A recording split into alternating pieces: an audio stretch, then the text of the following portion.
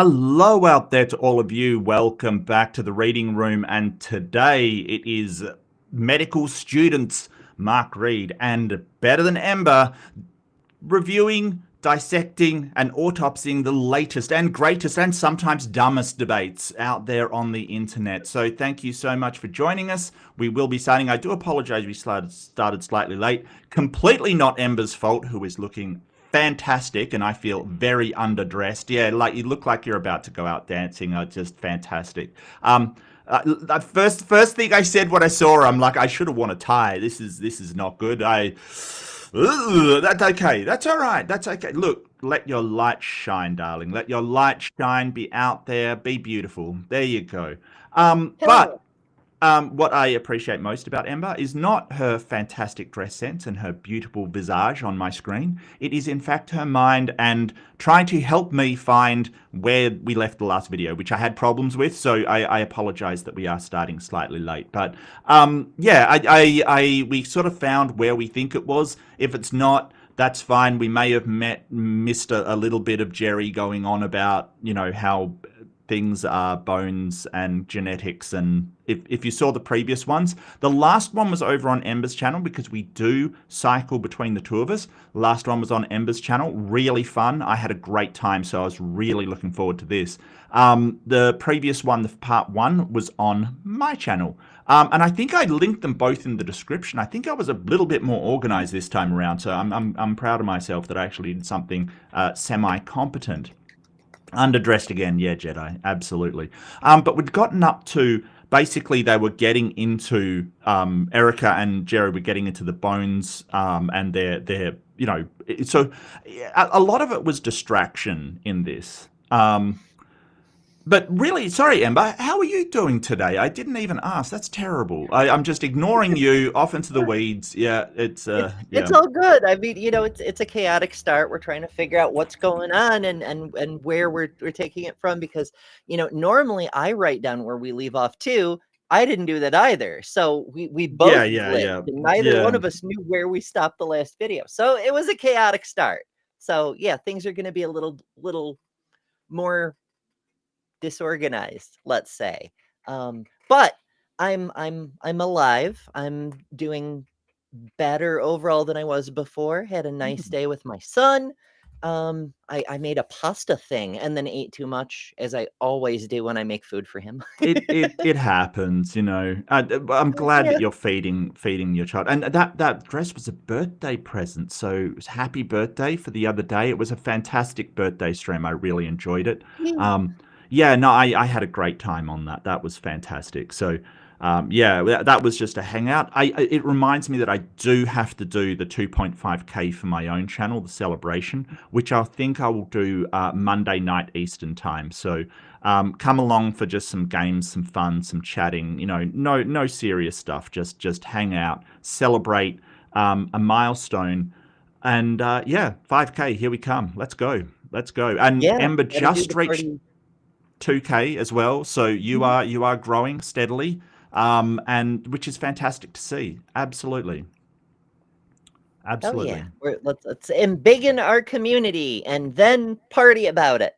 Yeah, absolutely. Well, it's more like celebrating building our community where people can discuss in a reasonable amount. Unlike my debate yesterday, I apologize for all of the technical issues, because damn, there were a lot. Like it was an absolute debacle on the technical side, which is, you know, I feel like OBS lies to me and works when I'm not on camera and then immediately breaks when sort of the camera gets turned on. It's directly linked to my program that just breaks it. And I feel that that's the case. It may not be true, but I feel it's the case. And, what a sad story for creationists, and we're getting a lot of this. Like the guy that I debated literally wanted to debate evolution, didn't know what mitosis was. It is a sad state of affairs where you know, these people are coming out and you know, they don't have the first idea of what they're talking about. At least Bergman sort of has at least an idea of what he's talking about. It's really worrying, the anti-intellectualism that's going around at the moment. You know, that hey, it can't be true because, I'm ignorant and proud. So yeah, wow.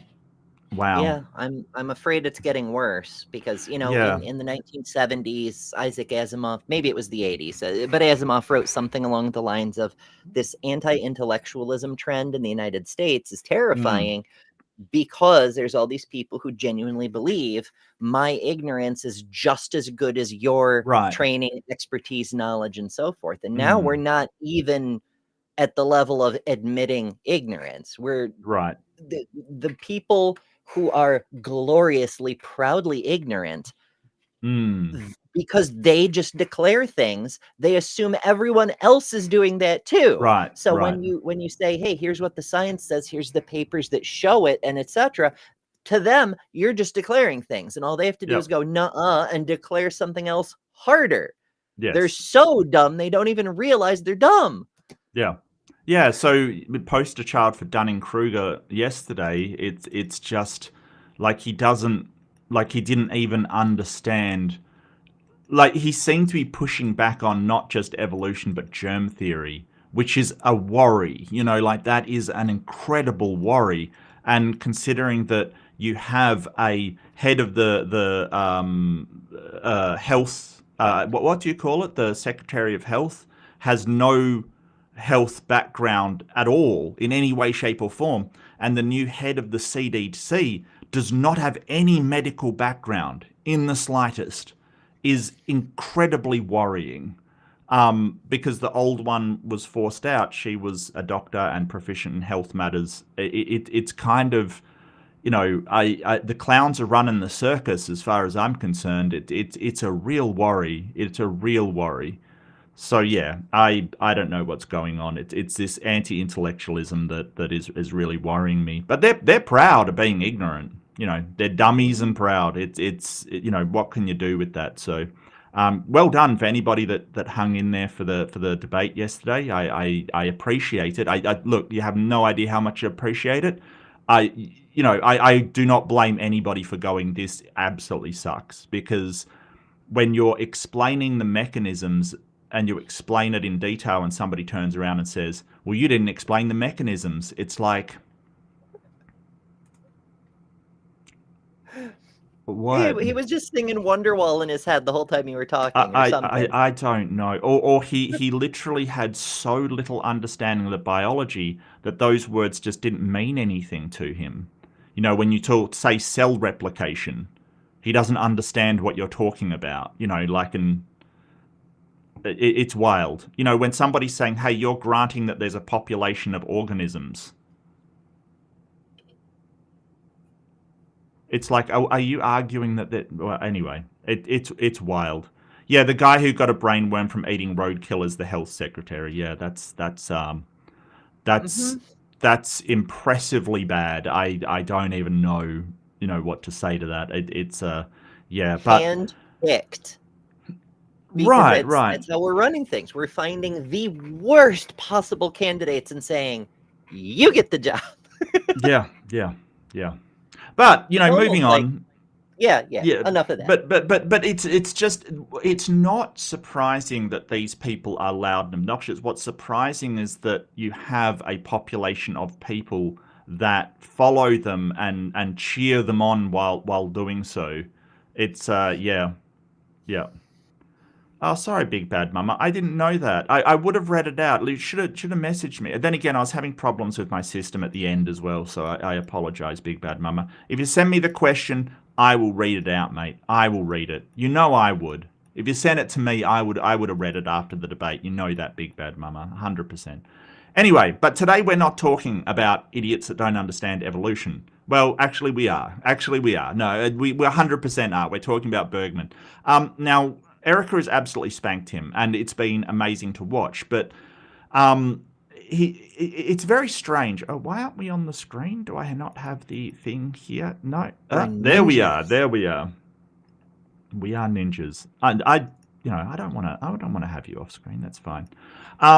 So yeah, and my thoughts on this debate have been pretty clear. Like, Erika's really taken him to task, and he's he's really like, so what's happening in these debates is people will be going in with a specific topic. Like this one, it is hominin fossils. And he wants to go to genetics. He's desperate for an out into anything but hominin fossils. And Erika trying to pin him down is sort of like trying to nail Jello to the wall. He really does not want to go there. So yeah, we're noticing this in debates. Like the creationists is specifically, they'll try to go to any other topic but the topic that we're talking about, which is kind of wild. But you know, like she's happy to talk about the genetics as well. Probably not this debate. I mean, she prepared so much. Look, it does remind me that, and it reminds me of something that I saw on Rationality Rules. Right, he was talking to that girl who absolutely spanked Charlie Kirk. Right. Yeah, the debate professor person. The debate professor, right? And she sort of said, look, academics have to get out there and start arguing against these people. And I wholeheartedly agree. Like, I'm just a guy who reads the science, reads the stuff by the people that know what they're talking about and forms arguments around it. You know, to see someone like Erika or Dr. Dan Stern-Cardinal or, you know, Professor Dave, these people with a real science background engaging is, you know, it is a massacre because they actually know what they're talking about. You know, I think that she is right. Academics have got to sort of understand that, you know, it sucks, right? It absolutely sucks because they should just have to talk to other experts, decide, and then have the consensus, you know, relayed to the public, communicated to the public. Unfortunately, what's happening is policy is being decided out here in the real world, not in the halls of academia. And that policy is being influenced by what ordinary people think about it. So it really sucks, but we've got to change people's minds about this anti-intellectualism, this, you know, academic institutions are just these things that, you know, want to kill God and all of this kind of nonsense. You know, like we've got to start addressing that because at the current rate, we're going to have the stupidest people deciding the most consequential things and the most, I shouldn't say stupid, just the most ignorant people of the subject. Incompetent. Horrible. Right. Well, just ignorant of the actual science behind it, deciding the most consequential policies for everybody out there. And it's not a formula for a well-maintained society. It just isn't. Because, you know, let's stop vaccines. Yeah, see how that goes. Well, we're seeing how it goes. We've got measles outbreaks and things like that. It's dumb. So we've got 2 confirmed cases of the actual fucking plague at the moment. Which plague? Like the plague, the Black Death. The plague, yes. The one from Europe that we thought we had. Yeah, I get you. It still does exist out there in the wild, but it's very, very rare, and it's so rare in a first world country, it's kind of embarrassing. You know, when it happens to, you know, somewhere in Southeast Asia, India maybe, you know, people are like, oh, that's bad. When it happens in a first world country, that is just downright embarrassing, quite frankly. You know, you have to be doing well. You have to be doing really, really well on, I don't know. Black Death, yes, Jason, yep. But we sort of found the place we think we're about at. You know what? I don't think we're going to miss much. This is part where Donnie interrupted, which I think is the part where I called it last time. Do you have anything else to go through apart from, you know, liking and subscribing to the stream, if you could be so generous? Yeah, click the buttons. Use the share button. That's how new people... The algorithm does not like skeptical creators. Because, no. I mean, just look, you know, Standing for Truth has something like 15K subs. And, you know, we are growing. It's slow. Yeah. Both Mark and I just hit milestones. But you can help it be a little less slow if you use the damn share button. Yeah. And I partly the lack of growth is my fault. I have ideas of what to do, but I find it hard to get them done. I kind of fall off. I occasionally get things done. Maybe it'll work, maybe it won't. But I think sort of a change in tact. I really do want the 2.5K. I want to reevaluate and do something different. So hopefully I can bring you that very soon. Hopefully, but like I said, I do have ADHD and I do get sidetracked a lot. I know the But feeling. yeah. I think everybody to some degree. I think it's a spectrum, so everybody to some degree does that. But I think that I think I've got to be definitely more picky with my debates. I've just sort of, I feel like I've got to do debates to produce content, regardless of who the interlocutor is, regardless of whether they're worth talking to. Some are not worth talking to, Right. because Like, they're not actually interested in the debate. They're interested in entertainment. Whereas I'm doing it for the intellectual debate. They just want stuff for their channel. They wanna just pick on somebody. They wanna just insult people. They just want to have something for their channel to say, "Hey, I acted like a tool on this thing, like a yeah, prank show." controversy and dumpster fires. Yeah, It's freaking, oh, it drives me bonkers. I yeah, remember it wasn't that long ago when we had constructive debates where people on both sides would learn a couple of things from the other person because right, both people knew what the fuck they were talking about, and the right. audience got to learn a bunch of nifty stuff. Well, I think that, there's a certain segment of creationists, not all of them, but a certain segment of them that have literally given up on trying to be rational and reasonable and have a meaningful debate, and have just gone for, pre-suppers, I'm looking at you, for obnoxiousness and, I'm right no matter what. This really obnoxious kind of, pre-sup scripts that they do.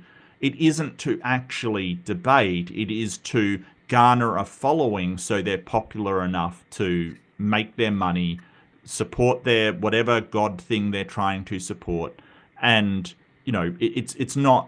it's not for debate. It's not actually to exchange ideas.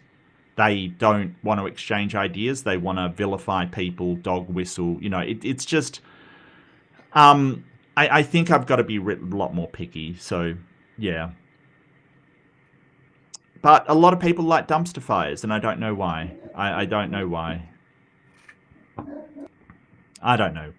Maybe it's just that anti-intellectualism. I don't know. But yeah, That's let's probably start part this. of it. Yeah, maybe. But yeah, so let's start this up. So we've got Erika, Jerry Bergman. Are you ready to start? Sure.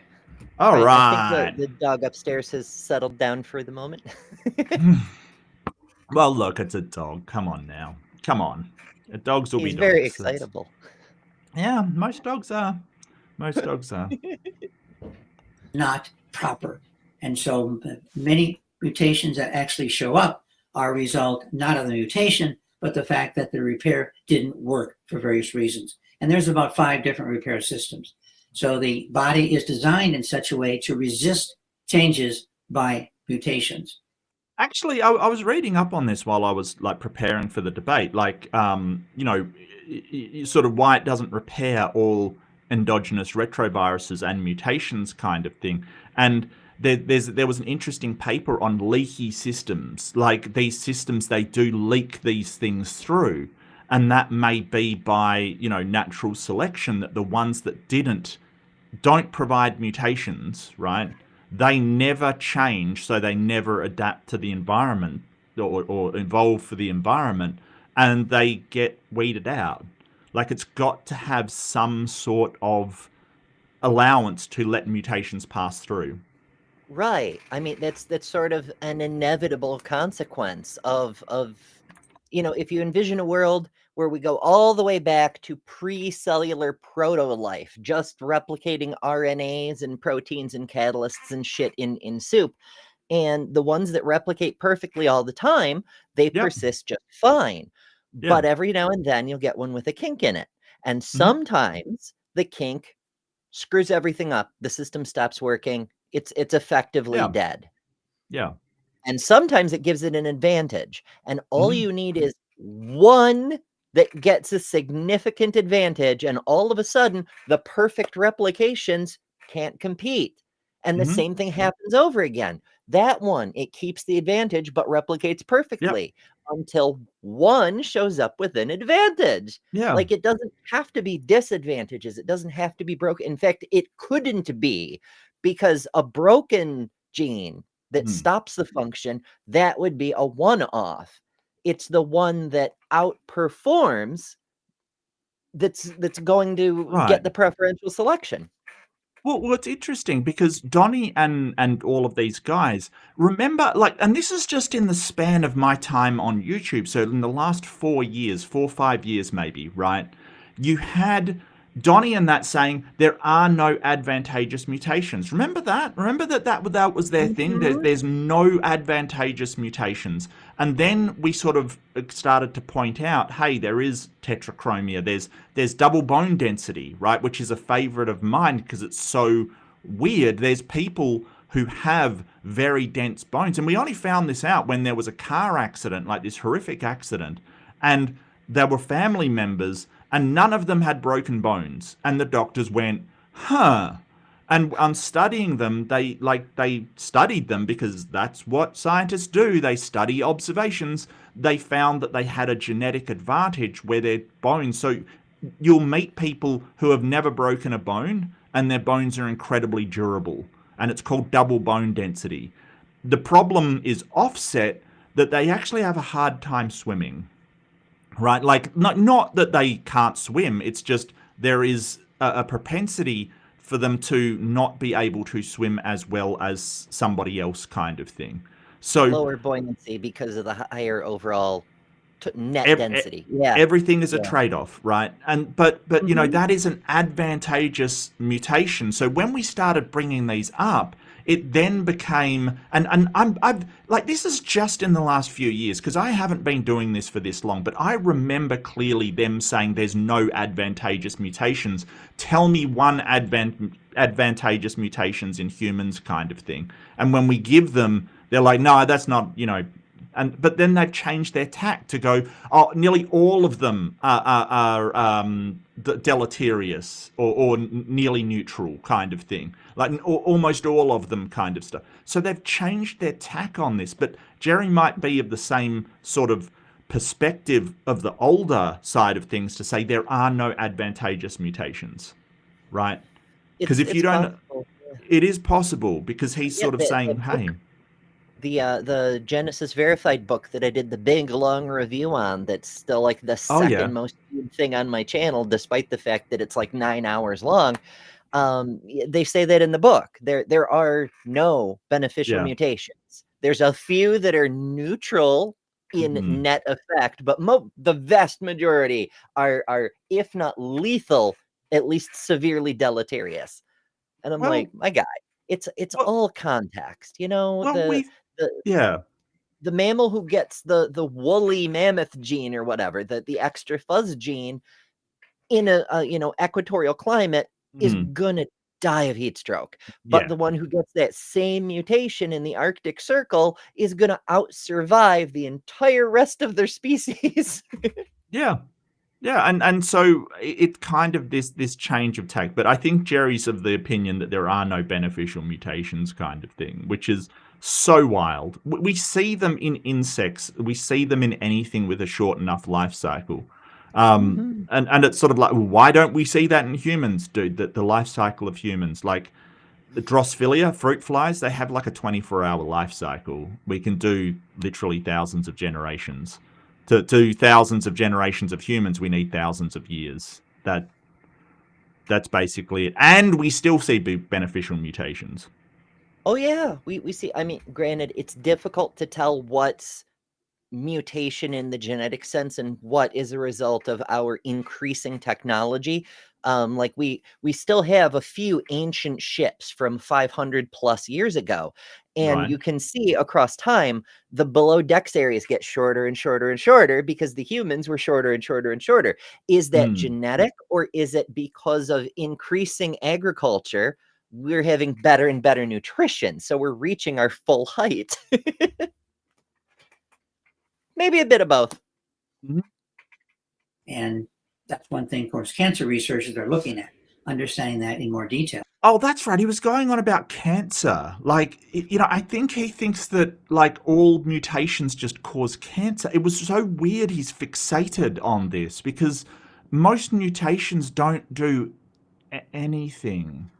And, I mean, cancer can be caused by other things, like viruses, for instance, like the what is it? The papillovirus? Papillova. Is it papillova? It's like the That's not quite right. It's the thing, the HPV, human HPV vaccine. It's human papillova, HVC. Yeah. It's fine. But yeah, they you were saying earlier about changing the subject, trying to they do that in every debate, and it's not just them.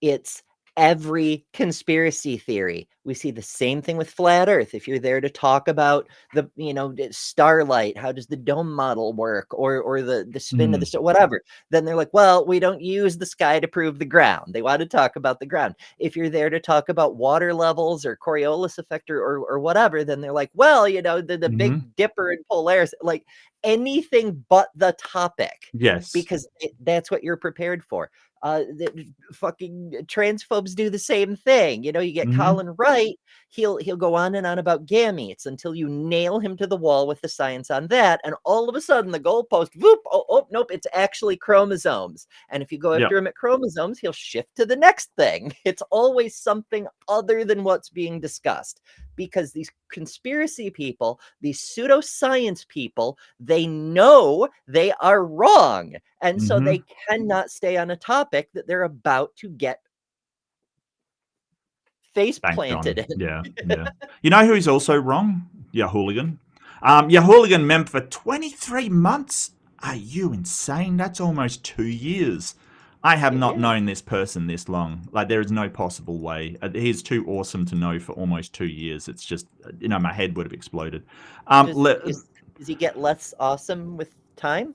No, just more. That's why. That's why you can't stand that much of him. Your head will explode. I'm still here. What are you going to do about it? Oh, you just wait, buddy. You'll see. You'll see. You'll see. You just wait. You just wait. But thank you, Justin. I really appreciate it, mate. But yeah, you're right. And pseudoscience is a hallmark of their shtick. It's a hallmark of it. So, I mean, we know what pseudoscience is. We can verify that it's pseudoscience. Being unfalsifiable, for instance, is pseudoscience. Like, you can't, like, the goalposts keep shifting every time you show something is wrong in what they've said. It keeps going to, well, this thing instead. So yeah, And you're working against the what is it? The bullshit asymmetry principle. Oh yes, Brandolini's law. Brandolini's law, which sort of says, hey, it takes longer. Like, for instance, Jerry's just throwing this stuff out, and Erika's debunking it on the fly, which is impressive, but it takes a lot more time to debunk than for him to throw out, and that's a problem. And that's one area where the skeptics and the pro-science crowd are at a huge disadvantage, because we can't use the same trick against them. We can't throw bullshit at them and make them deal with it. Right. Because if we don't know something, we go and we find it out. But, these people, Jerry Bergman, he should know better. But, I'd keep in mind that he got his doctorate from sort of a diploma mill, so. Which is no longer open. Which is no longer open, yeah, which is actually hilarious, and I will keep bringing that up as much as possible because it makes me giggle. And but that's another subject. So, the key is, Again, we have lots of fossils. You can line them I'm up. going to jump in, Jerry, and I appreciate those responses. Let's try and now keep on both sides, Erika, Jerry, let's keep it more free flowing where it's maybe 30-second responses. Therefore, there's not too many points, because I do really want to see some engagement on the question regarding a transitional form. What would we expect to find in terms of an 8-man? That's right. Every time, like Jerry talked last time, I was like, he still hasn't answered the question. And he still hasn't. That is incredible. Like that's gone over parts of this debate dissection or this debate review. She asked him like literally probably an hour ago into the debate. Like she asked it within the first like, maybe I'm over exaggerating. Maybe it was in the first like 40 minutes or so. Like what would a transitional form in between primates and humans, like, because that's their view that humans aren't primates, so whatever, apes and humans would look like to you? And he won't answer. He won't say a damn thing about it, which is really telling. And Donnie keeps saying, oh, I'd really like to hear about this. And, you know, it's like, dude, take the hint. Talk about it for 1 second, but he won't. To me, that really does show that, you know, he is dodging, you know, intentionally. It's not just that he's forgotten about it. How could he possibly have forgotten about it? And then Erika, perhaps yeah you can go over some of the examples in visual form that you presented in your opening. So Erika, let's throw it back to you. Go ahead. Yeah, sure. So two things. You might have heard me typing away on that. I wasn't trying to be disrespectful. I wanted to make sure that I had an example for Jerry, because I told him that, you know, we have mutations to get from this ancient Miocene ape form to modern humans. And I gave an example of knowing the genes to get rid of tails earlier. Like we've narrowed it down to this entire gene complex on how to lose a tail. And thank you, Erika. I used that in the debate yesterday, and like it was hilarious to hear my interlocutor say, "What is a tail?" I know. Like I was like stunned. Like I wanted to laugh and like tear my hair out at the same time. I'm like, the fuck how is anybody supposed to answer that? Like, I mean, if like when my kids were really, really little, like, you know, preschool kind of thing, and they were like, I know what a tail is, but like, what is it? And then I'd try to explain, you know, it's an extension of the spine that helps keep balance. Like I'd try to give them a workable answer they could understand. But when a grown-ass adult is like, can you define tail for me? I think I defined, like I said, it's like antipodal flesh that's coming from the spine that, you know, has musculature and fat and you know, ligature that allows it to move, and, you know, it's a tail, dude. And he's like, then a finger is a tail. And I'm like, oh my God. Like, seriously. Jim. Go back to your channel. Tell all your followers that you found out you have 10 tails. Show them how much you learned in this debate and how smart you are. I'm sure they'll send cookies. Apparently Titan said, you know, did you see what I said when he asked when his finger was a tail? It had to do with where he puts his finger. Yeah, no, I didn't see that. I struggle to look at chat while I'm on a debate, but yeah, that's, I don't know. It's wild. It's wild. You're right. Like you would expect that out of a preschooler, out of a grown-ass man. There's a problem. There's a problem there. You know, the American education system has a lot to answer for, quite frankly. It's true. Like a question like that, I don't know. In a debate, I'd probably like brain lock too, and like, how am I supposed to? What do I do with a question this fucking stupid?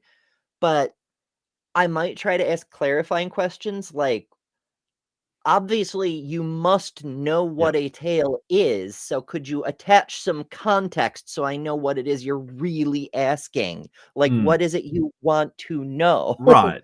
How does a tail form? What genetics are involved? What is it made out of? Not what a tail is. Have you seen a cow?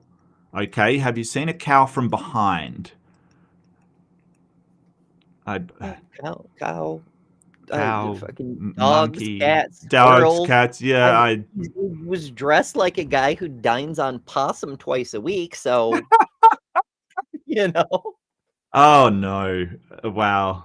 And then he has the temerity to say, "I demolished you in the debate." It's like, wow. I don't even know what to say to that. That's wild. Anyway, Well, we're declaring things. we're It doesn't declaring matter things, how right? he actually performs. He just Yep. declares things at the end. Yep. Jerry's response was that, well, that's degradation. What about brain growth? Because I have two examples that I've pulled up here, and I'm going to share my screen again, Donnie, to show this to Jerry, and then I would like to get to this ape man question, but there's just too much good stuff to talk about. So hopefully you can see that. It's ready to share if you'd like. Here's two examples of mutations that we have clocked in humans and compared to other apes and even Neanderthals. On the left, and I can give you guys these papers later, I just had to grab these images first. Humans have a mutation in transketolase like 1 where we got an arginine instead of a lysine. And this is a difference between modern humans and Neanderthals, and it's also a difference between modern humans and ancient humans. And this single point mutation in transketolase like 1, having an arginine instead of a lysine, has caused a tripling in the basal radioglial cells, which causes neurons to, look at this, it's 2.5 times the amount of neurons that you previously saw in Neanderthals, at least with what's interacting with this specific, with transketolase like 1 specifically. So there's an example of brain growth specifically with relation to human evolution. And this is proposed as being one of the genes that may have given humans an edge, and then the reason why humans are here and Neanderthals are not. Down here, you can see two brains next to one another. Each of these brains. Oh, they're kind of here, sort of. They're kind of. Some humans do have Neanderthal DNA in them. We kind of bred with them as well, just a little bit. Yeah, just a little bit. So yeah, it is it gone? No. Are they gone? Yes, as Neanderthals, yes, but they sort of stay with us a little bit, it happens, Yeah, it's kind of true of all our ancestors. Like, whatever their nature at the time, thousands of generations back, they're gone, their language is gone, their culture is gone, but little bits of what made them is still persisting in the present. Yeah. I like the ugly German truth says here, some nations grill with young earth creationists when they discovered in the text of the Bible that God was good at genetics. That does remind me of one of my favorite stories where they basically say that you can get striped sheep by breeding them in front of striped sheep. That's their idea of genetics from the Bible. I'm not even joking. Like, it's like, take out the sheep, put them in front of striped sticks, and you'll get striped sheep. Which I don't blame them for not understanding. This is ancient Levant, but really, that's the thing. They did understand. We had knowledge of selective breeding practices that's going true. back to the dawn of agriculture. That's what true. The agricultural revolution was. So that's in there on purpose. It's to show here's what the experts say, these farming elitists who think they know what they're talking about because they have giant herds and whatnot. Here's what God says. Believe what God says, not what they say. It's the same type of propaganda bullshit where they put you in direct contradiction with what we as a society know to be true and make you believe the bullshit. It's another one of those letters from the Nigerian prince with the typos to make you overlook what you know is wrong, so you're emotionally invested in the superstition. And it's weird that they want to implement all of these things from the Bible when it's useful, but when it's not, they'll just ignore it. They'll just ignore it. Sorry, just 1 second.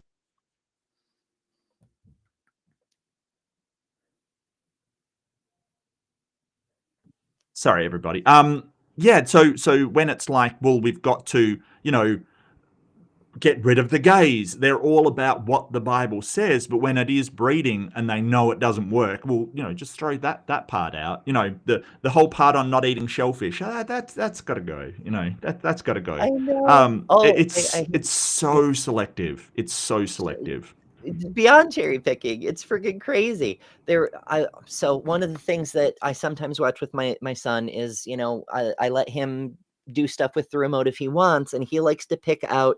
One of the things he likes to pick out is old Family Feud episodes. And, what's his name, Harvey, he's a religious dude, and a lot of the contestants are religious people. They like talk about being a pastor's kid or whatever. And one of the questions they had on the random clip we saw today was, what are you most looking forward to having all to yourself in heaven? And the guy answered, his own refrigerator. Don't have to share it with kids, don't have to share it with the wife. Wait, whatever. Wait, his refrigerator will go. His own refrigerator. Oh, so Remember, I thought you meant the whole his one from the earth, and I'm like, does the refrigerator go to heaven? He means just a refrigerator that he doesn't have to share with anybody else. Yes, because the whole heaven thing is about selfishness. That's what that's for. But that's a whole side topic.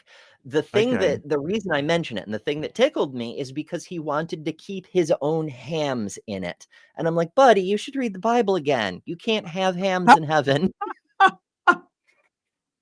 Yeah, that's forbidden in the Old Testament. Weird. Yeah. No shrimps, no, Jesus Christ, you can't have anything good in heaven except alcohol. I don't know why everybody thinks God is against alcohol. The Christian God, the one, that Jesus is the incarnation of, very much in favor of alcohol. I would imagine turns so. water into wine. Loves alcohol. Yeah. Well, and here's the thing, like, for heaven, I would expect to set your sights a little bit higher. Like a refrigerator that always has your favorite food and never runs out or something. Just your own. I mean, aren't you like, for something like ultimate paradise, isn't your bar a little low? You could do that now and just buy an extra refrigerator. Like, I don't. I feel, I feel like that guy for an Inception that's like, oh, you've got to dream a little bigger, darling. Like, come on now. It's just like, use your imagination. Titan Uranus is pointing out that, yes, we did not breed. Yes. Okay. Yes, Titan. I mean, our ancestors. Yes. Or some of our ancestors. I get you. I mean, depending on how you define Neanderthals, like, are we talking genetic composition or morphology or skull shape? Because on all of those counts, some of us very much have bred with Neanderthals. Yeah. I mean, not necessarily producing offspring, but it's not for lack of trying. Mm-hmm. And I find this fascinating. Like, I've learned something new as well, that Neanderthals, I thought Neanderthals were smarter than humans, but maybe that isn't true. Maybe that is not true. Well, as you know, smart is a very complicated thing. That's true, like several emergent properties stacked on top of each other. And the amount of information we have from that distance in paleohistory is very limited. It seems like they had some technology, some of which our ancestors did not have at the time. We may have gotten that technology from them. It's hard to say, but like, there's certain things they appeared to be really, really good at battle tactics, I guess. There's some old cave paintings about the ways they would fight the aurochs, I guess, the predecessors of modern bullfighters, right? And they had this maneuver that all the historians thought was like the first work of fiction on this, ancient cave painting of a fighter who had, like, apparently a stone knife, and he would grab the bull by the horns and vault over the horns in such a way that he'd land on his back, and he could bring the knife right down into the spine and kill it in cleanly in one blow. And they were like, not a chance. There's no way that could work. Until modern bullfighters tried it, and it works perfect. It's beautifully an economy of motion. It's super effective because they didn't have projectile weapons. They had to get good with that kind of thing. Modern humans, we came up with pointy sticks, and well, we didn't come up with pointy sticks, but we came up with throwing the pointy sticks first. And throwing rocks and throwing things. But I've heard a creationist argument like, well, Neanderthals died out, or, they basically aren't around anymore while humans are, but Neanderthals were bigger and stronger and, like, seemed to have a better intelligence than we did. But they had a larger brain case, but that larger doesn't brain case, necessarily equate to, right. you know. But just as a counter to that argument, I've sort of pointed out that's not the only things that allow people to survive. Like, for instance, aggressiveness is like, we may have just been much more aggressive than Neanderthal, right? And that may have been a factor, because you will get, a very like, look at the wolverine or the honey badger for one. It just pure dickishness allows it to survive. Like, nothing messes with the honey badger because it's just not worth it, because it is just so hyper aggressive, obnoxious, and will hurt its predator that most things just leave the thing alone. Like, it is not worth the meal for the stress that they get out of it. So that is another factor. Maybe Neanderthals were chill bros and we suck. Maybe that's the reason. That's the thing. When it's, survival, it's not just about who's bigger and stronger. And that is not stressed enough, not stressed Yeah. enough. But it's also not just about who can innovate the best, right? Like, creativity and implementation are fantastic edges at the cultural level, Right. but at the individual level, you can invent penicillin and die poor, for example. Right. Yeah. Yep, absolutely. Yeah, that's a really good example. Marmoset, which is a type of small monkey. They're a New World monkey, member of the family Callitrichidae. They're not known for being very brilliant. On the left is a normal marmoset brain, and on the right is a marmoset brain that had the human gene, RGAP11B, inserted into it. Now, all primates, and I'm a little rusty on this one, so hopefully I won't get this wrong, but to my understanding, all primates, maybe it's all anthropoids, have RGAP11A, have the regular RGAP11 gene, right? But in marmosets, like, they're a dumber monkey, so they don't have the second copy. Humans do. Humans have RGAP11A and RGAP11B. And when you take the human version, the human copy, it's just a duplication of RGAP11A with a series of neofunctionalization, I guess, to it. I'm probably butchering that. But it causes the brain to grow significantly larger and to even develop more gyri and sulci, right? So this is a gene, a duplication in an ancient primate gene, that when it gets duplicated and slightly altered, you end up with a bigger brain, right? This is how you get something that's fundamentally different from a primate that is, relatively just a slight divergence from a mammal to something like anthropoids, and then something like apes, and then something like humans specifically. I love how she's addressing his genetic questions and the fossil record at the same time. That is absolutely gorgeous. Like, he's tried to pivot to genetics. Oh yeah, we've used genetics to back up the evolution of humans as well, by the way. Mm-hmm. That's why she's one of the best. She can do both her own thing and slap down his thing, even though she doesn't even have to. She could just say, nope, here's the topic. But she can do both at the same time. Yep. Amazing. Oh, she's incredible. Absolutely incredible. One of the best resources we have. I've learned a tons from her. It is on the shoulders of giants we stand. Absolutely.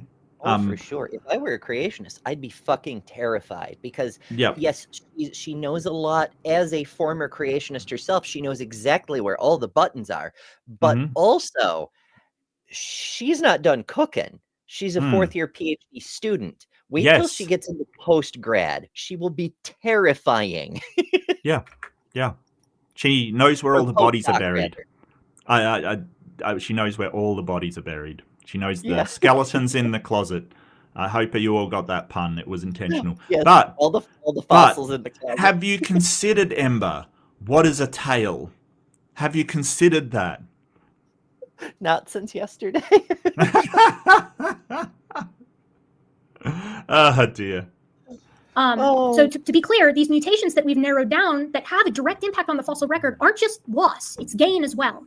Now, I really want to ask Jerry, and I wanted to take this way, and I'm with you, Donnie. I think we should do the back and forth. So what I think I'm going to do is let Jerry answer this question on the thing. Yeah, and then I'm going to shut up because I want to hear all of what he has to say, and then maybe we can get into the back and forth 30-second thing. I won't go nearly as long next time. So go ahead, Jerry. All systems in the body have mutations that produce growth, and they also have mutations that stop the growth.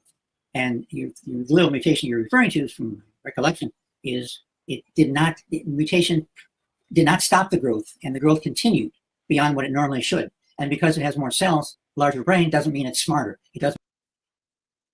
It's complicated. Yes, larger brain does not mean smarter. for instance, Einstein had a smaller brain, but what he had was more crenellations, those folds in the brain. Yeah. So it Higher doesn't neuron density. higher neuron Whales, density. Yeah. lots of whales. Now, whales may be intelligent in ways that we just can't perceive, but we have fire and spaceships. Right. Well, I wouldn't imagine whales would come up with fire considering their environment. It might be a tad helpful. difficult. But their understanding of sonar is pretty damn good. Like, Do they understand it, or is it just like sneezing? Like we can do it. We have the ability for it, but do we That's true. understand it? You know? Well, their ability to use sonar then. How does that one square away with you? It's a sense. Yeah, that's true. I mean, hell, half of our senses aren't even ours, like hunger. Yeah. There's been a hypothesis for a while, but I saw a study a couple of months ago where we found the neuroreceptor in the gut that picks up the bacterial emission when they're empty. So when the bacteria need food input, that's what creates our sensation of hunger. It's literally us sensing. I mean, we're sensing it, but like it's not our sense. It's the bacteria signaling to us it's feeding time. And it's also important to understand that mutation isn't the only driver, because Jerry keeps talking about mutation and cancer over and over and over and over. And it's important to know that we have other mechanisms like sexual selection. We have endosymbiosis, right? When one organism basically engulfs another and then it can't get rid of it, so they work cooperatively. And this we've seen in real time with nitroplasts, which is a cell that ate a nitrogen generator, couldn't digest it, and so they started working cooperatively to work together. And it became an organelle of that cell, an actual, a cell's organs. If a cell had a heart, it would be called an organelle. It's just basically a segment. So we've seen that in real time. Retroviruses can be co-opted to be beneficial. Mutation is not the only way. Like, there is tons of these mechanisms at work, and this is what they don't understand. They want to just go, well, mutation's bad, then it can't happen. No, that's not how anything works. It's incredibly complicated, which is why they don't want to learn about it. They want to just say, oh, it's too complicated. I'd rather be a dummy. I'd rather be stupid and not worry about it than educated on the subject, which is just wild to me. Simple answers make it easier to just declare things. Yeah, I saw when I got up this morning, I saw a short. It was Hassan chastising Joe Rogan, saying like, do you want to be a dummy? Do you want to be have something wrong about something that is objectively true? Like, is that what you want to be? Apparently so, but I mean, Joe Rogan apologized and was like, "Oh, I'm trying my best," and it's like, "Yeah, dude, come on now, stop." Do better. Hiring a fact checker isn't enough. You have to actually go Exactly. out and learn, or at least start listening to the people who aren't actively trying to lie to everyone. Right. Like the Joe. credible people, the people that have earned their degrees by doing work in the field and publishing peer-reviewed papers that, they've earned their degree. Like, when you've just got somebody who comes forth and says, oh, I think, frigging magical llamas built the pyramids, and you're giving them the time. You're like, come on, like, seriously. Yeah. Well, in fairness, the magical llama people can be quite amusing, but to take them seriously and be like, my mind is blown right now. Yeah. Fucking hell, dude, lay off the ketamine. More Neil deGrasse Tyson, less Tucker Carlson. Yeah, in fairness, he does have Neil deGrasse Tyson, who knows what he's talking about and is a really good science educator. Occasionally, he gets things wrong. Like, no one's expecting, everything to be correct, but sort of agreeing with people just because they're there, that's a problem. That's a problem. I mean, it's functionally superior. What happened is that it's larger, and you get that with some other organs as well, which can be lethal, by the way. And what happens is that the growth is not stopped when it should. The brakes were broken, and as a result, the growth, in this case, glial cells, I assume, continued, and so you have a lot more glial cells but this does not mean the person is going to be more intelligent or more brainy in whatever way you think the brain should do. And of course, you see this with Neanderthals. Neanderthals had, on the average, I think neurologists would probably disagree with you, to be honest with you.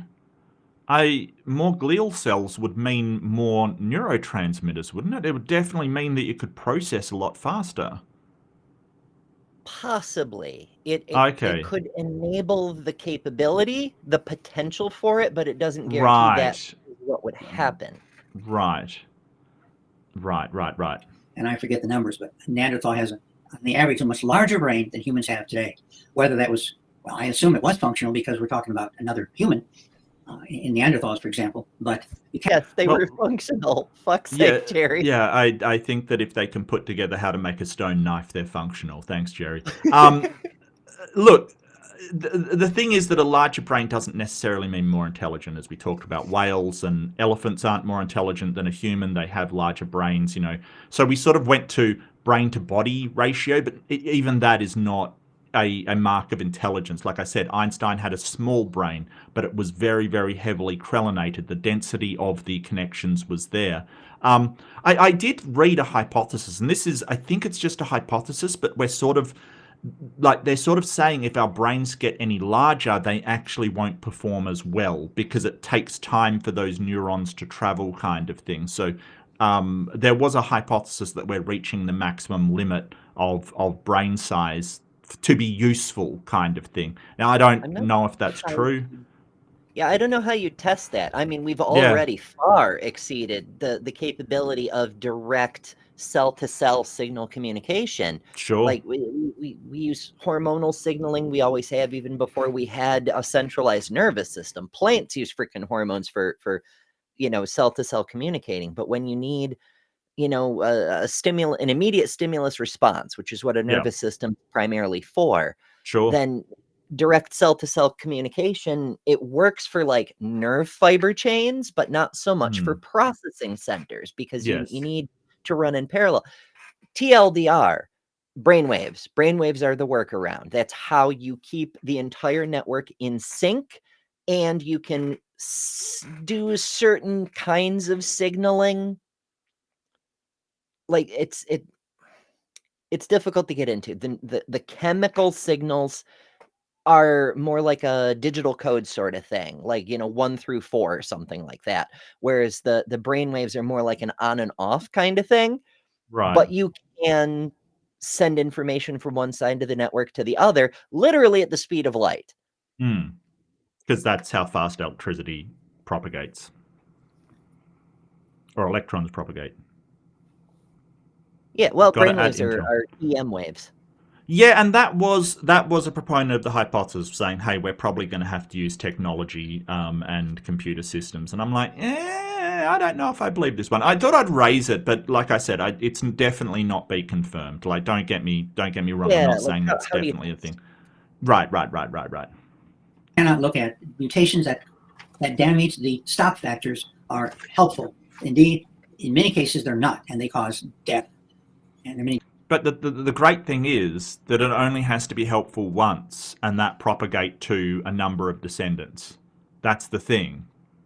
Because of recombination, like so there's a reason why because an argument that's brought up is that, well, if you have this benefit, it would have to find another partner with that benefit, right? And it's like, no, recombination. So what happens is when chromosomes, like, you know, when a mummy and daddy love each other very much, I'm going to do the birds and the bees, or not so much, and just okay. Look, the chromosomes cross over and they pass like a genetic information between each other. So you only need one. So just say you have an offspring with that benefit. They go and meet a descendant of somebody without that mutation. Their children can still get the benefit of that mutation, right? Because it swaps over. So you don't need to find another one. It's just a complete lack of understanding. I'm not saying that's Jerry, but I'm saying that I've heard that before from creationists, and it is complete. like they don't know about crossing over, which is not a ghost show where you contact your dead relatives. It's actually the term used for chromosomes transferring genetic information to the new descendant from each parent. That's why you look kind of like your mum and kind of like your dad, but you never look exactly like either. It's because that information is sort of sorted between it. And dominant traits, I mean, that's seventh grade biology or seventh year if you're in a British-based system. You learn about dominant and recessive traits. A dominant trait only needs one copy to express. So you don't have to find a mate who has the thing. Your children will have the thing because you have the thing, Yeah, and it's sort of synthesis, I think it's called. It's basically the sharing. Synthesis, I think it is. Synthesis, maybe. Yeah, would say synthesis? Yeah, I think so. When I was younger, I called myself a synthesizer because I would take knowledge from different areas of science, put it all together, and present a cohesive model of things to help explain to the other kids in school why things worked the way they did. But then I discovered that electronic pianos are also called synthesizers. Yeah, right. Well, you could be a piano. I don't know. I mean, I could be. Why not? Well, that's why it used to be called modern synthesis. Was sort of genetics, the model that we're using, but now it's sort of gone further. The 20th century, we had a modern synthesis. I think we call it something else. Is it extended synthesis or something like that? Because it's not just one thing. Like, it's like they want to just say, what is the mechanism for evolution? It's like, no, it's a synthesis of a ton of mechanisms. Like, it's not as simple as that. Current model. God, I used to know this. I swear that I'm losing my memory. I swear. It's Sherlock Holmes had a hypothesis.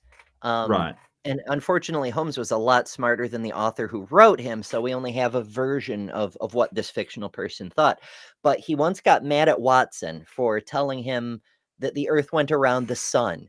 And Watson was baffled and was like, how is a man as brilliant as you not know the Earth goes around the sun? And Holmes says, because the human brain, as vast as its capabilities seem to be, does have a finite amount of storage space.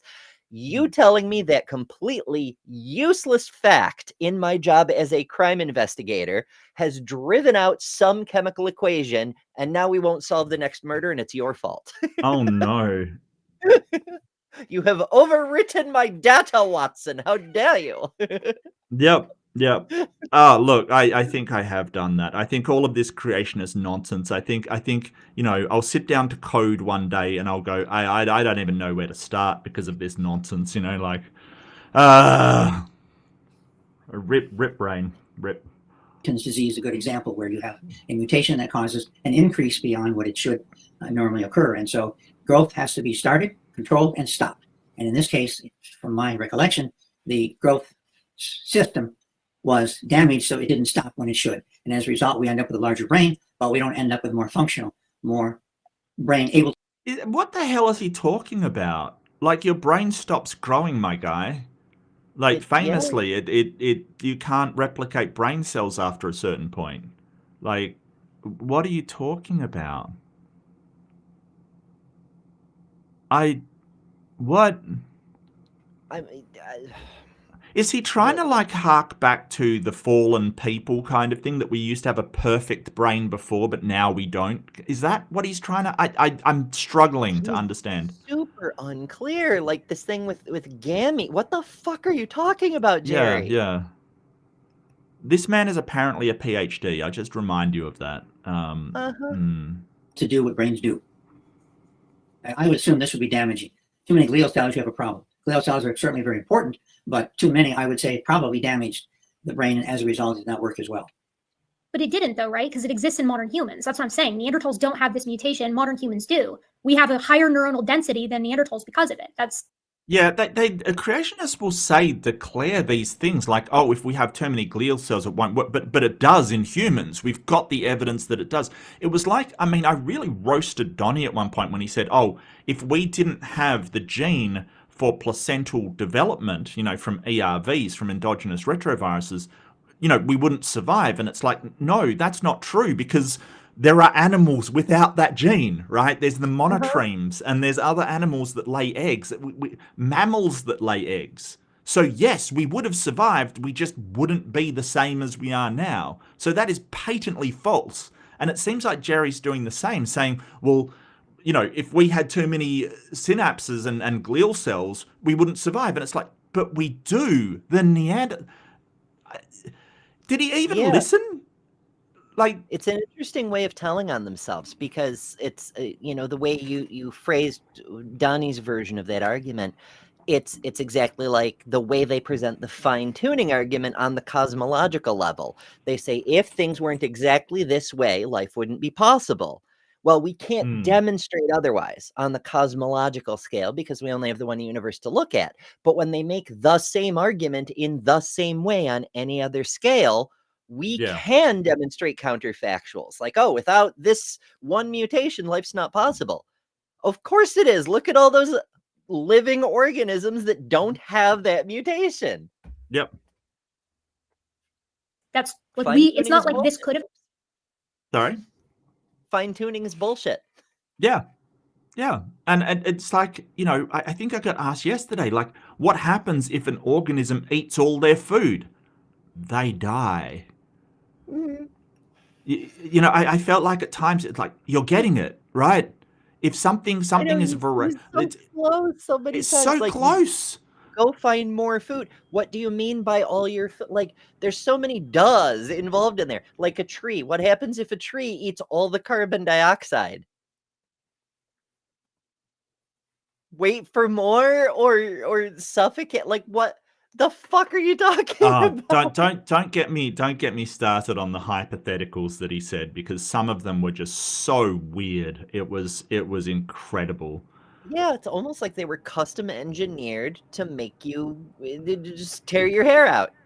Yeah. Which explains a lot. Yeah. Oh, I may never had any, but that's okay. Look, I had no hair long before I met Creationists. Like, there's the thing. Like, maybe 10, 15 years ago, maybe a bit longer, I didn't know these people existed. Like, I didn't know anybody would be this, immune to any kind of learning. It's wild. It's wild. Happened. This is the difference, genetically speaking, between us and Neanderthals. They don't have this tripling. It's not a tripling. I think it's like 1.5 times. It's a near tripling. We do. Right? So it wasn't lethal for us. It was actually super beneficial. And in the case of the marmoset, right? They didn't let that marmoset go to term, but they could have. And if they did, I have no idea. I mean, the marmoset's skull was forming just normally around with the brain. It wasn't like it was going to abort. It wasn't like it couldn't reach term, right? The scientists were the ones that said, I don't know what the ethics are of bringing a marmoset with a brain that's 2 times larger than a regular marmoset or whatever it was into the world. But that's neither here nor there. Oh yeah. No, let's not unleash super intelligent marmosets on us. That's a recipe for disaster. I feel like Planet of the Apes, but with right, instead of right. an array of primates, it's just marmosets. The marmosets overthrow civilization. Yeah. Because they had no creationists.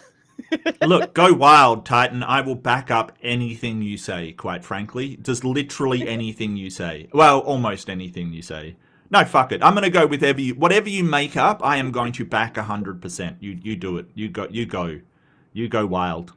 Why not? The creationists are making shit up. Why don't we do the same? Absolutely. I'm in a bit of a belligerent mood again. I apologize. That's yeah. I really want to know, what would an ape man look like to you? Here it is again, right? This is the question that's been asked. It was like, how long into the debate was it? Didn't she give it in her opening? Like, wasn't it in the opening? And it's been brought up like either the opening or just after it, like really early on in the discussion, or in her opening. And it has been brought up, like, I'm not even joking, no less than 5 times. Including by the moderator at least sort of 3, and he still will not answer. This is dodging on a whole new level. I mean, I've been in debates like this where I've had to bring it. Like, Hovind, you get into debates like this. Like he will say there is something stopping humans or some apes from going to human, a kind from going outside its kind. So you say, well, what is that mechanism, right? And Show us the thing. he'll just ignore it instead of saying, well, I don't know what the actual mechanism is, but it's got to be there, which at least would be an answer. I mean, it's a poor answer, but at least it's an answer, right? He'll just not answer, and you'll be bringing it up again and again and again, and he just doesn't answer. Because surely, if you agree that mutations cause physical changes, and I think we both agree with that, then a hypothetical ape man with a set of hypothetical genetic changes would look like something. Yes. So what would it look like in your opinion? I would say a hypothetical ape man would look more like an ape, would look more like a chimp or a gorilla or some other creature. It would have features that are not typically human, but that are typical of some other primate. Yes. And that, again, that's guessing, that's speculation. And that's my concern, is that all too often, this is how evolution proceeds, by a lot of speculation.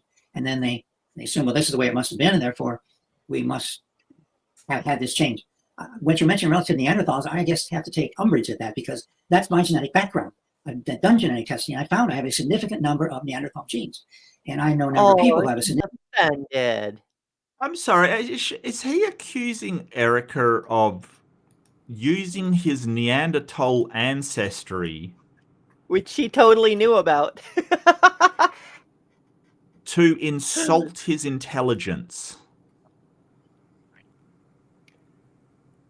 He may be What? trying to make it out that way. Like, what is this? Is this xenoism? Is it what card are you trying to play, Jerry? Holy shit! Now, to be clear, I have a little bit of Neanderthal. I know, because my oldest daughter wanted to do the 23andMe thing, and she has a tiny little bit of Neanderthal, and it just.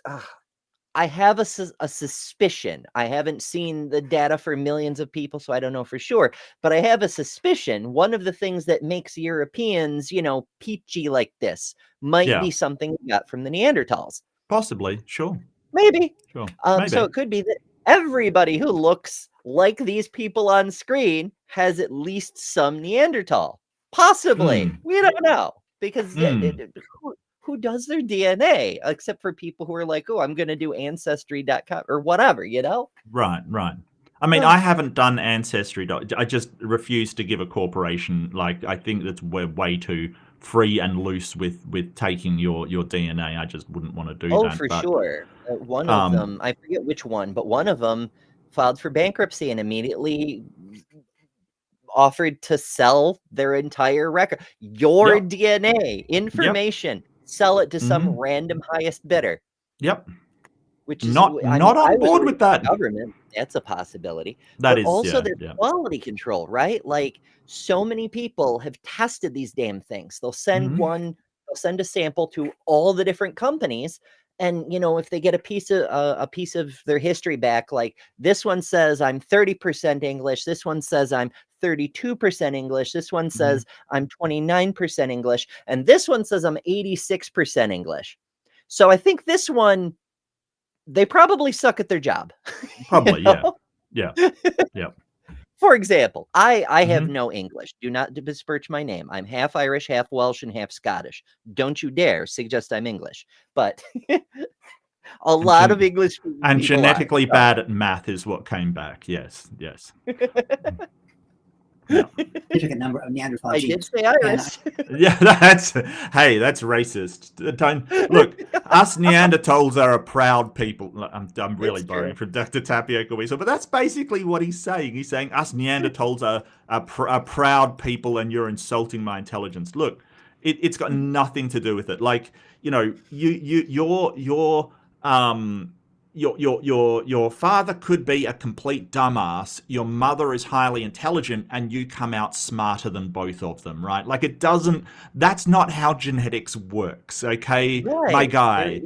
There's so few things where there's like one trait in control. Right. It's a mix of things. Right. It's so wild. I guess this leads into the racism idea, which was so prevalent in evolutionary biology. Oh, I see why he wanted to go down here. He wants to go Darwin was a racist. That's his tack now. Which is holding her head. Wild projection, considering. So not all creationists are racist assholes, but a whole lot of racist assholes use creationism as a Mott and Bailey. Yes. Oh, I'm not hating on you because your skin color's a different shade. I'm hating on you because God gave my kind dominion Correct. over the earth, and yours was cursed. You know? And like The Bible says I have to. Don't forget the curse of Ham. Like they still reference that. Some, not all. Sorry, I'll I made it sound like all, but some creationists still reference the curse of Ham as to why the black people are not cool. Let's put it that way, which is just horrendous. Like there isn't a curse of Ham. Like seriously, wake up. It's not. It's so wild that they sort of say, oh, but your evolution thing is racist, when it's not. Because actually from genetics, what we know is having a lot of variation is better.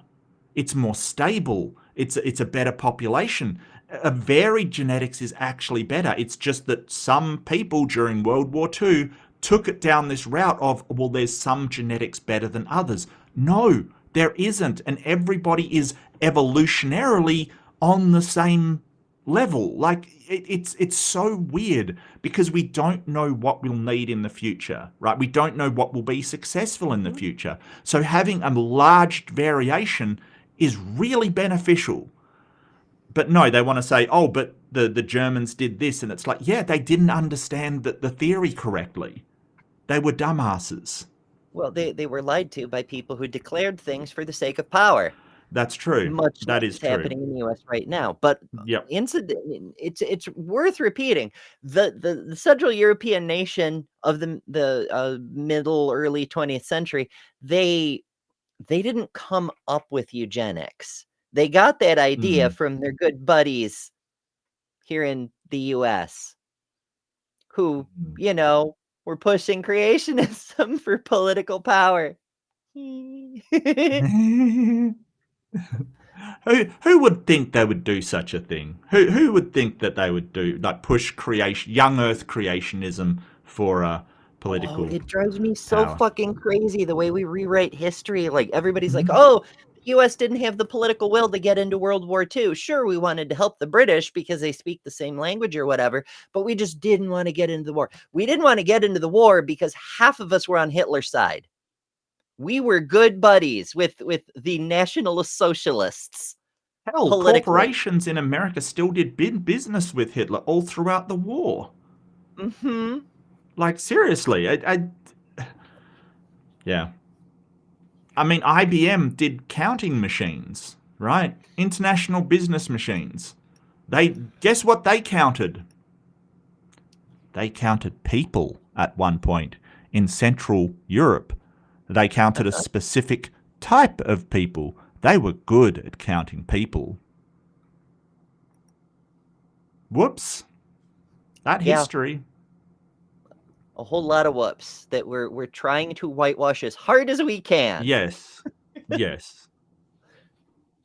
For generations. Indeed, there are differences between different races, and these differences are genetic, and therefore, well, we know what happened. And therefore, when you demean Neanderthals, I guess I have a problem with that because she did nothing of the sort. She did nothing of the sort. It's not demeaning to describe a fact. Known physiological, like, I'm assuming Mark is taller than me. Maybe he is, maybe not, but whatever. Like, describing Mark as taller than me doesn't demean me. It's just a description of a physical characteristic. I don't know. Let's find out. I'm about 192. 6'3", I think, in your units. Oh, you are much taller than me. Yeah. I'm surprised. I don't look tall, but I'm surprisingly tall. You know what? It's funny. Once in a job interview, I was asked, like, if your friends. It was a great question, like, for a job interview. It was absolutely fantastic. It was like, if your friends had to describe you in one word, how would they describe you?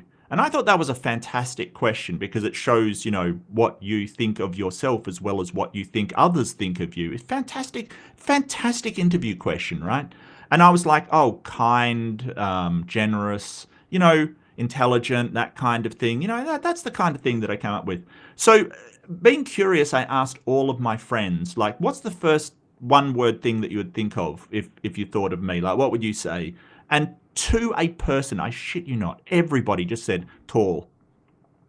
And I was like, that is not helpful, and it's not what they're looking for. Like, I'm not even joking. It's like, 193? Maybe it's not 193. Hang on a sec.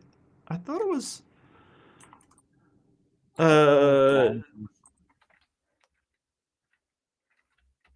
192 is what I said. No, it's 6.2 feet, which is 6'3", I think. Let me. Oh, Yeah, let's try it the other way around. What'd you say? 192? maybe it's 190. It's 6.3. Oh, So got you. Yeah, because there's 12 inches in a foot because we do everything freaking Okay. weird. Oh. See, All right. we do still have base 12 in some very specific instances. Look, look. Here's a hot take. Okay, tangents in the chat for a start. Let's see those tangents. For a start, I would prefer base. Do you know how easy it is using base 12 to like it's divisible by 3, it's divisible by 4, it's divisible by 2, it's divisible by 6. It's actually a more efficient math system than base 10, which is only divisible by 2 and 5. It's actually better. I'm going to put it out there. Base 12 is actually superior. Thank you. No, I agree. That's why the Babylonians came up with much of what we still use today. Our time system, a lot of our geometry, our mapping systems. These are all Babylonian innovations that the Greeks kept because it worked better than the base 10 shit they were working with. And as an added bonus, you can count much higher on one hand. You can use your knuckles or the integers between knuckles, whichever. You could go 1, 2, 3, 4, 5, 6, 7, 8, 9, 10, 11, 12. I counted to 12 using just 4 phalanges. That's efficient. Yep, absolutely. Absolutely. Now I can say the number of people I slept with in the last year. Nope. I was going to make a one-hand joke, but I'm like... Oh, dear. I do commit to the bit, but it's there's a thing that happened in January that's still just a little bit too much uncomfortable. No, that's fine. Look, as an Australian, our entire culture loves cheekiness. Like being cheeky, like not mean, just cheeky. You know, is very, very highly regarded. So I'm all on board being a cheeky bugger. Absolutely. You know, not meanness, just saying cheeky comments and being a bit, you know, a bit. Do you guys use that term, being cheeky? It's a little archaic, but some of the more sophisticated people still run with it. All right. No, being a little bit trollish, you know, like not in a mean way, but just a little bit trolly, you know. Yeah. Base 16 works well. Yeah, hexadecimal. I'm a fan of hexadecimal. I can get on board for sure. I have a significant number of Neanderthal genes according to the genetic testing that was done on me. Now, whether I have the traits that you're talking about, I don't know. But on the other hand, from what I know, Neanderthals were simply, as one article... No, I don't think you have one glial. No, I don't. If you did, it would explain a bit. National Geographic said Neanderthals are simply one of us. They are us, as far as we know, in every way, shape, and form. They looked a bit different physically, but on the other hand, as far as we know, they had musical ability. They buried their young. They find many traits Neanderthal had are very similar to us. In fact, many differences. So I guess I wasn't aware of any, although there could be, because there are certainly differences between different groups. So this could be a difference you find in different groups. I don't know. But on the other hand, I have to admit, I haven't heard that before. And I just wonder if that's not racism, eugenics creeping into science, which we've finally gotten rid of largely, but that dominated evolutionary biology for generations. Rid of racism, folks.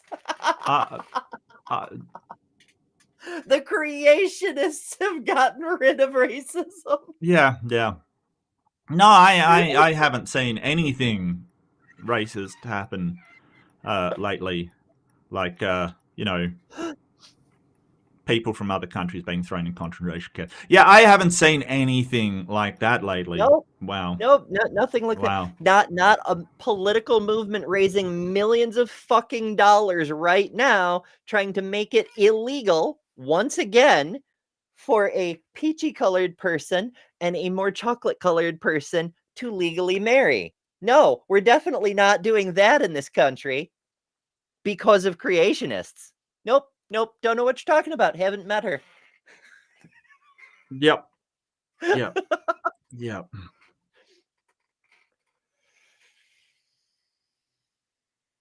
Al's talking about doing bingo cards. I'm on board with this. Al, you can be a moderator. I really don't mind. Of course, I know Al Trucker. There is sort of I require you to join the Discord, and there's some sort of rules for moderators that I've put up, kind of thing. Just guidelines to sort of help what we do under certain circumstances. Titan Uranus, who I will take every opportunity to say that name, is the head moderator, and if you do want to be a moderator, he can definitely fill you in on what's required. Take his. He's got so much moderating experience. It is sad. It's quite sad, actually. It's sad, but great guy. So if you do want to, if you do want to stay as a moderator, just let me know. I do know Al, and I do trust you, mate. But yeah, I do apologize. I've run into some problems with moderators that I thought I could trust and couldn't. So I apologize, mate. I don't usually make people a moderator unless they go through, just agree not to be an ass to people, basically, because I've had some problems with that in the past, unfortunately. Relatable. I just scaled back my moderators for a similar reason, because couple of times they blew up and were asses and tried to use their wrench for evil, and yes it's unfortunate. So I keep it mostly to people who either have a dedicated interest in moderating or need it for some reason, like because I need they're just made of like all the links, like Pragmatic Crystal, for example. Pragmatic will mod when she's around, but she tries to be in so many places at the same time. Mostly she just flits in, drops a ton of links, and she's on to the next thing. Yeah. And we love her. Absolutely. But she needs that power to drop the links, Always, Maya. I'm always talking about you. I can't stop. Somebody like you, I just got to talk about. I'm sorry. It's just, It's true. Yeah, so just jump on the Discord, Al. I will give you moderator privileges. There's just a little, just a very, very short thing of rules on there. But I've known Al for ages, and Al's awesome. So I will add you. It's not a great ask. It's not a great big deal. It's just not. Sorry, I'll just search for you now. Am I on my best? Are you not on your own Discord? No. I wouldn't allow someone like me on my Discord. Come on now. That's just silly. Valid. That's just silly. Come on now. Come on. Oh, are you on my Discord, Al? I don't know. I'm very scared. Nobody knows. Discord, I mean. Oh, there's so many Discords. Where the hell? I know. Look, I really opened mine because somebody bugged me about it. Oh yeah, you are. So why can't I add you on that? Interesting. All right, I'll figure it out later. Sorry, Al. Doing admin work. Oh, there we go. There you go, mate. Yeah, no, I just ran my Discord for game, and someone's like, "Oh, you should open Discord." It's like, I don't want to do that. No, open Discord. It's like, okay, cool. Yeah, no worries. Okay, fine. Thanks, Al. I really appreciate it, mate. Not a problem. You're doing bingo. Yeah. No probs. Do you want me to wait for that, or should we just keep going and we'll do bingo while Al's doing that? Yeah. As I said, I don't fully understand the bingo system, but once the cards are ready, people who want to play can grab it, and anything that's already been called, the system will tell you can mark that box because it already happened or something like that. Right. Okay.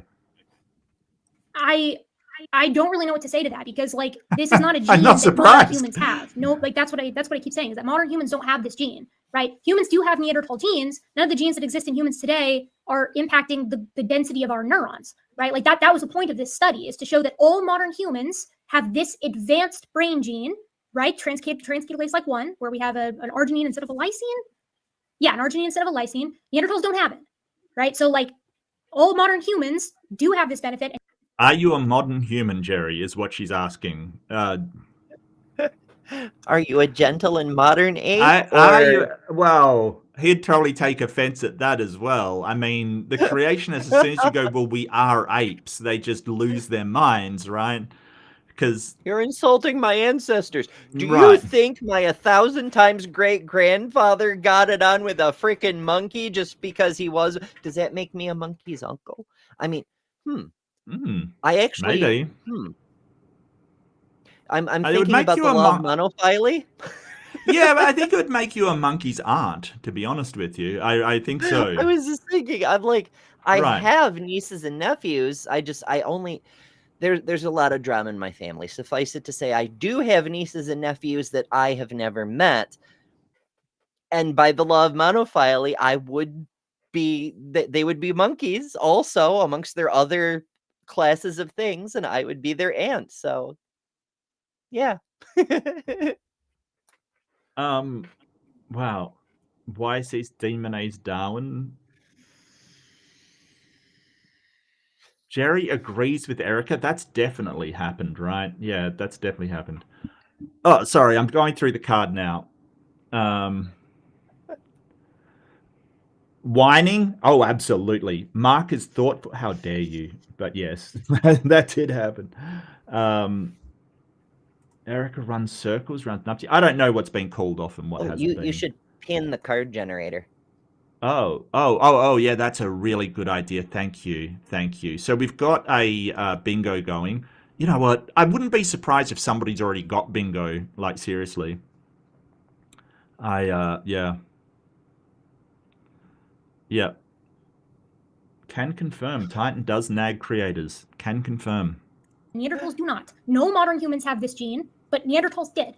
So like there's not a racial element to that, because Neanderthals aren't members of Homo sapiens. First of all, they're a different species. In fact, some people have proposed that their physical characteristics, if we're being consistent, would place them in a different genus, but I don't agree with that personally.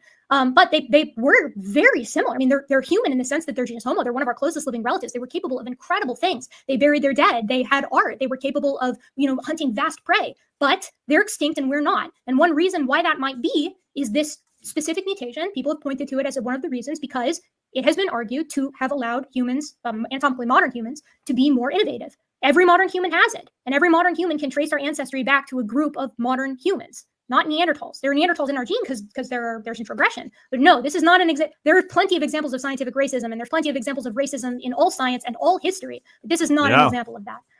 But I really want to hear about the ape man. Now, you said earlier that it would resemble an ape instead of a human. So Hey, at least he answered it. It would resemble more an ape or human. Watch as Eric pulls out exactly what he described.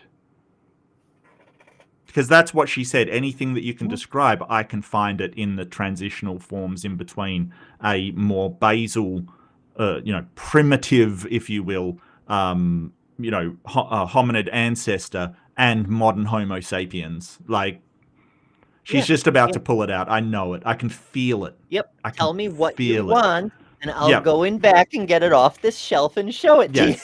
Yep. So she's probably going to go back to, probably something around early Australopithecines, where they had like very, very ape-like characteristics, like, not human characteristics. I can show you Ardipithecus again, where I can show you that Ardipithecus is ridiculously ape-like in many characteristics, to the degree that it's got a massively divergent big toe, that it's got larger canine teeth than what we see in any subsequent hominin, but still smaller canine teeth than any Miocene ape that came before. It's got long arms, curved phalanges, right? It's got, like, generally speaking, ape-like body proportions. And yet, in addition to that, it has a pelvis that's a mix of human and ape characteristics. And when I say ape, just for the pedants out there, I'm meaning it in the sense that creationists mean it, so non-human ape. It's got a mixture. Yeah, and that's the problem. When we say ape, we're talking about hominidae, right? We're talking about the entire, sorry, not hominidae. Is it hominidae? That is Hominid? apes. It is. Hominoid? Great apes are hominidae, aren't they? Yes. So I'm questioning my own knowledge. Like, yes, it is. So yeah, we know that humans are in that. Yes. Not genus Homo. That's something different. It's hominidae. It's why I like going into creationist chat sometimes and saying hello, fellow hominids, because it's like that just means ape. Basically, the great apes. Homo. It's basically the apes excluding gibbons, and there's another one it excludes. I can't remember which one. Aspects in its pelvis. It's got an anterior foramen magnum, so we know that it was upright. It's got a less prognathic face than any of the Miocene apes that came before, like Rudopithecus, or maybe not Rudopithecus, but like Garolopithecus or Spanopithecus, right? It's got a small ape-like brain, but it's got these aspects that tell us that it's something that's moving more bipedally than anything previously. And interestingly enough, that made a phenomenal prediction for scientists. What kind of environment would an ape that is sometimes coming to the ground, to the point that it has a morphology that reflects that, what kind of environment would an ape like that live in? Flat, like plains that you can see a long distance without obstruction. Like a savanna, maybe? Like a savanna. And I mean, you already see this benefit of elevation on savanna with mongooses and not mongooses, the meerkats, right? Yeah, they stand up on their hind legs, kind of thing. Like it's an advantage because, like in a jungle, that won't help too much. You can't see very far, but on a flat plain, yeah, that's a big advantage. So yeah, I love how she's just. In a jungle, not only do you have a lot of shit in the way, but you can also just climb stuff. You don't have to be able to stand up because you can just climb stuff. In the savanna, there is nothing to climb, really. So standing up to be able to see further than the grass is very useful. I can slow it down. Like Native Apes is saying she talks fast. It's on 1.25. The problem is that she talks really fast and Jerry talks really slow. So I apologize. It's hard to find a good medium ground between the two. Like really it is. So I'll slow it down. Let me know what you want me to do. I don't mind. It's just, yeah, it's definitely difficult to get it to a point where Erika is not talking too fast and Jerry is not talking too slow. Yeah, it is. Absolutely is. OE. Definitely is. A mixture of woodlands and grasslands. And when you do the paleoecology on where Ardipithecus lived, in Gona or in Aramis, that's what you get. Right? This is exactly a prediction made by evolution. And that's what I find a little bit frustrating about this conversation, is because I hear you, I really do. And I'd love to have a conversation with you about mutations. But the way science works, every field of science, even when they're collaborative like this, is that a prediction is set on the outset. The prediction is then experimented on, right? You experiment to see what happens, basic hypothesis testing. And then if the result supports the prediction, which in this case, every single hominin has in spades, as far as this basic concept of human evolution from basal Miocene apes, then you either reject the hypothesis, which no one has done yet, right? You're talking about how paleoanthropologists disagree. They do, but not on this. Or it's back to the drawing board. And creationists don't have an alternative hypothesis. They can't deal with these ape men. They just keep saying, well, you can group them, but you can't. And so Well, they have an alternative assertion that God done it.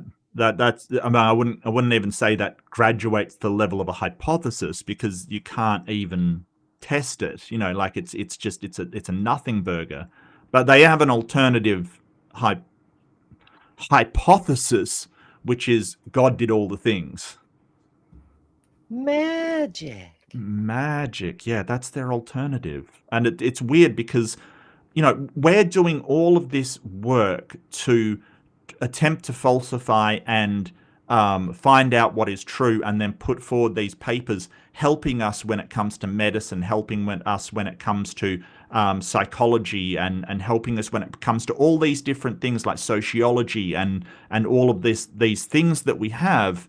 And all they're doing is trying to knock down evolution. That's all they're doing, right? They're not producing anything on their own assertion of God. Nothing whatsoever.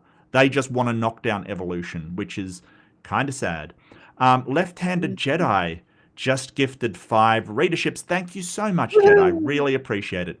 And we've got those going out to NetTube User, Sapphire, Science, Nimbies, Light, The Unlucky, Legume, David, Street, Marilyn. That's kind of short. It's very hard to do those short ones in an announcer voice, you right? need at least like 2 solid. Yeah. It's That's all right. Yeah. It's not your fault, Marilyn. Like Marilyn. Yeah, it's very hard to do, but that's okay. That's all right. I think I still did okay on that one. I think I did. But congratulations, winners, chicken dinners. Enjoy your emotes and other benefits. Thank you so much, Left-Handed Jedi. I really appreciate it. Absolutely fantastic. It's also fun that the unlucky legume got lucky. Got lucky. Yeah, actually, that is ironic. Irony's in the chat. Irony's in the chat. Dear. All right, let's go. But thanks, Jed. I really appreciate it, mate. I have to ask, like, I don't think you have an idea on what an ape man would look like. I don't think any creationist does. If I could jump in, Erika, would you say that Ardipithecus ramidus would meet Jerry's answer, would meet his requirements? It sounds like that's what you're saying. If Jerry's saying that an ape man would be something that has more ape characteristics but a handful of human characteristics, yes. By the time you reach Australopithecus, you've got far more human characteristics because they're all looped up in that bipedal locomotor suite. Okay, good to know. Okay, so Ardipithecus is more the ape side of that, 50-50 kind of thing. But yeah, that's exactly what he asked for, right? Like basically something very similar to an ape that has just a little bit of human characteristics, like walks upright and stuff. Okay. Bam. Wow, this is brutal. And this is why I didn't want to answer. Because Eric already said, like, whatever you say, I can grab it for you. Mm-hmm. So yes, I would say that Ardipithecus would meet it if Jerry's defining it as something that has some human traits and lots of ape traits. And you could also appeal to Aurorian tuyanensis for that, or Sahelanthropus chilensis for that, or Ardipithecus cadaba for that as well. But I didn't go over them in my PowerPoint, so I didn't think that there was a good reason to bring them up. Okay, so with that, Jerry, did you want to interact with her example? Yeah, I did. I understood that Neanderthals and non-Neanderthals interbred. What? Do you want to interact with the Ardipithecus ramdensis? I can't remember the exact name. Ardipithecus was the genus. Ardi. Ramensis, I think it is. Like, do you want to interact with that? Well, talking about Neanderthals.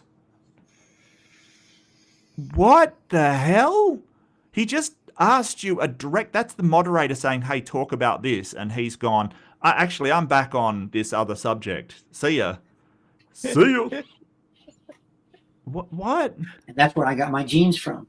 And people who are from the area of Europe that I am from commonly have genes from Neanderthal because we... Okay, what has that got to do with Ardipithecus? I am so confused right now. I really am. Like, but why doesn't Donnie go, hold on a second, is this connected to Ardipithecus, which we were just talking about? Like, come on, Donnie, you can't just let him ramble about some unconnected topic for like half an hour. Come on, dude. Get in there. We're able to interbreed. And normally you define a species, I know it's defined different ways, but normally define a species if two animals can interbreed, as is true with dogs. And I know you brought that out. I had a student who bred dogs and bred a Pekingese with a Mastiff. And Donnie, what are you doing? To take the freaking ferry to Shelbyville. Right. Freaking oranges back in the day.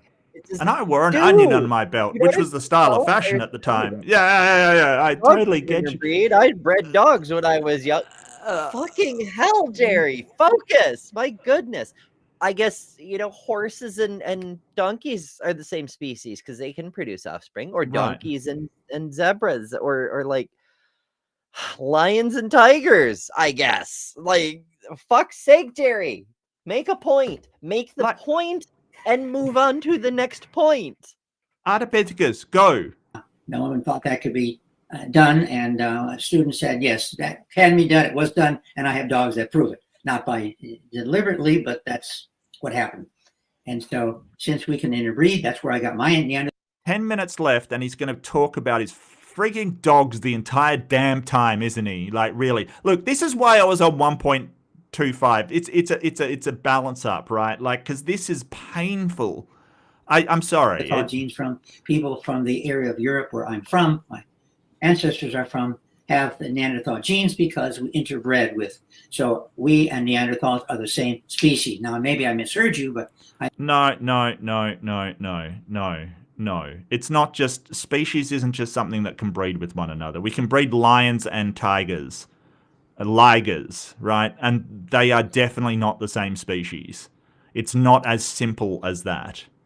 Hey, Mark. Wow. Yeah. Did you know I've got some genes that we share in common with fish? So clearly my ancestors interbred with fish. We're the same species. Has to be. Yeah. Wow. This is a trick that creationists like to use. Jerry's very bad at it, which makes it very transparent. But it's good to note in this unrefined form for future use when a more sophisticated opponent tries to use it against you. It's called burning out the clock, because if you just fucking ramble until finally Donnie goes, fuck it, time for Q&A, you can't have lost because you never said anything. You were never get proven wrong because you just rambled. Yep. And the moderator should, like, if he's, look, as a moderator, really your credibility does rely on you. You know, if you're going to interject and say, hey, this is the topic, let's hear from you on the topic. If they don't address it, you're basically just folding over for them. You know, you have to come in and say, look, this is the topic. Could we please stick to the topic that's been brought up? Like, I'm not a huge fan of that. We'll talk about this to the interlocutors. I get it, right? But I'm not a huge fan of it. But if that's what you're going to do, this moderator topic, the moderator poses a topic to an interlocutor, you can't just ramble about anything. And the moderator should be stepping up to say, hey, no, it was a specific, thing of, what about Ardipithecus? Talk about that. But, he's not going to.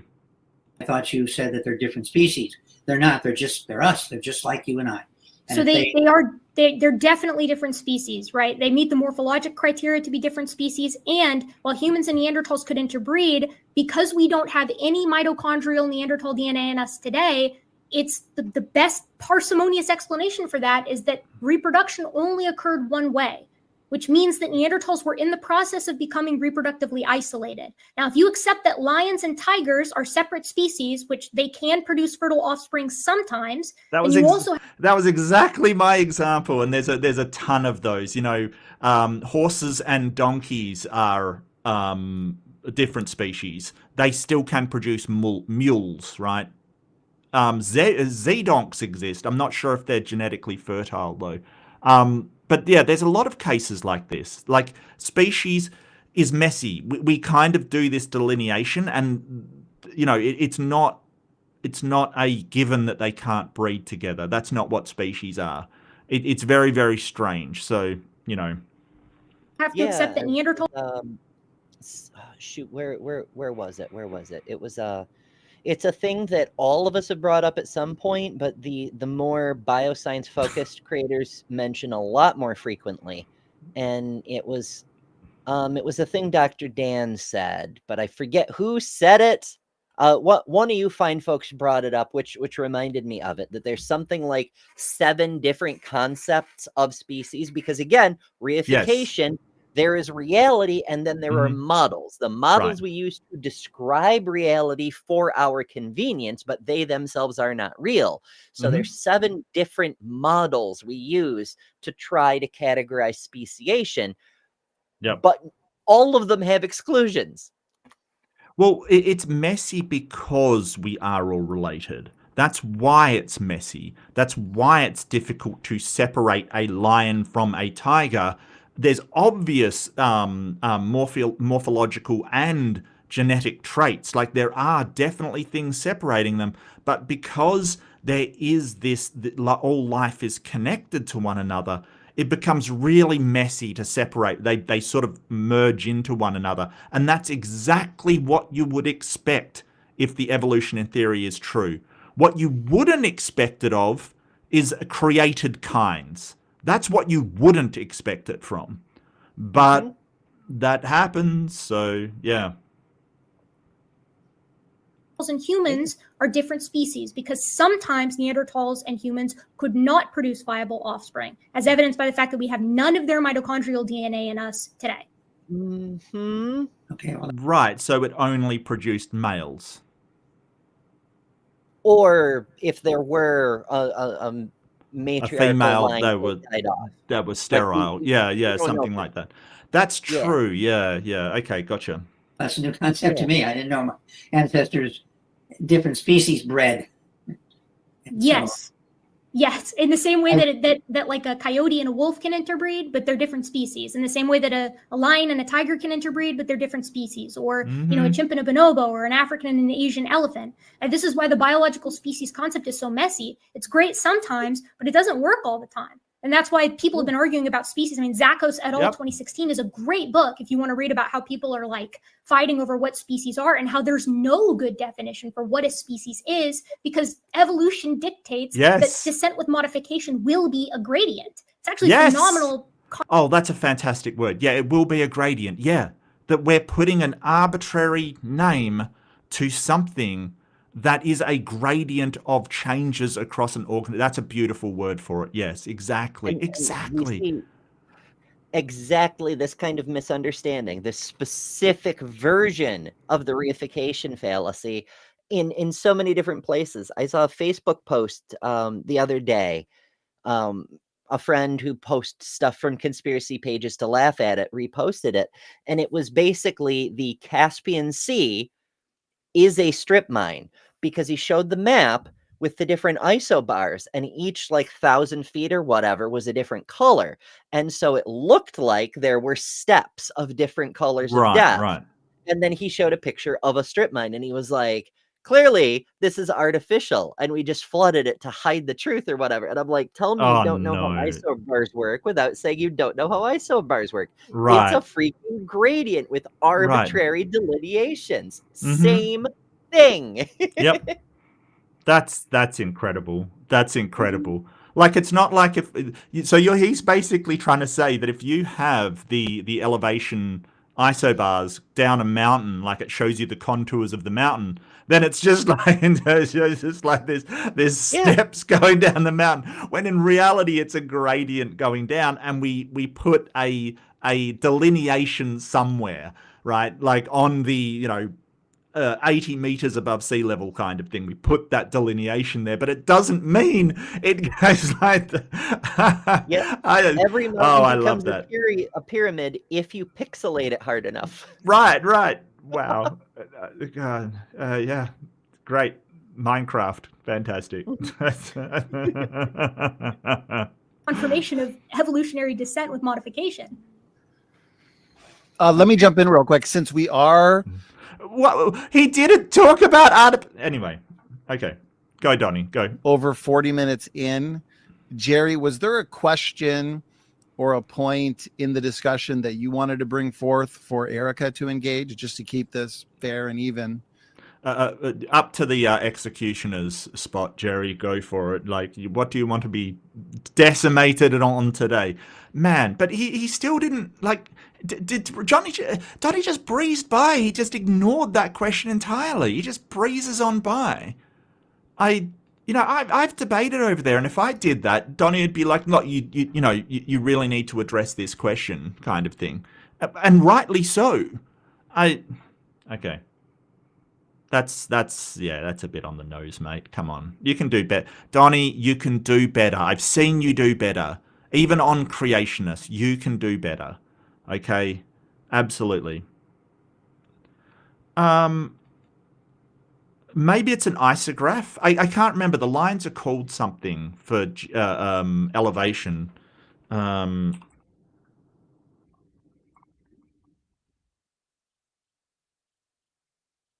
Contour lines. Yeah, you're probably right. it may be. I know they also use isobars in both geography and meteorology, but there's a special name for one application and the other uses the general term. But I can't remember which one which one gets the special term. Yeah, you're probably right. You're probably right, German. I shouldn't just call you German. Well, I shouldn't call you ugly. And I feel weird calling you truth. I don't know. But you're probably right. Yeah, you're probably right. We just, you know what we mean. Those contour lines. You know what we mean. Jerry, was there a question you had for Erika on hominin fossils?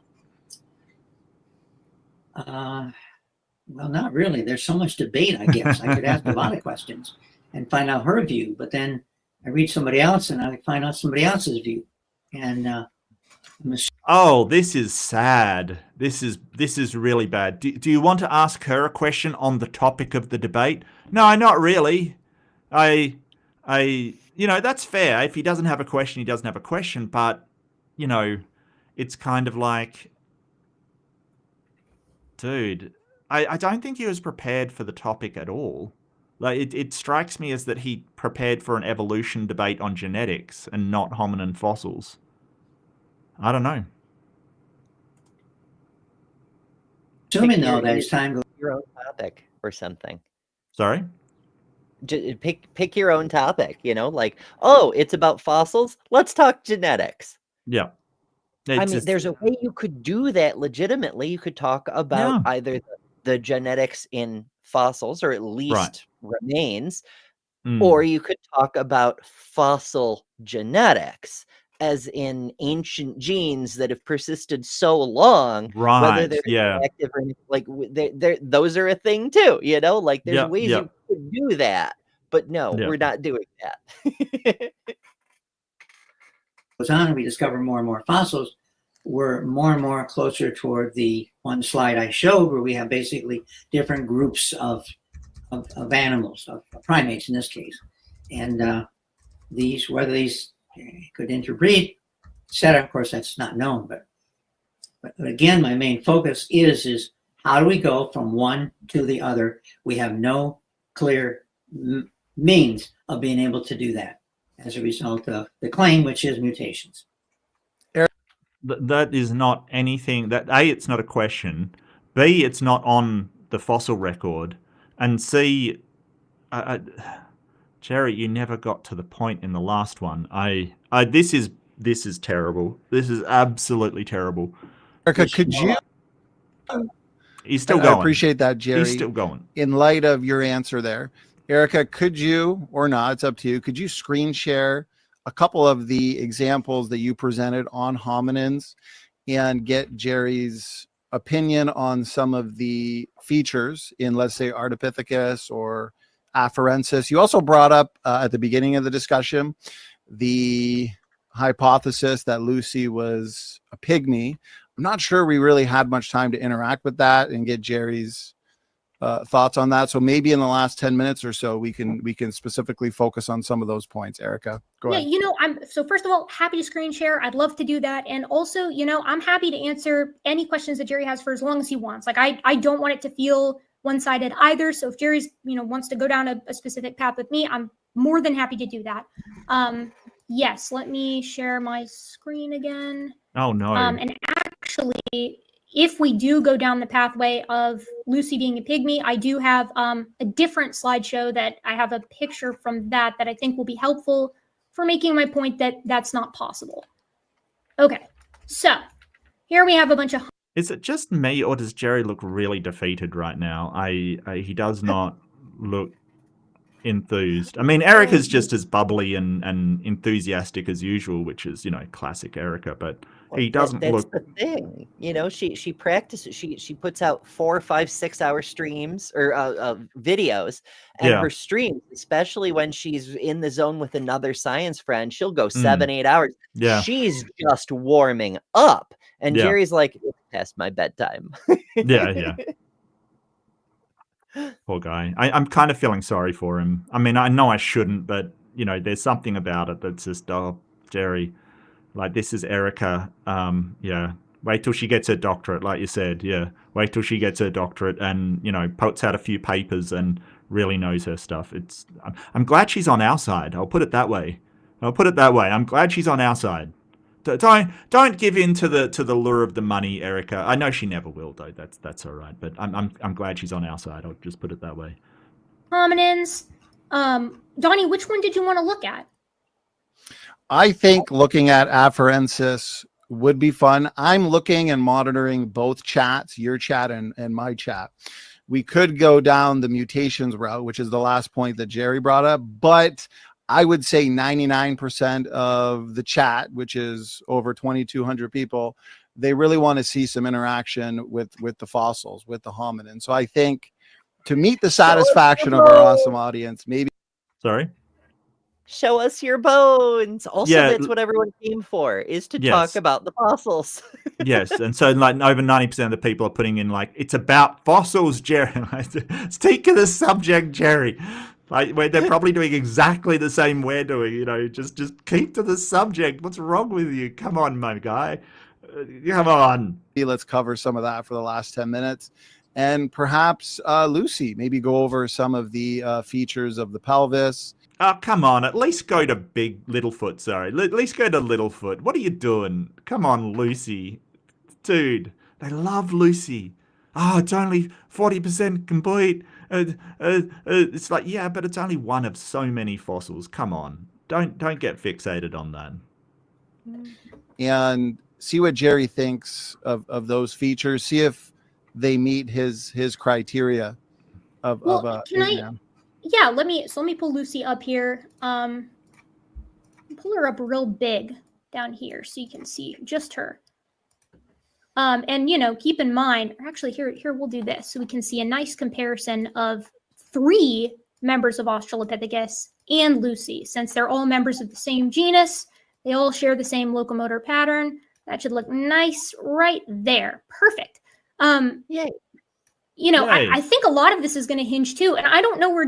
Yeah, and so Australopithecus, that has been called the missing link because it's kind of about halfway as far as mosaic features is concerned between human and more basal ape kind of thing. Like it really does sit that line. And like I said in one of the previous episodes of this review, the creationists argue over whether it is a ape or a human. And, what they call an ape and a human. They literally have some people saying, no, it's an ape, it never walked upright. And they have some saying, well, it's just a branch of humans that branched.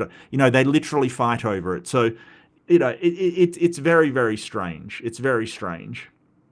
Useful, though, because it shows us all this posturing about the reification thing. It isn't just a rhetorical tactic to use dishonestly in debate. They actually have confused the map for the place. They think the arbitrary little boxes we made up are reality. Yep.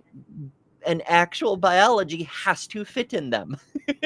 Well, in fairness, like they just sort of think that, hey, Adam and Eve were created perfect, and so they can't look at something like Lucy, which has more basal features, and go, oh, well, that's what Adam and Eve looked like, because we're supposed to be, failing in comparison to them. So they're smaller. Don't forget all of their mythology has, people used to be bigger, live hundreds of years, and had a schlong about 10 foot long kind of thing. That's basically their mythology on all of these patriarchs of the religion. So Lucy does not cover that for them, and Australopithecus doesn't cover that for them. So it can't possibly be how Adam and Eve used to be, because we're fallen. Remember, they were perfect and we're fallen. Wouldn't it be hilarious if, like, the person who first wrote down Genesis after the generations of oral tradition and telephone games had their way with it, and was writing, like, the story went, so Adam lived 900 years ago, and then Noah lived 600 years ago, and so on and so on, and they're, like, just delineating the generations and how far back they were. And the scribes going like, yep, Adam lived 900 years and Noah lived 600 years. Yeah. Like he just, you bet, like, never mind. Yeah. Like we see Stands errors a lot like that in other places, like Book Really? of Numbers versus Book of Kings, where it'll say something like, this king reigned for 40 years. And then the other version of the same story will say the king reigned 400 years. Like they just added a zero. It's a mutation in the text. Yeah, just a scribal error, and it was passed down. Oof. on this. Excuse me, Jedi. Don't insult our proud Neanderthal heritage. That is just unacceptable. How dare you? How dare you, Jedi? Our proud and glorious Neanderthal heritage. Jerry's going to get upset. Okay. You're getting a bonk for that. There you go. Huzzah! I don't know if he But, does he. I wonder if that saying "the beast with two backs." It sounds kind of biblical. In fact, it sounds kind of like something from out of Revelations, like demons invading or something. And maybe that's where the seeds of purity culture come from, is people hear phrases like the beast with two backs and they're like, oh shit, that's demonic. Wasn't that Shakespeare? Isn't that Shakespearean? It could be. I think it was Shakespeare. I remember I'll find out. using that phrase in middle school, and I did hang out with a bunch Yes. of Shakespeare nerds at the local Renaissance fair, so it very well could be. Yes, it is a Shakespearean euphemism. Yeah. In Othello. But it originates from a And French they'll- phrase, so it was used by the French before that, yeah. La bête est du dos. La There you bête. go. I know my accent is awful. La bête du dos. Bet Justin could Okay. say that. Probably. Yeah. Probably yes. We should ask him the next time we can actually catch him. That's true. That's true. Accept that Australopithecus is bipedal, or does he suppose that Australopithecus was not bipedal? Okay, that's a good Lucid or question. Paradise. Dr. Bergman, what are your thoughts on the Australopithecines in general?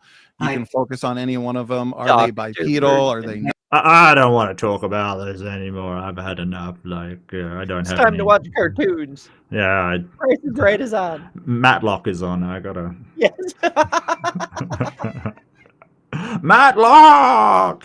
Sorry, I'm just being mean now. It's just, dude, we can see that you don't want to answer or like ask questions because, like, what a pummeling. Like, seriously, he really, like, could someone just stop this debate? Like, throw in the towel, sir. Throw in the towel. It's over. Wow. Question whether or not they were bipedal. From what I know, they're not much good evidence that they were bipedal. Okay, so Relative Jerry, to the percent, Lucy, I know they say that 40% complete or close to that, but that's when you have a part of a bone that you say, well, they have that bone. But when you weigh the bones, you're closer to 20, I can't remember the numbers, you're closer to 25% complete when you actually look at the weight of the bones that we have. And so, and they What do you can mean, add weight bones. of bones. What? What the It's a fuck are you fossil. talking They've compared to been what, Gary? mineralized. Like, what are we comparing it to? Does it weigh as much as a duck? I am so confused. Like, how do we know how much the entire specimen weighed? We don't have the specimen. Like, don't forget, the question was, did this walk bipedally or not? And he's like, we don't have that much weight. Is he trying to say it weighed too much to walk bipedally? Is that... I am so confused right now. Maybe he's doing it on purpose. Maybe he's deliberately fucking with. He's like, what's the weirdest thing I could say right now? Yeah. Maybe. I mean, I've certainly suspected at times with creationists and young Earth creationists that some of them use weaponized ignorance. That some of them just say random weird crap just because they don't want to address something. Yeah, like, what is a tail? Exactly. What is a tail? I've never seen a tail before. What is this thing of which you speak? A tail? A tail? What is this? What is this devilry? I've never heard of these before. I've never heard of a tail. I'm new here. It's my first day. My memory's gone blank. I don't remember what a tail is.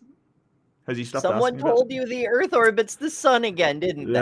Yeah. How dare they? How dare they?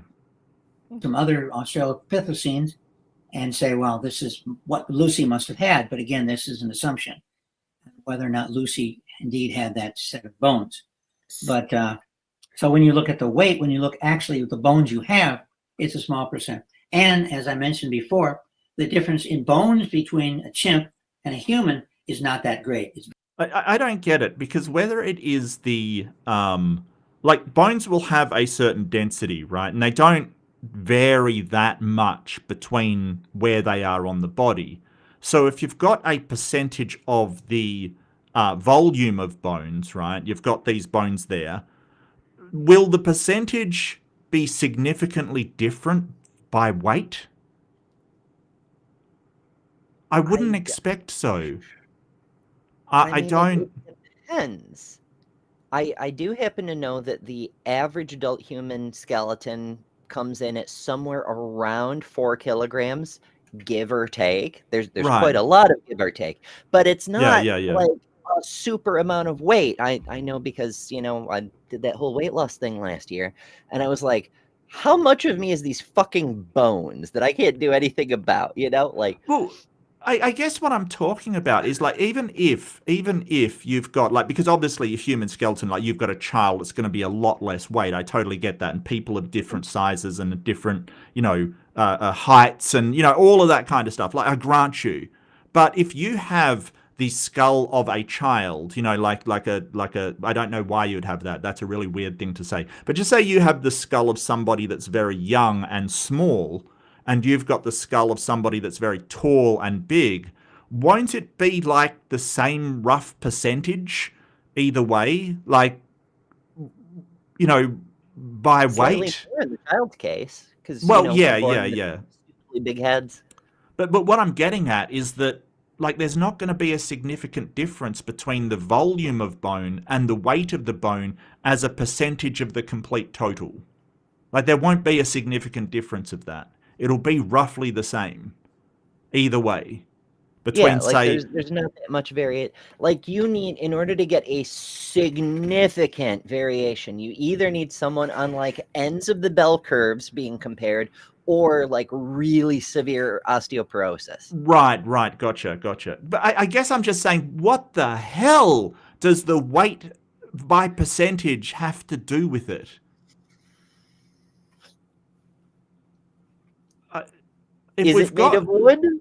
If we've got 40% of the bones, then we've got roughly 40% of the weight of the bones of total. Like it seems like he's saying anything not to actually answer the question.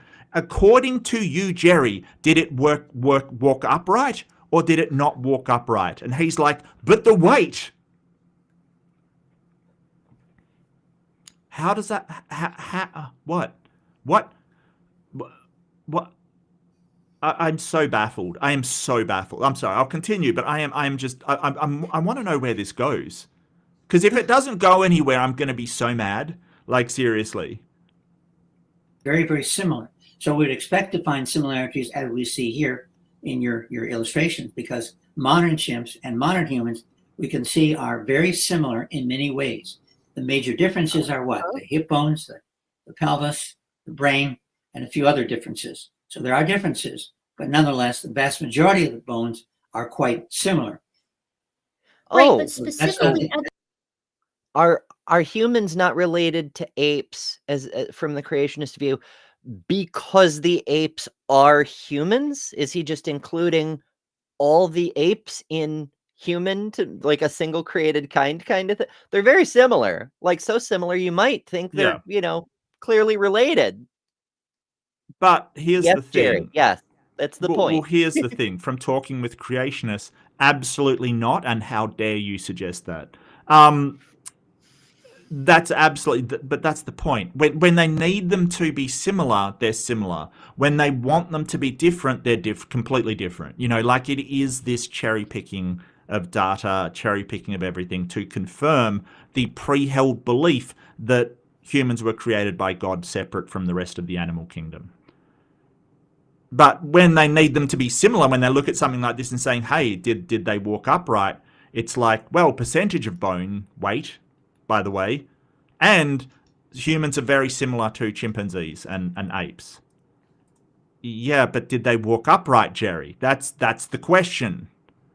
Oh, boy. All right, Jerry, you got me. That's not the issue. And what you're showing again is that a lot of these bones are similar. Yeah, they are.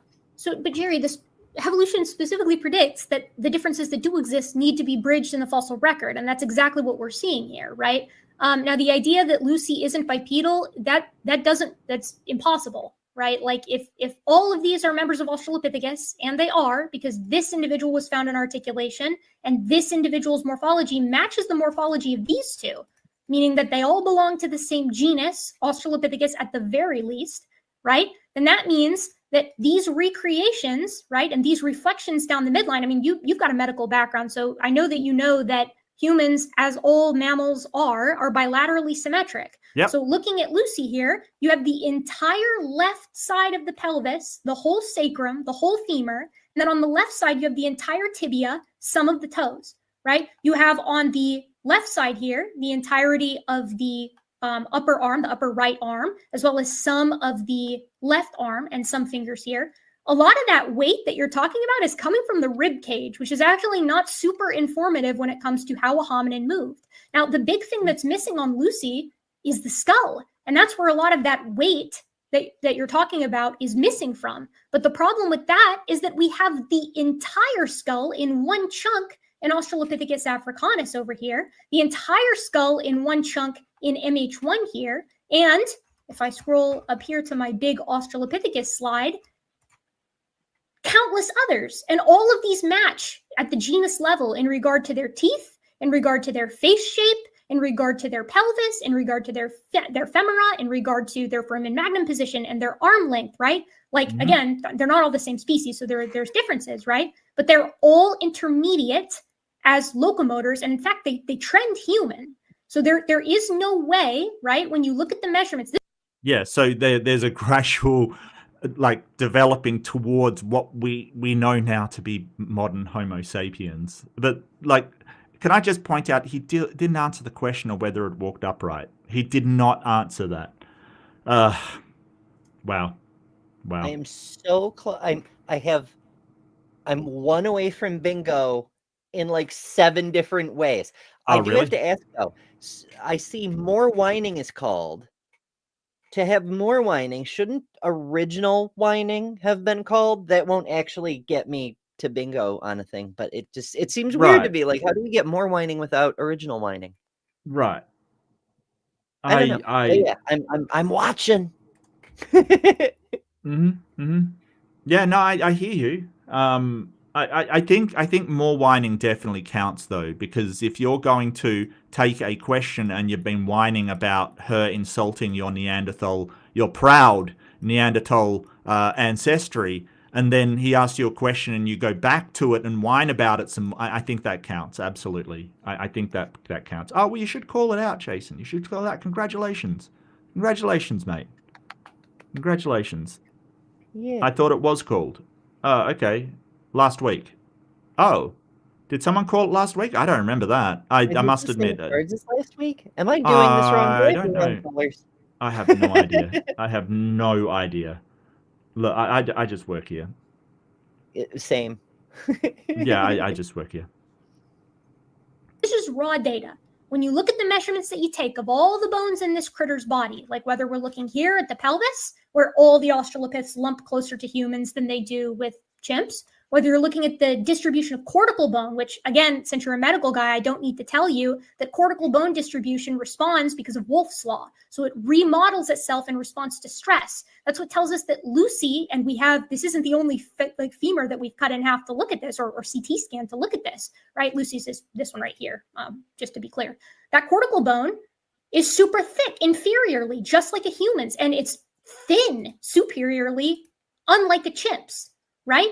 It looks like a human. So the femur looks human. And this, again, we don't have one femur. We've got tons of femurs ascribed to genus Australopithecus. The knee is valgus in nature. This thing definitively had a carrying angle that's more similar to humans than it is to chimpanzees, You can look at the foot. Australopithecus africanus, again, STW 573, has an inline big toe. Yep, and that's little foot. That is little foot. I remembered something from last week. SW3573 is little foot. Right here. Hell yeah. And I mean, again, I don't have to tell you, like, where the first metatarsal connects with our tarsals here. I love the shade she's delivering while complimenting him. Like, you've got a background in medicine. You should know this. You know, it's just like, it is the most complimentary backhander. And I love every second of it. Because, yeah, if he does have a background in medicine, he should know this. That is exactly correct. Yes. Yes. He should. It's so wonderful. It's so wonderful. Mhm. Also, I just want to point out, either last week or the week before, I was like, how the hell I mean, it's super impressive that Erika does it, but more and more people are doing it, like remembering specific specimen reference numbers. But then I was like, how is that possible? But then I remembered I do the same thing with the things that I'm super interested in, like, you know, quasars, for example. I frequently just rattle off my favorite quasar is 3C273. And I'm like, oh, we all do that with our special interest, don't we? Yeah, absolutely. Yep. Right? There's not an ambiguity in that. Right? Joints have to fit like kind of like locks and keys. So we know that this is the angle that it came off of, and this foot. Yeah. Yeah. Is that how keys work? Apparently so. I have no idea what the keys mean on the bingo thing. Is there? Did somebody get a key thing on their bingo? I don't think I got that one. I don't think. Oh no, there's 3 keys. No, you're right. There is. Yeah, There is. I'm like, what is that? Like, I've seen it on Maya's bingos. I've seen it in a couple other. It may have even started on Dapper's, but like, I don't know what it means, and no one ever tells me. They're just like, oh, it's a thing with bingo. I'm like, I know it's a thing with bingo. It's on the card, but I don't know what it means. String out with my cursor was with this hominin, the one that was found in complete articulation, or not in complete articulation, but in lots of articulation in one spot all by itself. And there's the foot down there at the bottom, right? Both legs, both arms, most ribs, both are a partial scapula on one side and a full scapula on the other, the full cranium. And we know what these things look like. And if you tried to make them quadrupeds, you know, what would end up happening is that it would be like you trying to walk quadrupedally or me trying to walk quadrupedally. We'd crank our necks like that all the time. Okay, so in light of... Yeah, and I pointed that out in my debate. Like, if you tried to have an organism with that kind of bone structure, it would just be looking at the dirt. Like, it is not set up to look upwards. Like we have to crank our necks to do it. Dogs don't have to do that. They're totally fine because it comes into their skull at a different angle. Yeah, they can just like raise their whole neck slightly. Yeah. Like our necks, they're flexible in some directions, but they're weirdly inflexible in others. Like you don't have to, because we can tilt our whole skull, but like we can't make our it's weird. Like I'm trying to demonstrate a thing I can't do, and I can't do it because I can't do it. It just Well, we can crank our necks back a bit, but you know, it's not comfortable for us. It's not like the way that do the turtle thing, which we pretty much only use for dancing, but you know. Oh yeah, that's my moves when I hit the dance floor. Absolutely, absolutely. The quagmire, giggity gig, giggity gig. And the popping kind of thing. It's pretty cool. It's pretty cool. What Erika presented there, Jerry, do you see the Australopithecines as leaning more quadruped or bipedal? Well, with the information she's presenting, of course, indicates that they're bipedal. Hey, we got there. Hey, the information she's presenting suggests they're bipedal, but it's like you walked into this not knowing about like bingo. It's 2 bingos, in fact, because it was at the end of a line and a diagonal. Okay, congratulations. Oh, who was the first person to get bingo? I really would want to announce it. But anyway, I think Jason for this session got bingo. I'm sorry if you got bingo last week and I didn't notice. That's terrible, but congratulations. Congratulations. You have won creationist bullshit bingo. Congratulations, Is it I'm not- really winning though? Yes, it is. Being able to spot bullshit is definitely a win in my book, at least. That's true. But That's again- true. We have had a lot of silly in this stream, but we have pointed out some useful things. Like, see what Jerry's doing right there? This is how all creationists do that, and that's why it's bullshit. There's some educational value here. They're usually just better at it. That's like, this is really bad. Like, it's just really bad. And my concern is that is there evidence that creature evolved into us? And that's the major concern. And of course, again, you have a lot of similarity in the bones. Modern chimps, as I said, and modern humans, there's a lot of similarity in the bones. So you see the same similarity here. So that's no different than the pictures I showed earlier of what modern chimps look like today and what modern humans look like today. So yeah, you have a lot of similarities there. I know, Jerry, if I could jump in then, would it be, based on your answer to that question, would you say it's inaccurate for a young earth creationist to say that? Is he just like feeding him lines at the moment? Is that what's happening here? Been doing. Like when he interrupted before to say the 30 seconds thing, he was also rescuing Jerry because Jerry was off on a ramble, and he was like redirecting him away from being fully exposed as an But he just jumped in. Would you say that creationists are saying that it's like, dude, objection, leading the witness? You're a moderator, Donnie. Like, seriously. Like, I don't mind him saying, hey, we're going to get your opinion on this. But if you say, are you saying this? I don't know. Maybe. It depends what he says. Okay, Donnie, thrill me. Thrill me. The Australopithecines were knuckle-walking quadrupeds. So in light of this discussion here, would that be inaccurate? Does it look like that they are bipedal, or how would you respond to that? Okay, so they can't be knuckle walkers either. They don't have the necessary, they're not like gorillas kind of thing. There's no way. But Donnie with the rescue here. Well, number one, there's a lot of debate in the paleontological community about whether they're bipedal or not. Gary, I promise you there's not. Like, I hate to interrupt you on that one, but that one point drives me crazy, and I hear it from creationists all the time. There is not debate at all that Australopithecus was bipedal. The debate is how often it was bipedal, right? So Stern and Sussman's famous 1983 paper argued that Lucy still spent, 50% of the time up in the trees, whereas Owen Lovejoy and colleagues argued that it was bipedal in the way a human is bipedal. That's the debate, not whether or not it was a knuckle walker or a quadruped or a permanently suspensory animal. There isn't a paleoanthropologist that I am aware of alive right now, and I have looked, that holds to that position. Yeah, it's because Ounces and Genesis can't bribe a paleontologist to be on their team.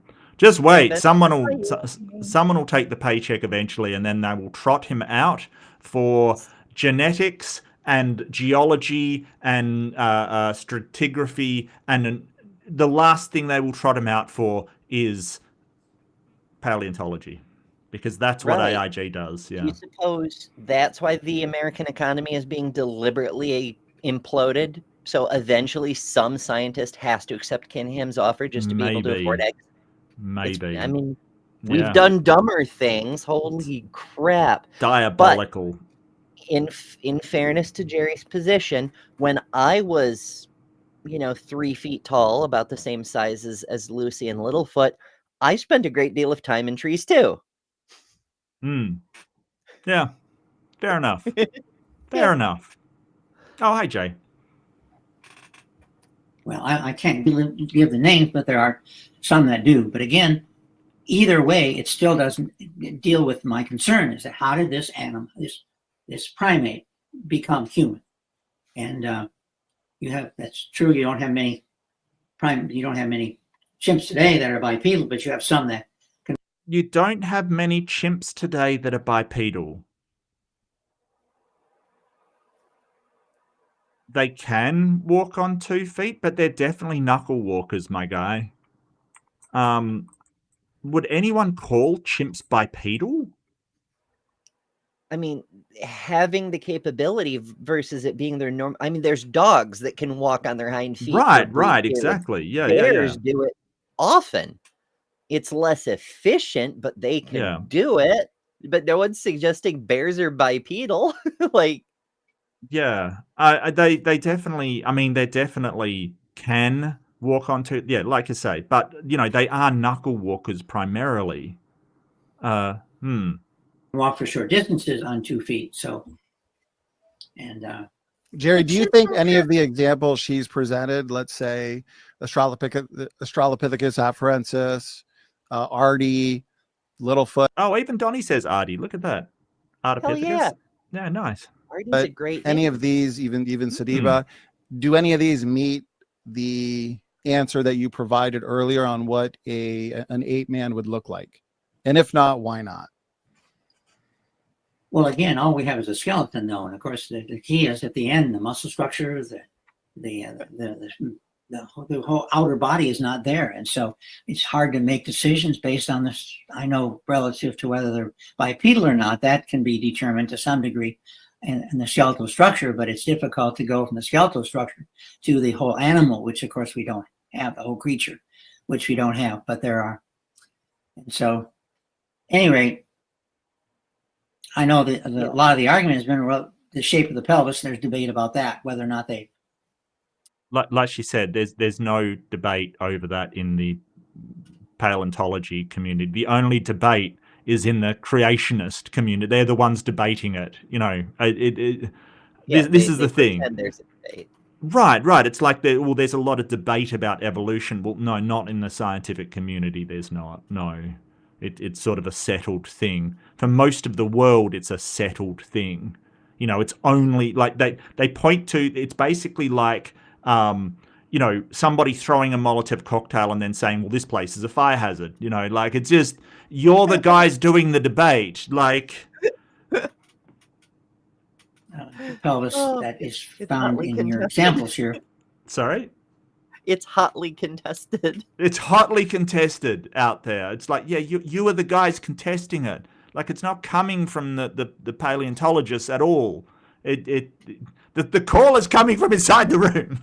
Right. And that's another hallmark of this evolutionary branch of conspiracy theories. Like, there are unrelated conspiracy theories, like moon landing denial.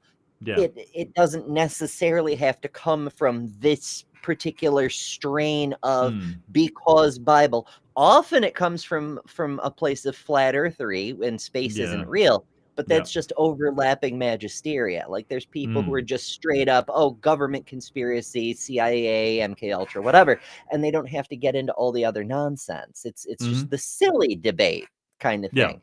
But with all the things that are directly related to Christian nationalism and anti-Semitism and all this bullshit, they all do the same thing. They all take whatever their hobby horse is and pretend everyone is debating it when it's only them. Everyone else in the world has already gotten the memo and is like, there's pages down in the textbook and all. It's only the creation stuck on page 2. Yeah, it's like me going and arguing in various rooms and, you know, making my own YouTube channel and basically going, well, the sky is green. And then when someone says the sky is blue, you go, well, that's being debated as we speak. You know, it's bloody ridiculous. You know, like, you guys are the only ones debating it. And we know why you are.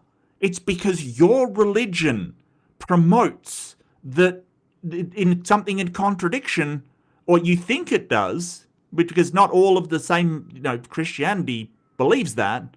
You think it does provide a contradiction to your book and your religion. That's it. That's the only reason. If it wasn't contradictory to your Bible, you wouldn't care. And the fucked up thing is, it doesn't even, I mean, unless you take Genesis as literal, which is the case for YECs, the book has to be literally true from start to finish, except the parts that aren't, because they aren't, but which is fucking wild.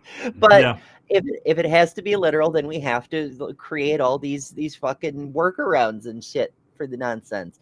But we know there was no global flood. We know there wasn't a 600-year-old man who built a boat that magically held every fucking animal ever. It just, it's obviously false.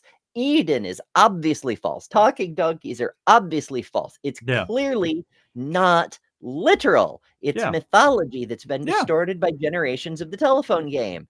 It was originally intended to convey a point. It may have been propaganda. It may have been fucking fairy tales.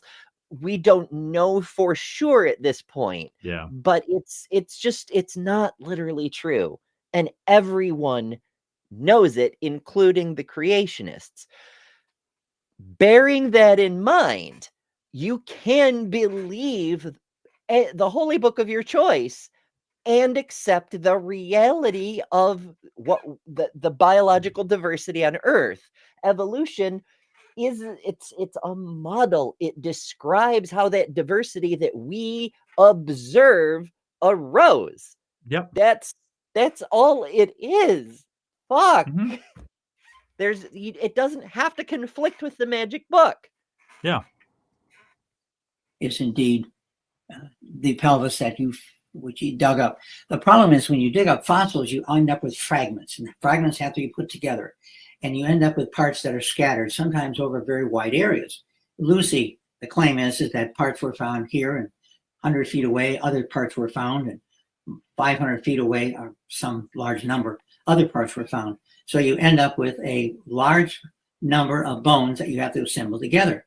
And whether that's done appropriately is conspiracy theory. Like you said, exactly right. And then he backs you up by going, oh, there's a conspiracy that they didn't assemble the bones correctly. Like he is just throwing stuff against a wall to see what will stick. Now, I bet that Erika's going to point out that some of them were, some of them are scattered, some of them aren't. That's the thing. Like, boy. Is an issue. I know that some of the bones with Lucy have been found not to be, I don't know how many, but several of the bones with Lucy have been found not to be part of Lucy, but part of another creature. And I think there are 2 or 3 I've read. Vertebrae. Yeah.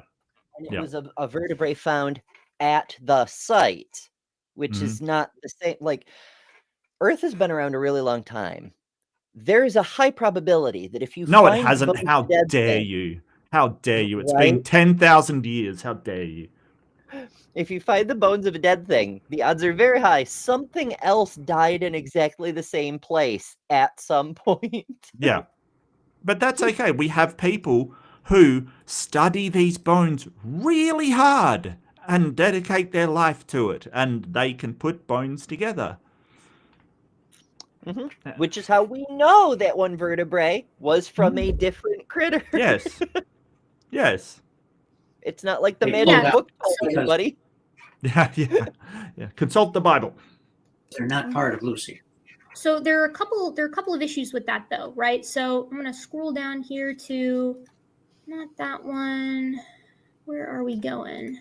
Okay, when you say fragments, when paleoanthropologists say fragments, oftentimes what I'm highlighting with my cursor is what they're talking about here. This is 1, 2, 3, 4, 5, 6, 7 fragments, and they fit together like jigsaw puzzle pieces to form complete molars, right? These fragments are not like...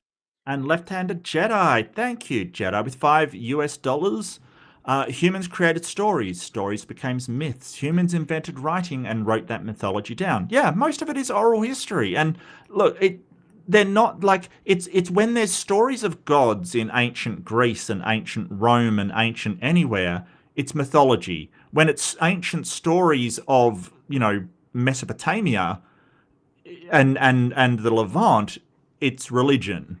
But not all of those other stories. No, all of that's mythology. You're absolutely right. It's just this one became popular. That is all. It's kind of wild. And we see that happen in real time. L. Ron Hubbard creates a story. He promotes that as a myth to his followers. I mean, obviously writing had been invented, but they just wrote the mythology down and it became a religion. That's it. We see it happen all the time, and can happen very, very fast. Very, very fast. Recreated by paleoanthropologists, they fit together, and it's the pieces that you have that tell you about the animal, not the parts that are speculated upon, which, contrary to what I hear a lot of creationists implying, paleoanthropologists don't do a lot of that because you can't get published if you do. Now, with regard to Lucy's pelvis, your problem with that, though, is that we have more pelvis than just Lucy. So this is that individual that I keep talking about, STW 573. This is what was found, over 95% of an Australopith skeleton. And here's the pictures in situ, a hand and an arm with the hand clenched together as if in a grimace in death, right? Here's the full... I like the imagery. Thanks, Erika. And this poor Australopithecine scene, like, just, why not? It's a valid hell of a way to go out. Yeah, well, look, I do concede that, some people have said, hey, we need a good story for these people because they just like stories, and then I have two thoughts about that. Yes, it's good to tell people what a wonderful story of human development over millions of years this is. It's an incredible line of life succeeding where others have failed. But at the same time, every time we sort of say this stuff, it's like, oh, well, you're just making up stories. Really, it's a bit of a you're damned if you do, damned if you don't situation as far as I'm concerned, because they really will try and hold against you that you're telling this thing to the best of our knowledge. Oh, well, you're just making it up as you go. It's like you can't win with these people. It's ridiculous sometimes. So yeah, but no, I get the point that, hey, having being able to tell this thing as a narrative to capture the imagination is probably a good thing. So I appreciate it. Yeah, arm in one poetic flourish. Yeah. No, I like it. One chunk with the humerus connected to the proximal portion of the radius and the ulna attached to the scapula. There's the head peeking up out of the block, right? There's no question that these bones belong to the same individual. And this individual, Australopithecus africanus, or STW 573's pelvis, looks like the pelvis of Lucy, which tells us that Lucy's pelvis is not a human pelvis, in addition to the fact that it doesn't have the morphology of a human pelvis, because even though it's very, very similar to a human pelvis because it belongs to a biped, it still has an iliac flare and a couple of minutiae that clock it as something that's unique, right? We know that all of these pelvis belong to Australopiths and not humans.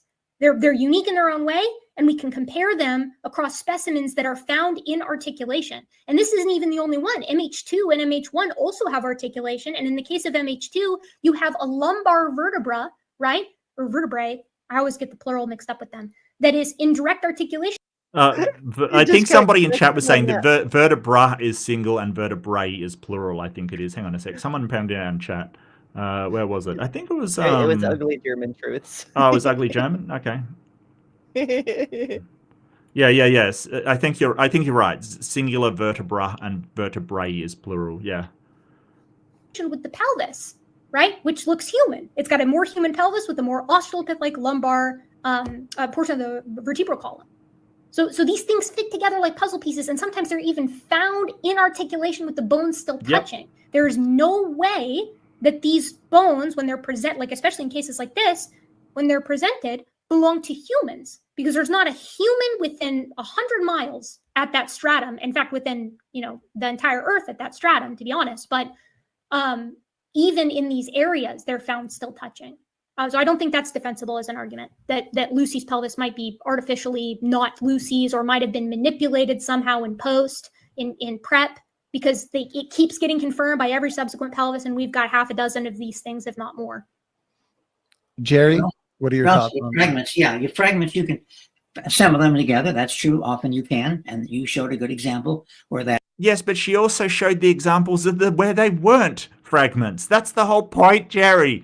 Did you hear the second half of that where she pointed out STW? Jerry, listen. Oh, boy. That took place. On the other hand, often you can't. Often you can't assemble these fragments together. And often, therefore, you have to assume on what they look like if you have the entire bone. Therefore,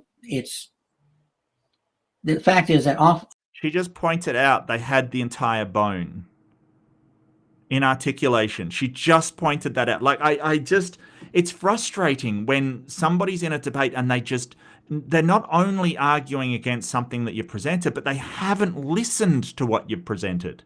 Like, you've presented all of this stuff and then they go, but what about the tail? What's a tail? It's like, do you even, like, why did you not listen? You're in a debate. Holy crap. Wow. All too often you have fragments, and it's difficult to guarantee indeed that all of these belong to one creature, since often they are, from my reading of paleontology, often the parts are scattered in a wide area, sometimes in a very wide area. Let me guess, his reading on paleontology came from Answers in Genesis. That's what I'm thinking right now. That's really what I'm thinking. Yeah. Rarely do you find all the bones together nice and neat in one grave, as if they were buried by somebody a long time ago and were not changed or shifted around since then. Because you find a lot of shifting of the dirt through earthquakes and floods and so on, and so therefore you find, and animals will often consume part of the body before it decays and becomes fossils. So I'm questioning that. Indeed, a lot of this is speculation, and there are problems, and paleontologists admit there are problems, and that's why they are so aggressive in criticizing each other, as I documented in my book, Apes as Ancestors, that indeed they're very aggressive in showing that this claim was made and it's not true for this reason. And so basically what we did in this book is we used the criticism of paleontologists, of other paleontologists, and that's pretty much what the whole book concludes. Whole book includes, and that is paleontologists criticizing others. And so we're not saying these problems are there. Paleontologists disagree on things, therefore throw the entire field out. It's the same for evolution. They do exactly the same thing. They disagree on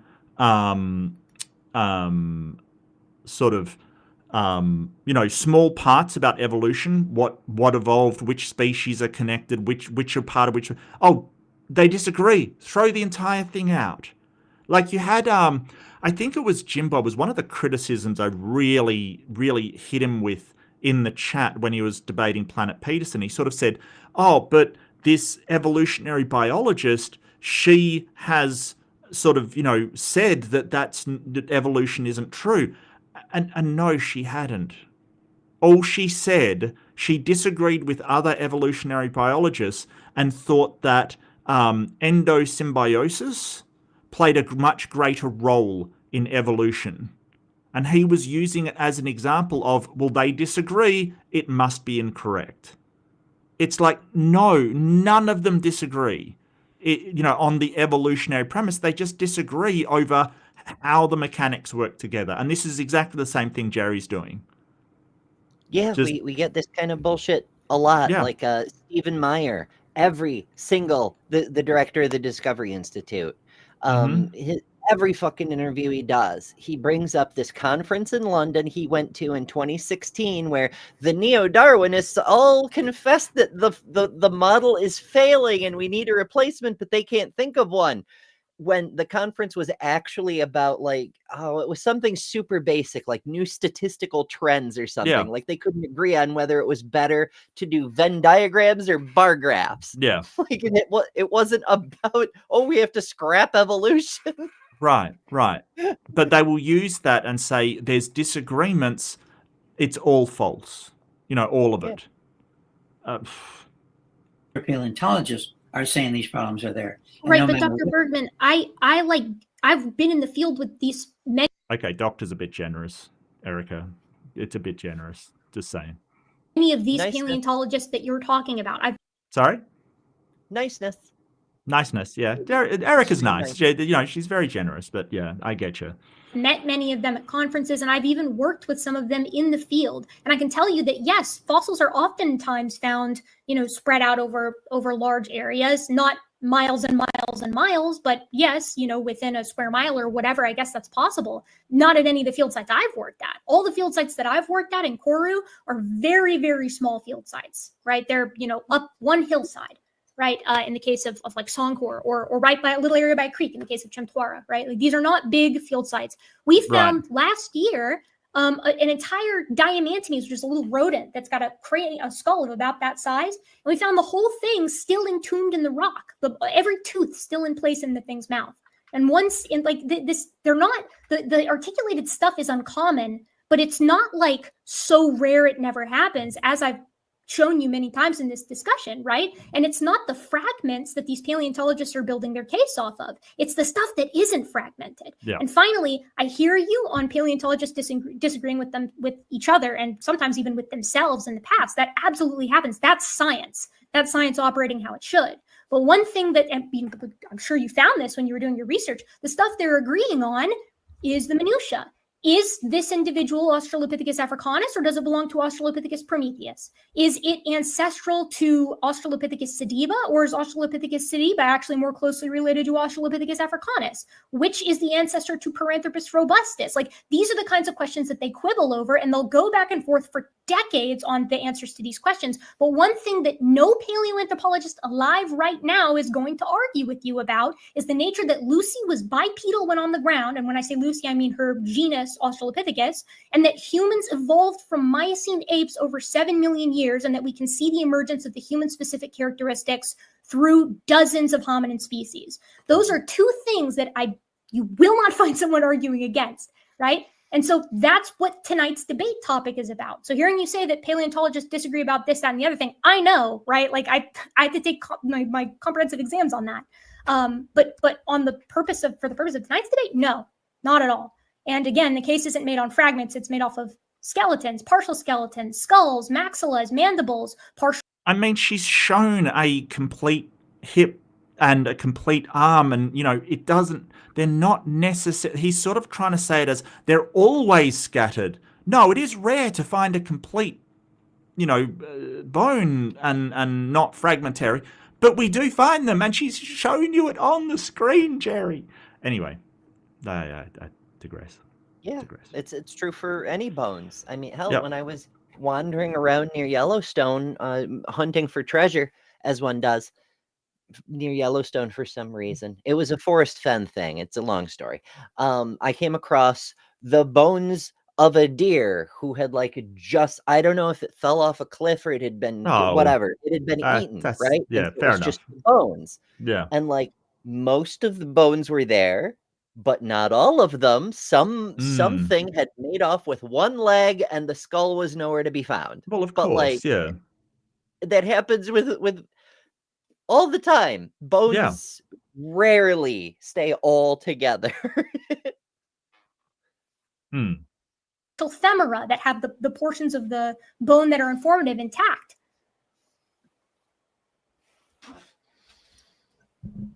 Okay. Jerry's like, I didn't understand what any of those words meant. I'm sorry. I'm just picking on the guy. Terrible, isn't it? Like, really? No, I think that, I mean, Erika's bringing the facts, a really good case. I think Jerry's really trying to keep up. He's trying to make these suggestions. They get swatted down. Look, I would probably stop that line of inquiry, Jerry. You just got smacked down.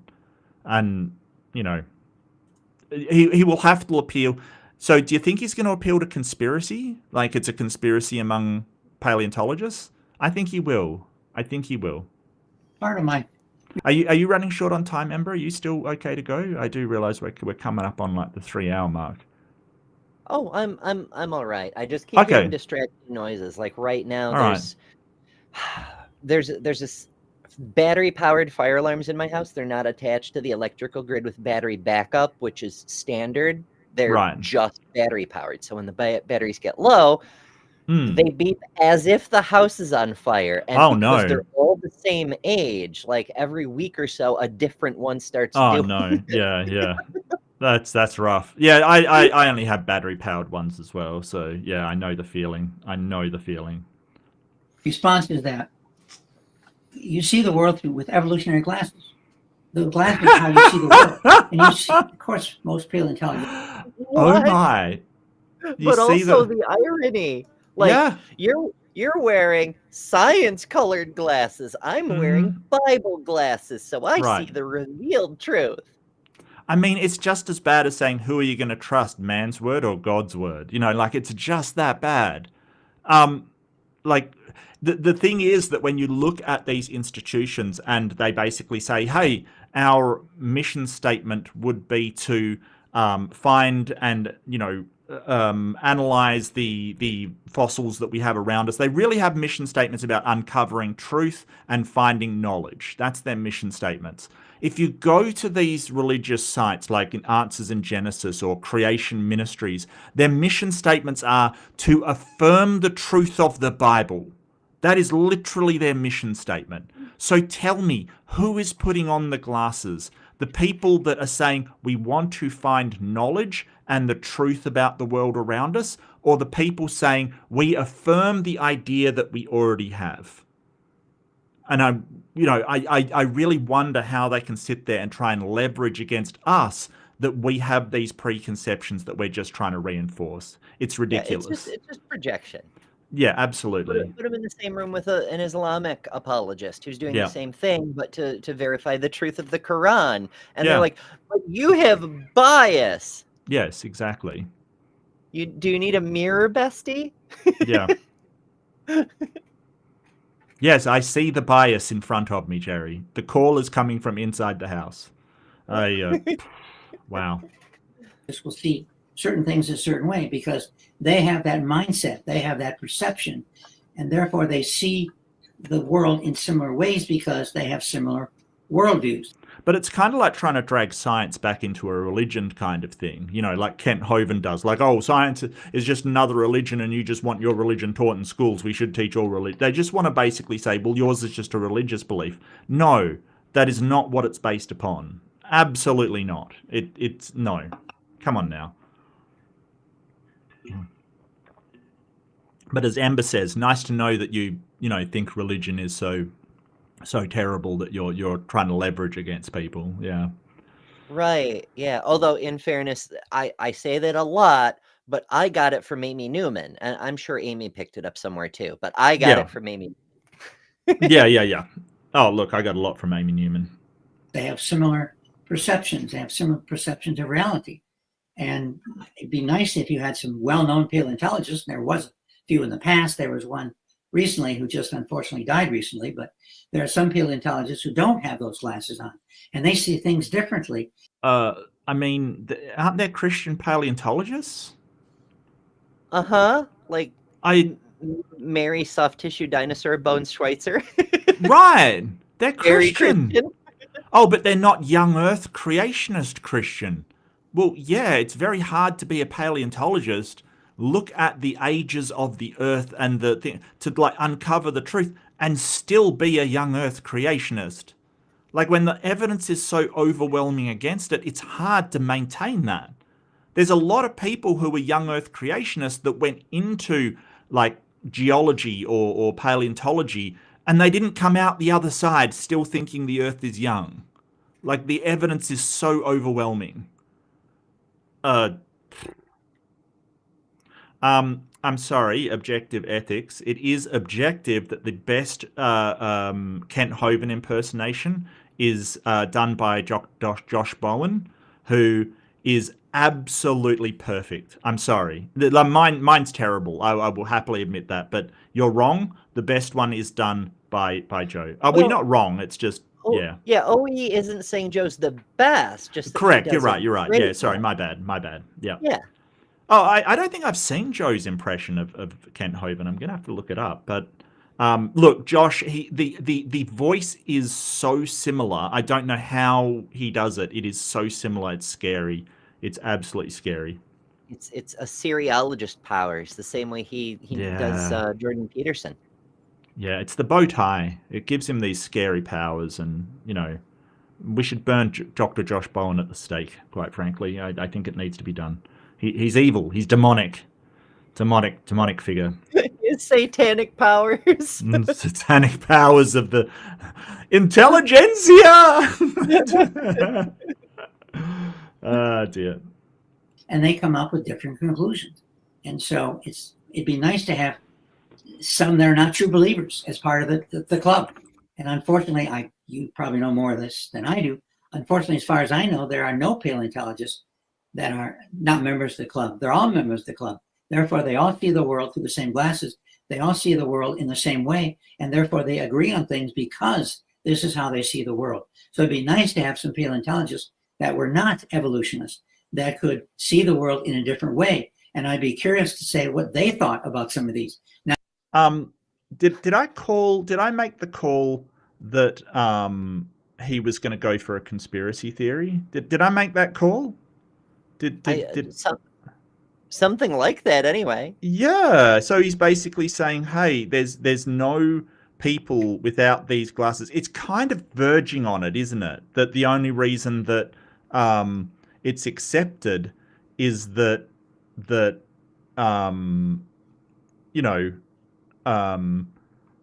no young Earth creationists in the field. They're all blinded by their adherence to this evolution thing. Like, I really think it's verging on that conspiracy theory kind of thing.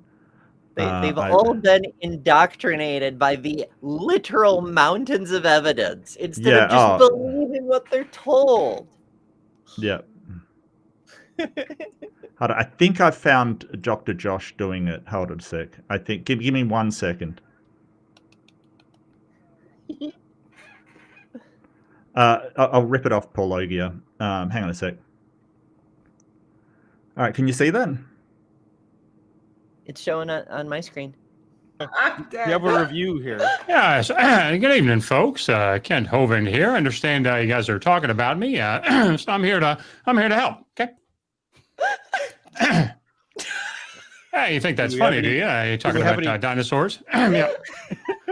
Well, let me tell you, you guys are probably some of those evolutionists who think that a pine cone created a dinosaur. Okay? And of course, we know that dogs never produce non-dogs. Okay, so I'm here to help. Do you have a favorite dinosaur? Oh, good. I don't know how he does it. It's so good. It's so good. Like, seriously, the man is a genius. It's just a genius. I'm a big fan of Dr. Josh. Really like the guy. Oh, look, mine's terrible, Jason. Mine's supposed to be. Look, I'm an Australian. I can't do impressions. Mine's terrible. It's just, anything to annoy that man. Anything to annoy him. Because, seriously, he annoys the rest of the world. I take it as my responsibility to annoy him back. I really do. And, I mean, AJ's is way better than mine. I got you. But, yeah, it's just... Wow. He's fun to make fun of. Let's put it that way. Sorry, I had to show you that because it is perfect. Oh, for sure. Now I know in the past. Yeah. Dr. Josh is always bonus content wherever you can fit him, wherever you can find him. It's just, I understand that we have a friend of the community who recently wrote a book. I know it's a huge transgression given his personal mythology, but he regularly gets together with Dr. Josh, these two doctors, and they do doctory things, including translate Hebrew on a live stream. Yeah. If you're into that sort of thing. Yeah. You don't want to drop a link for it, or I bought his book actually. I probably shouldn't have. It was a bit, no, it's worth it. It's worth it. But yeah, I still haven't seen it. It's going to take ages to get here. It's just the reality of living in the cul-de-sac of the planet, basically. Past there were some, and when I corresponded with them, they indeed saw things in a very different way and had a very different opinion about some of these things that you say there's unanimous conclusion. Yeah, there's unanimous conclusion. Yeah, but they probably weren't in the paleontology field. They were probably from answers in Genesis and, a biologist or a mechanical engineer pretending to talk about, have an expertise in paleontology. That's the difference. Like, I don't, maybe there's one kook out there who thinks that, dinosaurs lived with man and does paleontology. Yeah. on some of these things because, as a friend of mine found out, if you don't conclude with the zeitgeist of paleontologists, you're not going to be part of the club. You're going to be kicked out of the club. And yep, here's a conspiracy. Yep. I called it. If you don't agree, you're going to be kicked. It's all a conspiracy. Yep, it's all a conspiracy. there have been a few paleontologists, but There's a link of a recent-ish one 2 weeks ago, I think. Okay, cool. Awesome. kicked out of the club.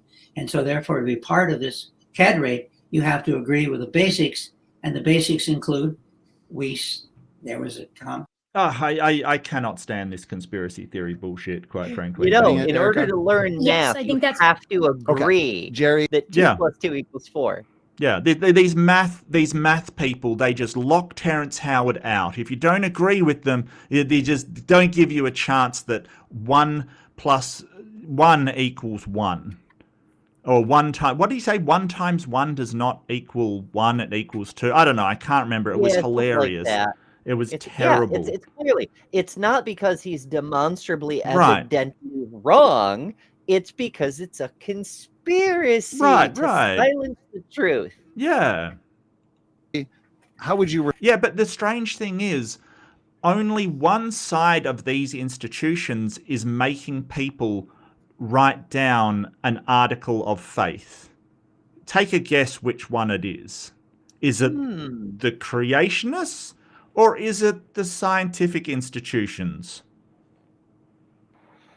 Article of faith? Oh, it's the creationists. So again, this is just more projection. You know, that is just more projection, because they are the ones requiring people joining to sign a declaration of what it's called, a declaration of faith, isn't it? That they affirm all of this frigging nonsense. Respond to that point. Yeah, that would be a correct way of articulating it. But on the other hand, one may have a prediction and one may find evidence for that prediction, but that doesn't unequivocally prove indeed that this prediction was, that this belief was correct. And in medicine, we don't tend to predict much. We don't tend to follow the so-called scientific method.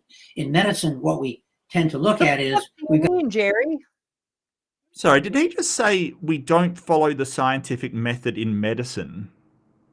And that they don't predict much. Yeah. Like, what do you think clinical trials are for, Jerry?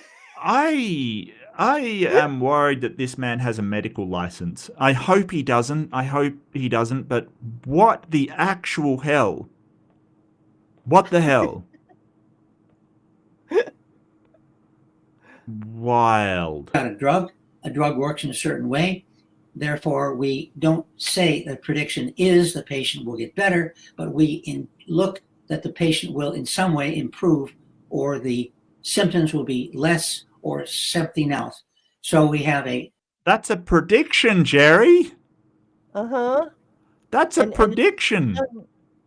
It's done every single time. Like, if you have like a very basic infection, you know, the doctor would be like, okay, let's try amoxicillin. Right. And you'll go a course of amoxicillin, and, you know, most of the time, boom, you're cured, you're done. But if it doesn't work, they take that data and they reformulate. They're like, okay, maybe this is resistant. Let's try a different antibiotic. And you'll do that cycle. And the thing is probably cured, and you're fine and you're done. But if it's not, then they go, oh, maybe it's not a bacterium. Maybe it's a freaking fungus or something other, you know, right. out there that's less like there's a scientific method. You propose a hypothesis, you conduct a test, and then you reevaluate based on your observations of what happened. Fuck. Jerry! Not all doctors are created equal. Yes, Sterling, I hear you, buddy. I hear you. an understanding of the body. We use a medication to either upregulate or downregulate some gene. And when that happens, we find the patient feels better, gets better, or gets worse, or has no effect. And so basically, you're not looking at a hypothesis and finding out whether or not that hypothesis is fulfilled by some prediction. You're looking at the essential results. And I know that science Yeah, because you're always after the same hypothesis. Does this medicine help the person with that sickness better than not the medicine? And you brought it up, the double-blind test, right? Where you give a placebo. That's exactly what they do. That's because, because the prediction's always the same in medicine. You know, you're trying to make the person well. So yeah, the hypothesis doesn't mean there's no hypothesis. I mean, it's always been what medicine is. Even when Yes. we were doing ridiculous things, like they'd be like, "Oh, you're feeling an imbalance in your humors. Here's some leeches. Yeah. I hope that helps." Yeah. You know. Wow. They There's push this ghosts idea. in your blood. Yeah. You've got the vapors. You have a theory, you have a hypothesis, you look for evidence, and you either confirm the hypothesis or reject it. But there's a number of studies done by people who looked at scientific advancements, and they didn't work in this way. One basically said, science works by dreaming, by thinking about some possibility. Yeah, that's how you come up with the hypothesis. Like, it's observation questions, and that's what question can I put? What can I put to the test? That's the whole point, Jerry. That's the whole point. Come on.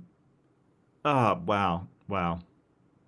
And then looking around that theory, that possibility, and then coming up with insight, and the insight led them to the final decision relative to whatever they were looking at. So I know that's ideal. Every student we have in college, we got your hypothesis, we've got your evidence. You either confirm the hypothesis, you reject it, you modify the hypothesis, etc. But in fact, in science, and at least in the areas I'm involved in, that's not quite true. You're looking at other things, and it's not quite, you have a theory and you test it. You basically have ideas and you reason with them relative to what you know. That's kind of vague, I know I mentioned, but on the other hand, you take a number of people who are very, very successful in producing I'm waiting for Erika to get up and go get a coffee and come back with a sandwich or something, and he's still just going. I think you made absolutely an accurate call, Ember, running out the clock. Like, he's just running out the clock. But I mean, Donnie said it in 20 minutes ago, so I don't see why he just doesn't go, well, you've obviously got nothing else to say except maybe science bad. I don't know. Yeah, but nice call too. Yeah. That not only is he motivated to disbelieve in the efficacy of science, he legitimately does not understand how science works. And he's repeating the same thing in a different order with different words. Yeah. We're on the third iteration of observation, experimentation, make up your, fuck's sake, Jerry, do you want to talk about this debate maybe? Yeah, maybe the topic would be fantastic. Now, but I mean, that's what happens when you present scientific facts to young Earth creationists. They'll just go for, well, science bad. And that's something that I pointed out to them. Like, he is on a computer, the products of science, designed by computer scientists, who have given him all of these products, and he's arguing about how valid the process is. That's how bad it's gotten.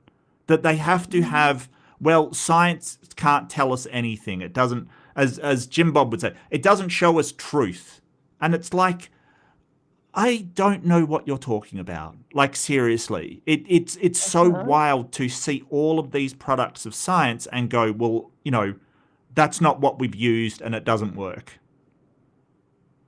Every single thing in his little window there, every single thing is the product of science. His glasses are fucking optics. That fax machine back there is plugged into a wall outlet that runs on electricity. There's a model car on top of his bookcase, which was produced in factory mill, filled with books produced in a factory.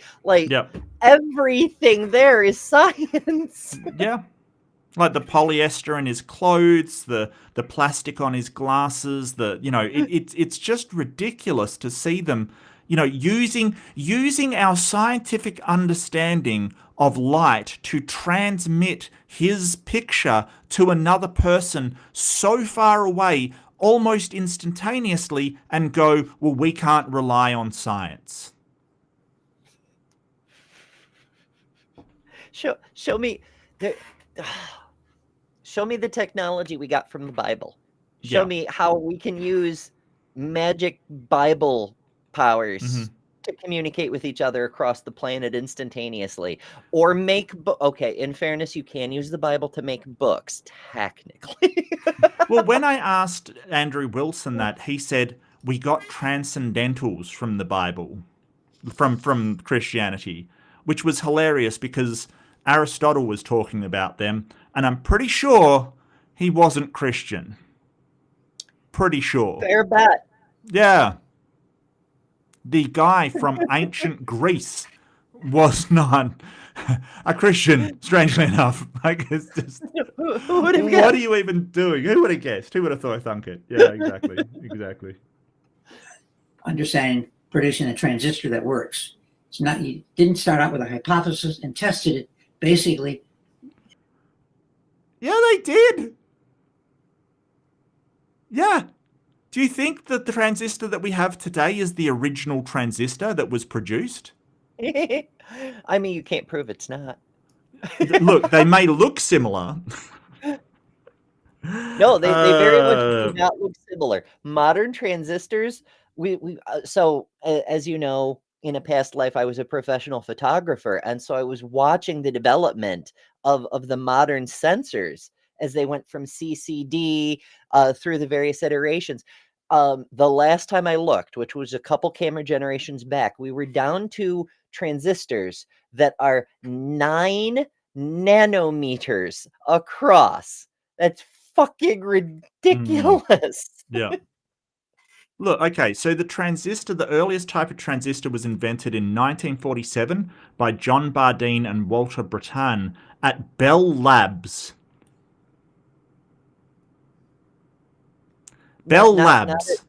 Not at Biola University, are you sure? Apparently not. No, apparently it wasn't done at, the St. George's Temple, St. George's Cathedral in England, apparently, for some reason. It was at Bell Labs by frigging scientists. What? No. But clearly, it wasn't a hypothesis based on, the way electrons work according to the developing theory of quantum mechanics. Yeah. Somebody just took a lucky guess. They were inspired by the spirit. It was, and apparently it was soon superseded by a because it was inconsistent and worked inconsistently and unreliable. It was superseded almost instantly by a better superconductor. So, it was scientists working on it. You dumbass. I'm sorry, but seriously, dude, you bring up the transistor, Bell Labs, the scientific laboratory that dealt with electricity and, information theory. And possibly coincidentally, but very amusingly, the same scientific organization directly responsible for the physical detection of the cosmic microwave background, which shows us that the universe is a lot more than 6,000 years old. Yeah. So yeah, transistors sort of indirectly prove the universe is very, very ancient. Yeah. He's creative. He thought about what's going on, what is possible, and what can be done, and what can't be done, and through trial and error, basically. Trial and the scientific methods are basically trial and error.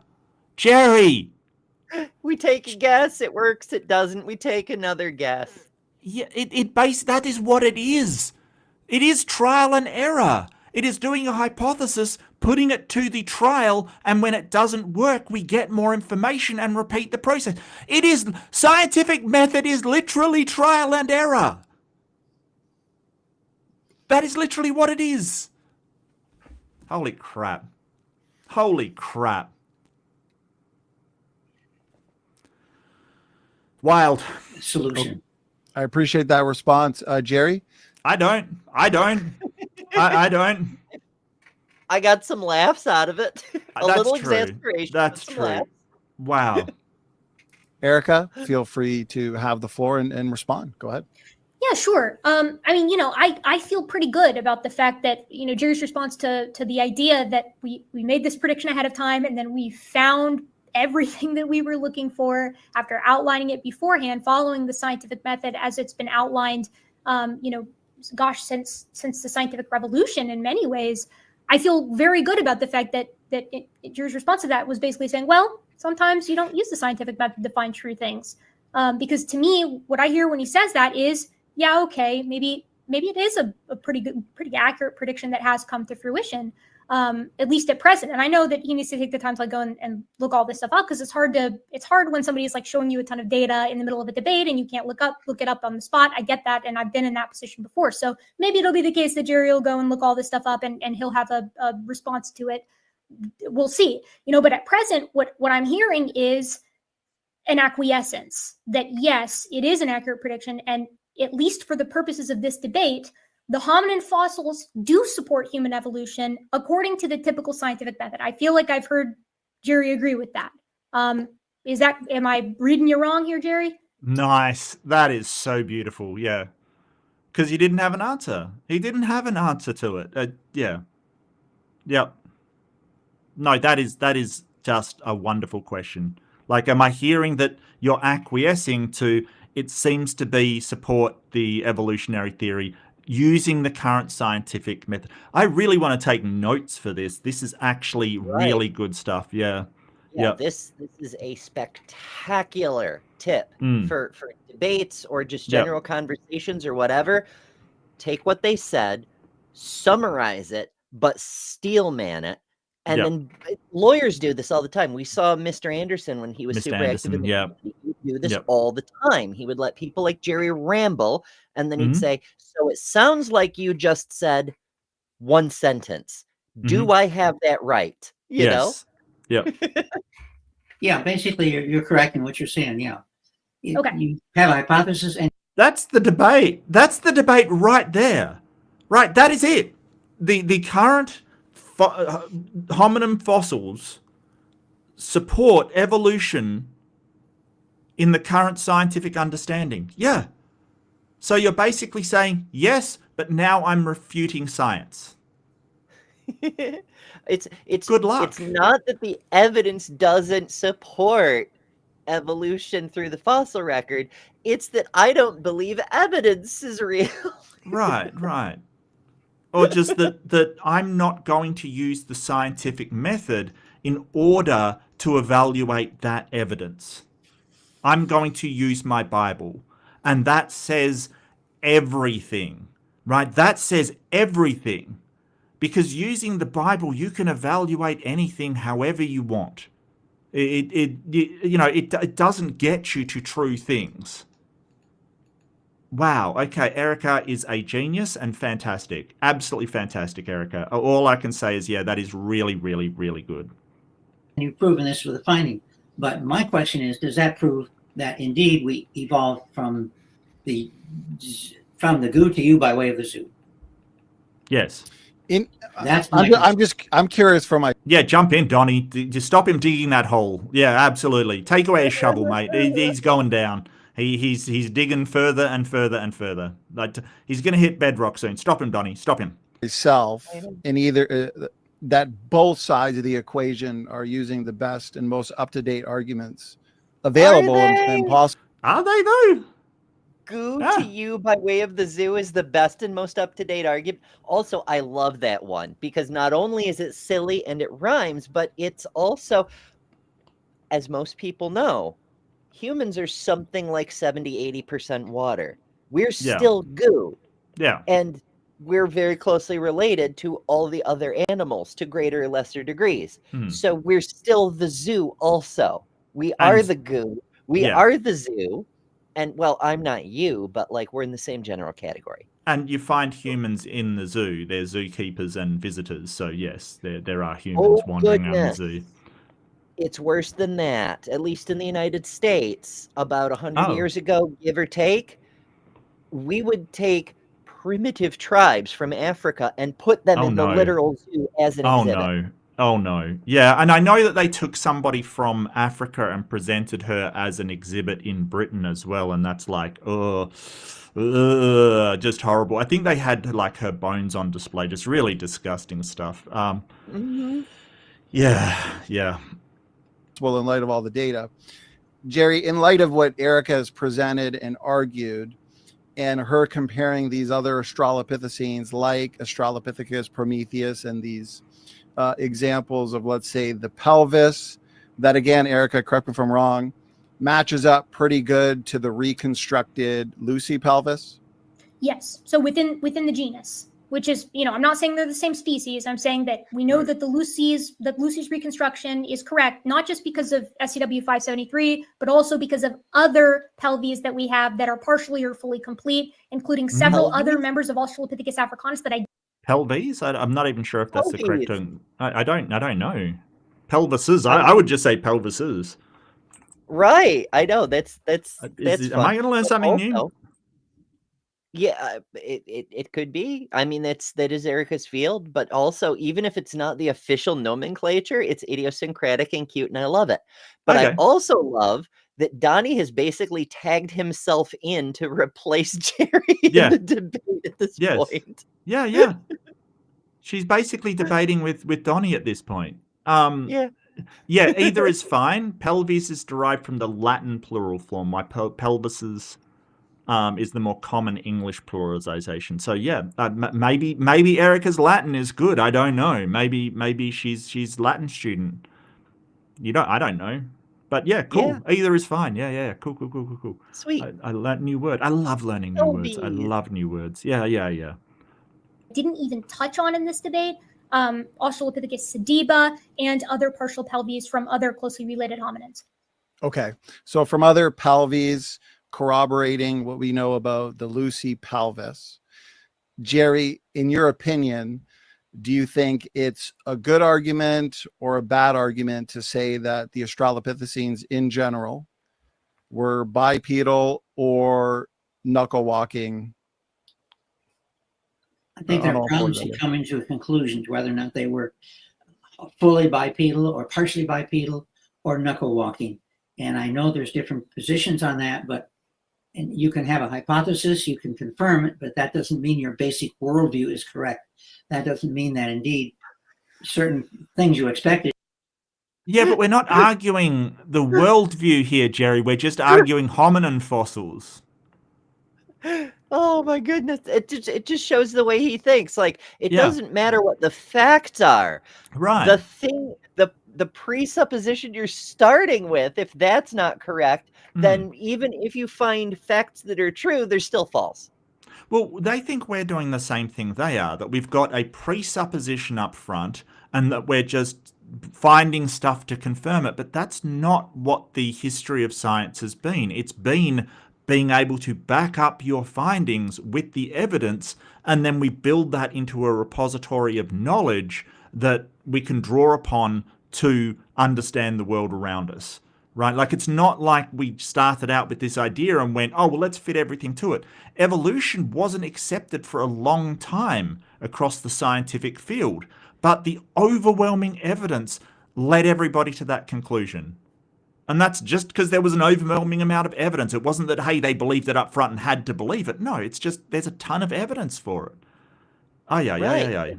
It's the same thing with all the sciences, like if the worldview thing were true, then I would still be an anti-Big Bang person, right? Like, I started out not believing the Big Bang because not fully understanding, being a person who grew up obsessed with space and the stars and loving astronomy and all that stuff. And then I hear people talking about, oh, we know the universe was made at a certain point in time. It was created or whatever. Yeah. Misstatements, but still. And it sounded to me like they were trying to make Genesis literal. And so Right. I was skeptical. I was like, Yeah. that doesn't make any damn sense. That doesn't But sound as I right. looked into Yeah. it more and more, like some of the evidence is not super convincing on its own. The thing that finally did it for me was time dilation. Right. Like, once we demonstrated time dilation was actually definitely observably happening, I was like, okay, that means relativity is definitely Yes. true. Has to be. Yeah. Yeah. Yeah. And Not so to mention all of the predictions made by relativity that were were accurate, kind of thing. Like, Yeah. Yeah, there's so much. It was literally undeniable, and I had a presupposition to deny it because I thought it was people trying to prove Bible.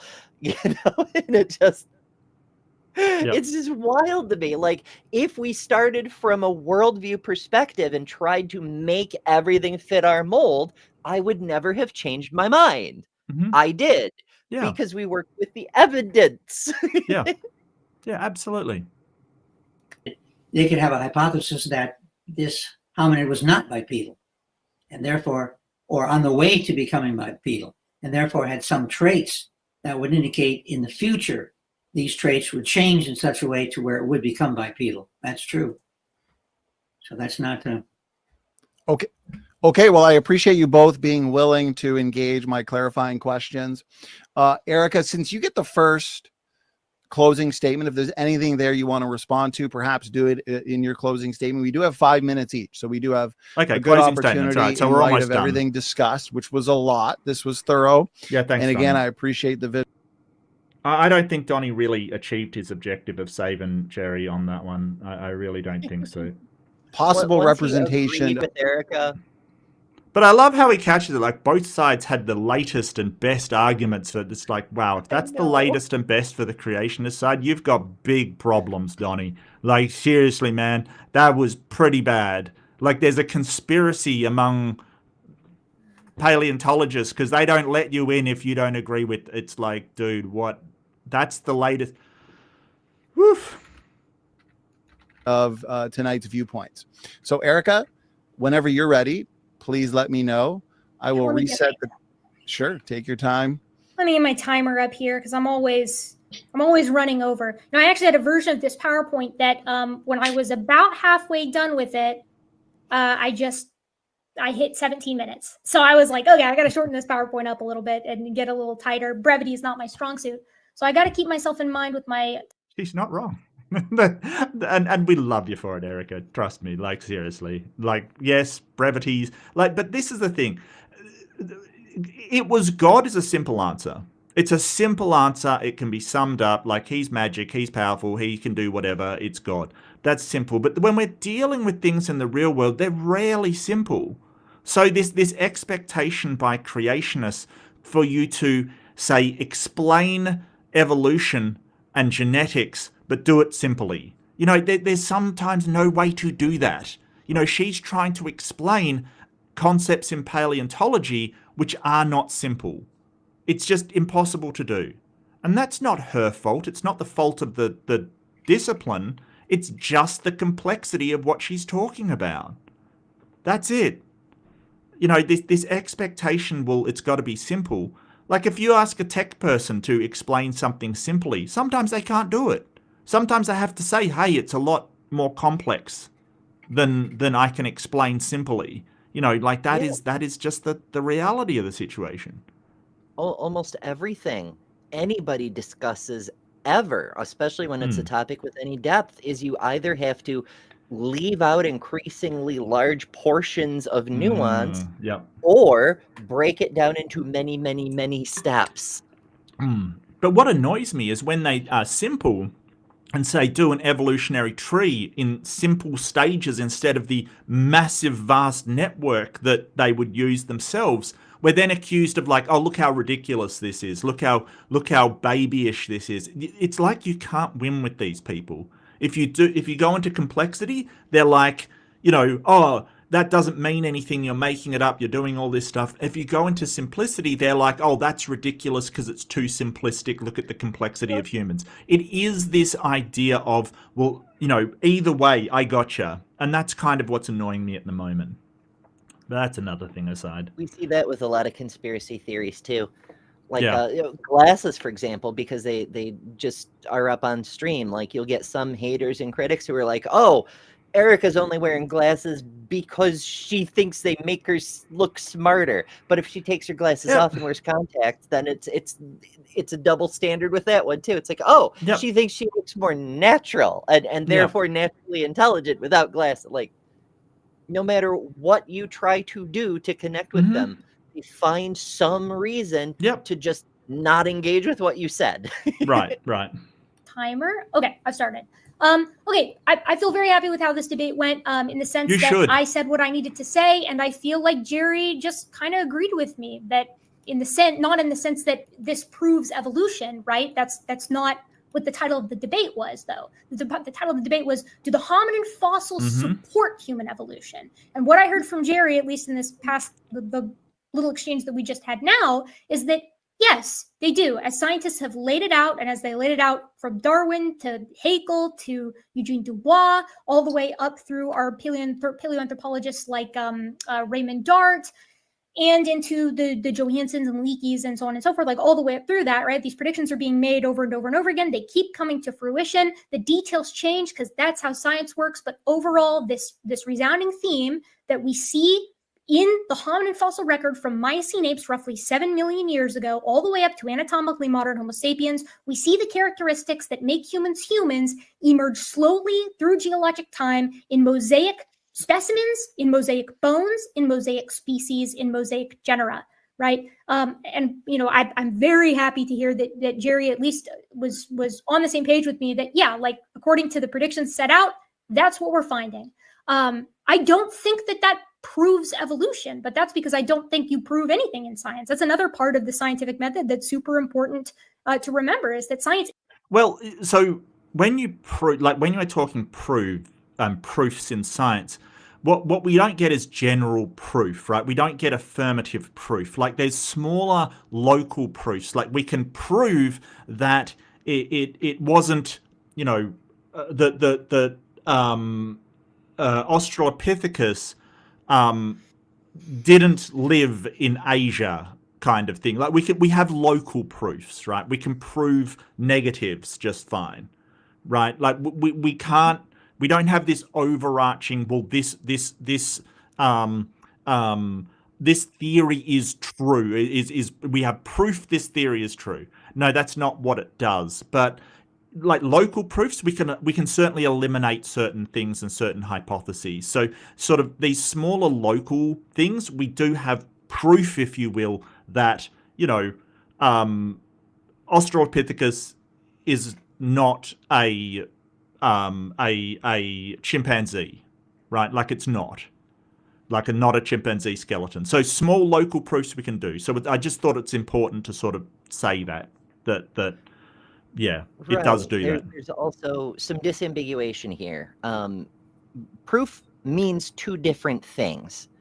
Like, I mean, we know the word proof means different. Like when you're referring to alcohol, it talks about the alcohol content. To prove something in math is like a logic proof. You demonstrate the thing, you prove it by demonstration. In science, to prove something means to put it to the test, as in like proving grounds. You don't prove stuff in the same way you do with math. To prove it means to test it, to subject it to the worst you can. Yeah. So I think that it's sort of, and colloquially we would just say, yeah, science proves things. Like if we're talking about proof and its definition isn't a highly technical definition, just a colloquial definition, it would be to show something to a great deal of certainty. Would be like if I prove to you, I have a coffee cup on my table, right? But how do you know that was on my table? I haven't logically proved it, kind of thing. But if we're talking colloquially, that's what I'd say. Like if you said, prove to me there's a coffee cup on you, I would say, here it is. And you don't know for sure, but you know to a great deal of certainty that that is true. So colloquially it means something different again. So, and that's the kind of muddy water that creationists love to swim in. They are mud skippers. They love to swim in the muddy water. That's basically what they do. Yeah, the conflation between these meanings of the words, they just love this environment. They're evolved for this environment because it's the only thing that works for them. They can't rely on technical terms, valid arguments, evidence, reasoning, and scientific method. They have to, swim in the muck, and they love being there. So I understand why she's couching her language. Isn't about proving anything. You can only fail to reject something, right? And we have been throwing everything and at the freaking kitchen sink at evolutionary theory to try to falsify this thing, to try to show that it's incorrect. And the person to show that evolutionary theory is incorrect will probably win a Nobel Prize. But we've thrown everything at this thing, and it is solid. Like I said, my last debate, I said we have more papers on evolution than any other. Like, it has been tried and tested more than any other theory in history. And it's survived every single test. People trying to disprove it. Yes. As I forget who originally said it, but the saying goes that nothing in biology makes sense except in the light of evolution. Right. Like Forrest Belkite did a whole mini-series about it, which is an amazing mini-series with great visuals. On the risk of misquoting Stephen Jay Gould, was it Stephen Jay Gould, maybe? Maybe. Because I know he is the most misquoted person in the history of the planet, quite frankly. It does come up a lot. But yeah, like it's Dawkins, the core maybe? of biology. And biology makes up the backbone of so many of our practical sciences, the utility sciences, like medicine. All of our medicine depends on our biology, Mm-hmm. A lot of that has come from creationists, and we've been unable to do it. Over and over and over again, we've been unable to do it, especially with the fossil record, because that's what I'm most familiar with. But when I talk to people who are in genetics, whether it's PopGen or biomedicine or agriculture or any of these fields, or the Human Genome Project, like that one, the one that actually mapped out. Yeah, never mind. Fields where evolutionary biology is really important and is used in the day-to-day as far as basic principles go. I mean, I listened to Dr. Bergman's debate with Chris Thompson the other day, and they were talking. Chris was talking about how you use mutation and natural selection in designer drugs, right? I didn't even know that. I thought that was insane. So evolutionary biology is a really critical part of biology and understanding it. And I get that Jerry does cancer research, and maybe it's not there, but it is in other areas. And I think that talking to people who do that work, it's wild to think that evolutionary principles wouldn't be present in cancer research. That's wild to me, because we have endogenous retroviruses that can reactivate and cause cancers, right? Like this is the mutations happening. So I am absolutely baffled as to how how you do cancer research without evolutionary theory is wild to me. Well, I mean, you've got like Michael Behe, who is into cellular chemistry, and is still an intelligent design guy. I don't know how the fuck you get there, but he's there. But like, I could almost kind of see a perspective where if you're looking at cancer research, and so you're seeing all these mutations gone wild all the time because that's what you're doing, you start to think, perhaps I'm speculating, but you start to think that this is the kind of shit mutations do. There's no way what I'm seeing leads to evolution, because this is the kind of thing that destroys cells and ends organisms. Do you think it's like the like the cops, that because all they deal with is criminals, they start to think of everybody as criminals? Do you think Jerry's like that because he just works in cancer research? He's starting to think of all mutations as cancers, basically. Like he started to just associate the two. I don't know. It's weird though, isn't it?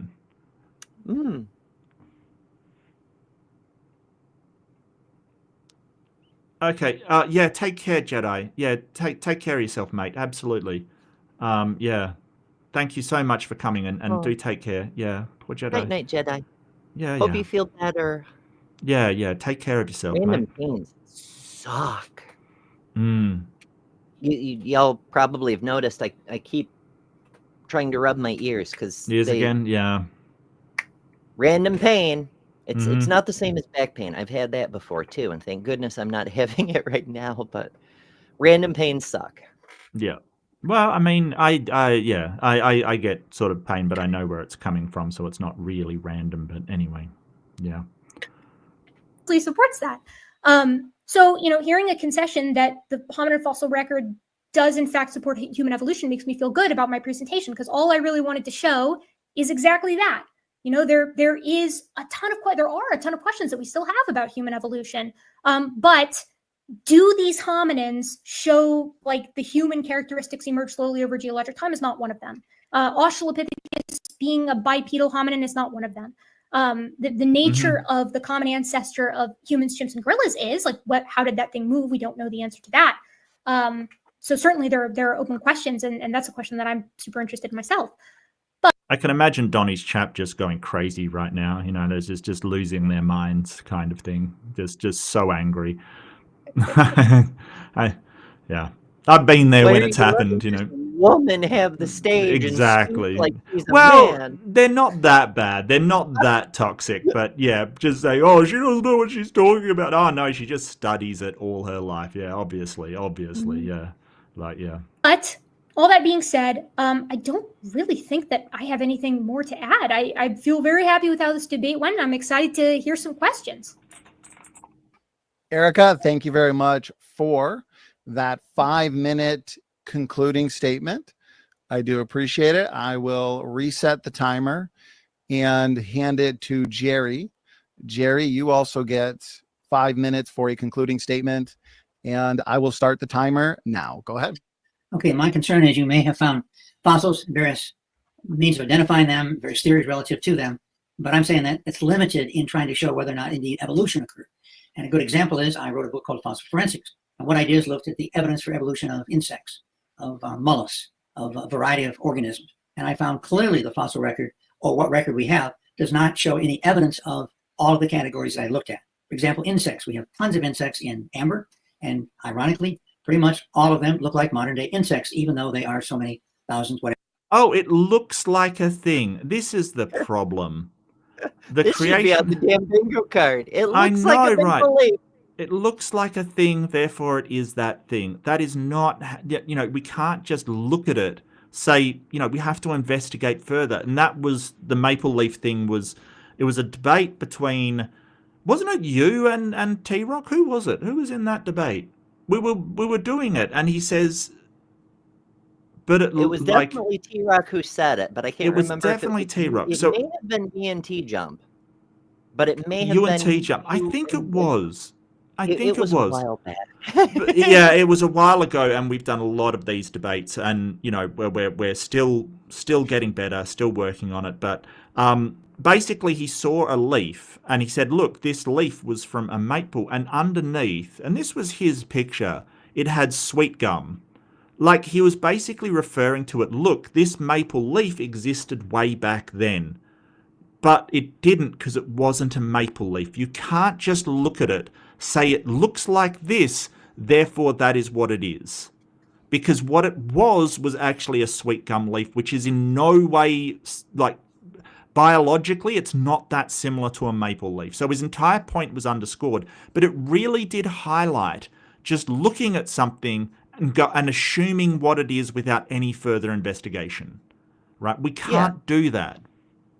It's in the same category, although not to the same degree as Mud Fossil University guy going, right. Oh, this rock looks vaguely heart-shaped. It must be a fossilized heart. Right. But that is the same sort of track that you go down. If you just look at something, take the first impulse it looks like, you rarely will be right. It's not reliable. We want to investigate it. So him just sort of saying, hey, these look like modern insects. Yeah, but they're not. The people that actually investigate it, like what is it? The entomologists? Is it entomologists? Which are insect specialists, say no, these are not modern insects. They're more basal. They're less, they don't have these extra things. Ah, boy. They don't have the power windows. Yep. Years old. And other areas that I looked at were, when you talk about human evolution, one problem that evolutionists have had is the evolution of sex. And I've read 4 or 5 books trying to deal with the fact of evolution of sex. And again, you're not going to be able to tell much about that from the fossil record. But again, they are stymied as trying to understand how indeed sex could have evolved, how you end up with reproduction requiring 2 individuals to unite and form a zygote, and that to be successful. I hate to break it to you, but single cell organisms can transfer genes between them to begin with. But it's not sex. Sexual reproduction is a monocellular development. Correct, yes. What do you mean, Jerry? Yes. Like, there are multicellular organisms with asexual reproductive capability, but like sex predates multicellular. I think it predates eukaryotes. Jesus. Yeah, it does. Because you get those prokaryotes that, like, they actually transfer genes without kind of reproduction. I think some viruses can do that as well. They copy over genes to another virus, so it actually gets better. And that's part of the problem, horizontal gene transfer. So, what? Jerry, we don't know exactly how, but we know that cells can transfer genes over. What? Yeah, it's a fascinating subject, but yeah, exchange of genetic material has huge, obvious advantages. Right. It cannot be successful until all the parts are there, all the parts exist. And another example is eukaryotes, evolution from Are you talking about the coelacanth? Because that's another one, right? They talk about, the coelacanth was thought to be extinct, and then it turned up, kind of thing. And it's like, yeah, that's not a species of fish. That is actually a family of fish. Like, it's not, there are multiple different species within it. So they think that, they think that it's a species. It's not. It's changed very radically since the old ones. But of course, you found a coelacanth. Evolution false. No, it's a modern one as opposed to one we know is very ancient. Yeah, it's like saying, you think woolly mammoths are extinct? Well, have you met my friend, the African elephant? Mm-hmm.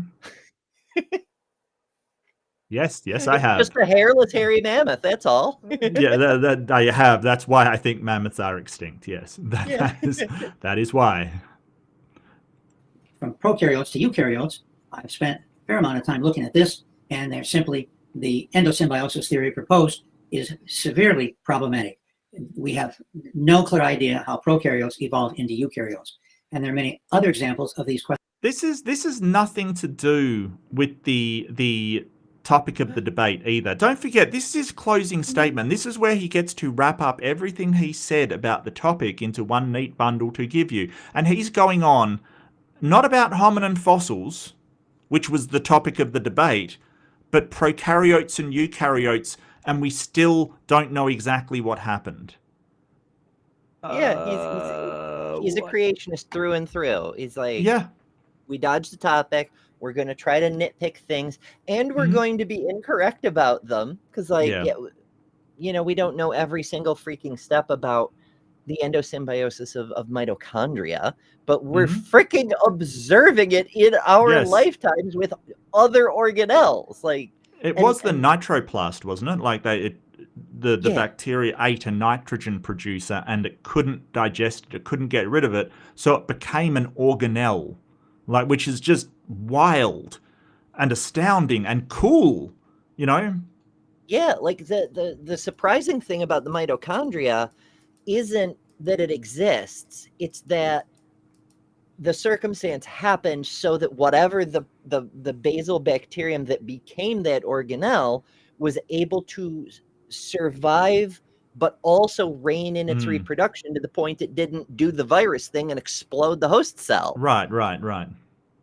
But incredibly successful. Yeah. You can imagine the it feeds the mitochondria and food, and it produces energy. It's amazing the symbiosis between it, but it's perfectly explainable. And he doesn't explain what the problem with it is.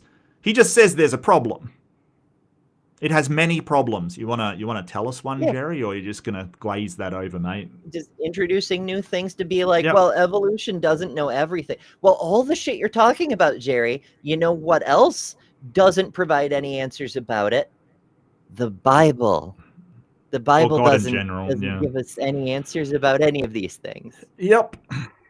Questions which are not answered. So it's true in human evolution, you've got lots of fossils and you can make lots of claims, but as a whole, they don't support the idea of evolution from molecules to man.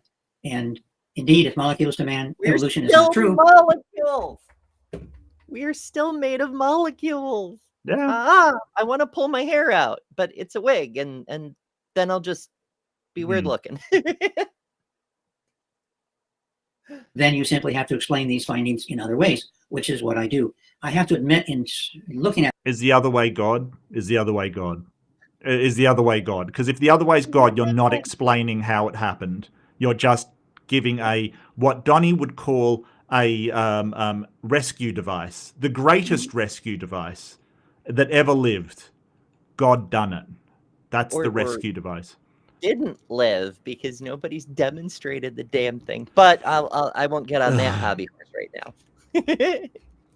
This question for a number of years, a human fossil record, I became more and more discouraged because there's so much disagreement. There's so many questions, so many theories proposed and found not to be true. Indeed, all too often we're arguing about small things which indeed don't really address the basic question. And that question is, can molecules evolve into humans? That is not the title of the debate, sir. Are you at the wrong debate? He may be. Like we address these little things like the debate topic that I'm currently sitting in, rather than can molecules. Yeah, like Erika even redirected him. Like that's Donnie's job, but Erika did it at one point. It was like, I'd be happy to talk with you about genetics and all this other shit, but what we're talking about today is the damn fossils. Yeah. And therefore, I moved away from that and into other areas, which I find is more fruitful. And a lot of focus has been on human. Then get a debate in those areas, Jerry.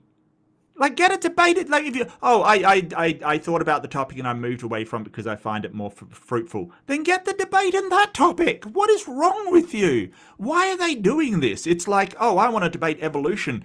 Can I interest you in philosophy? What? Why? Like, if you want to debate on that topic, get a debate on that topic. If you want to do abiogenesis, get a debate on abiogenesis. Don't pull this, I want to debate evolution, but let me talk about everything but evolution. Like, seriously, grow up. Like, what the hell? Oh, boy. Evolution, of course, because that's pretty important. But on the other hand, the material you presented, I can understand where you're coming from. But when you look at this in more detail, as Peter Line has... I think she looked at it in pretty good detail, Jerry. There was a lot of detail. More detail than Jerry brought to the table. Right. He didn't want to go in detail because every time she actually went through it, he tried to change the subject. The person stopping us from getting to detail is you, Jerry. And I have talked about, there's a lot of problems with concluding, indeed, that these variations you found in the fossil record prove leading from some primitive primate to humans. And this is one reason that the progression, which has been by far the most well-known picture of human evolution in the past 30 years, why indeed that progression has been rejected. It was rejected for the simple reason that the fossils don't support it. What they support is a large variety of primates, and indeed enormous variety of primates, but they don't support a progression from some very primitive primate into humans. And that's well acknowledged in the paleontological world. So now it's just lies. It doesn't support it into humans. That's well acknowledged in the paleontological world. That's just an outright lie. That is just an outright lie. Like, you can say, hey, the paleontological community has this conspiracy against letting anybody in. But to say that, that's just an outright lie. Yeah, in the face of a working paleontologist, Nola. It'd be like, you wander up to Neil deGrasse Tyson and you're like, hey, the evidence doesn't support the Big Bang, and all the cosmologists and astrophysicists agree with me. Like, dude, you're talking to an astrophysicist. I mean, it's not that bad, but it'd be like saying, and that, the Big Bang theory isn't well supported within the cosmological world kind of thing, the world of what was the field called? Astrophysics? Cosmological world kind of thing, that field. It's like, what? All of them agree on it. All of them. Yeah, it's the whole thing. I mean, there are still a few lingering steady state supporters. Quasi steady state, I think, was the last version. There's always going to be a fringe few people. That's why we go with consensus. It's always right, but they're not even working in the field of cosmogony, because cosmogony, it's the study of the beginning of the cosmos. Yes. If you don't think there was a beginning, you don't even acknowledge that whole field exists. Right. Wow. But that's a flat out lie by Jerry there. I mean, that is an egregious lie. Well, they believe in that. But I think it's because these, the AIG and the Creation Ministry people keep saying that, more and more scientists are coming to our side, when that is not happening. But they keep telling their supporters that, because it's hard to say, hey, you've donated a ton of money to us at great personal expense and we've really gotten nowhere. It's hard to say that. So they're like, more and more scientists are coming over to our side, when that is not happening. Is there because they believe in evolution, and therefore they wear the evolution glasses and they see the world through those glasses, and they distort the world from. It's very clear they distort the world because they see what they want to see. And the reason I brought up the evidence they had for evolution in the Scopes trial days was they believed in the projection is so much projection. You only see what you want to see, not like me, who's using motivated reasoning to come to conclusions that are obviously false. No, it's you. You're doing that. You can go to bed, Al. Al's getting sleepy. If you do want to go, just take off, Al. It's not a problem. I got it handled, my friend. I got it handled. Yeah, we're almost done. Yeah, we're almost done. It's like what? Yeah, very, very short time. Fully, and that's why all of the arguments they use we now recognize as embarrassing, clearly embarrassing, because they're simply not true. When you've proven not to be true. And again, I think that in the long run, evolution themselves will prove evolution is not true. And they've already done a very good job of that in many areas. And that's my conclusion. So does he? Oh my God. I feel like he knows that he's lying here. Like, seriously, that was just an egregious lie. And then to sort of say, they're going to prove that it's not true. Look, you could have demonstrated it today if you had anything whatsoever, but you instead talked in circles and just ran around. We'll just let him finish up. I want to... Jerry. Okay, yeah, that's it. All right. Yeah, so that's the conclusions. That's it. That was freaking... Wow. To use these arguments, this man who unironically said, "Goo to you" by way of the zoo, to turn around and say, to use these arguments is just embarrassing. Yeah. And basically conceded that the hominin fossils support evolution under current scientific understanding, under the scientific method, and then to say, well, you're looking through the wrong glasses. It's like you want to have the science support you, but not actually do the science. It's wild. It's absolutely wild. And then to say, nobody believes that Australopithecines, they were an ancestor of humans in the paleological world, is just such a blatant lie. It's incredible. I am just appalled at that, because there is an overwhelming consensus among paleontologists that we evolved from Miocene apes. Yeah, overwhelming. Literally no serious debate Yeah. with like anyone. It's it's one of those you can't win situations, because if there were dissenters, they'd point to the dissenters and say, look, there's dissent. But if there's no dissenters, then they go, oh, it's a conspiracy. They've shut out all the dissenters. Like, the double standards are endless. Oh, definitely James Tour. Ugly German. Look, I'm going to call you Ugly German Truths. I'm not going to call you Ugly German anymore. It sounds wrong. As I've asked for, on a scale of 1 to 10 of James Tours, how much has Jerry embarrassed himself? Well, I think a better question is, on the scale of 1 to James Tour, how embarrassing was that? And I think it was definitely a James Tour. Yeah. Yeah, that's a James Tour out of a James Tour, which is, as high embarrassment as you can kind of get. Solid 7. It's a good question, but yeah, okay, cool, no problem at all. But I think Erika accomplished everything she wanted to in that debate. She was gracious. She was like, yes, he conceded when I needed him to concede. She isn't interested in having this outside of science debate. She's probably too busy, getting him to concede, yeah, the science says this supports it, is probably enough. And it does. But what's really interesting is that Jerry could not even approach the subject. And I think that's really telling, I think that's really telling. He ran, he ducked, he dived, he evaded, and he still didn't get away. He had to basically say, what would an ape look like? And he described exactly something that Erika could present him with, what an ape man would look like. And I think that was probably my highlight of the thing. Like, yes, you asked for this, here it is, after dodging and ducking and had me going, answer the question again and again and again. He says what he wants and she presents it. What else do you want? Yeah, I only have one minor critique. Ugly German Truths. Shouldn't the scale be the other way around? That it should be from 10 to 0? 0! I don't know. My favorite was the clueless part, where he was like writing clueless on the board like it meant something. Like it meant, like, wow.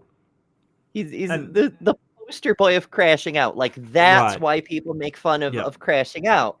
Because when you get that out of control, you're incoherent. You're not actually making any sense. Yeah. And I for a guy who is a professional and a academic, to lose the plot like that is embarrassing for him. Like, seriously. James Tour, with that one debate, lost so much credibility. It's hard to watch. Well, no, actually, it's funny to watch. But yeah, it's. I mean, Dave Friend, you might say, oh, he lost credibility. He kind of lost it as well. It's like, well, look at what he was up against. Number one, it's very hard to be in a debate where somebody is doing that and not sort of give it to them back. Because seriously, at that point, what are you going to do? It's very hard to do. Number two is that he isn't an academic. He's an academic, but he's just working as a professor and a teacher. He's not supposed to be the head of a department or something like that, right? Like, he is just doing his YouTube thing. That is not the position that James Tour is in. He's supposed to be a department head at a prestigious university.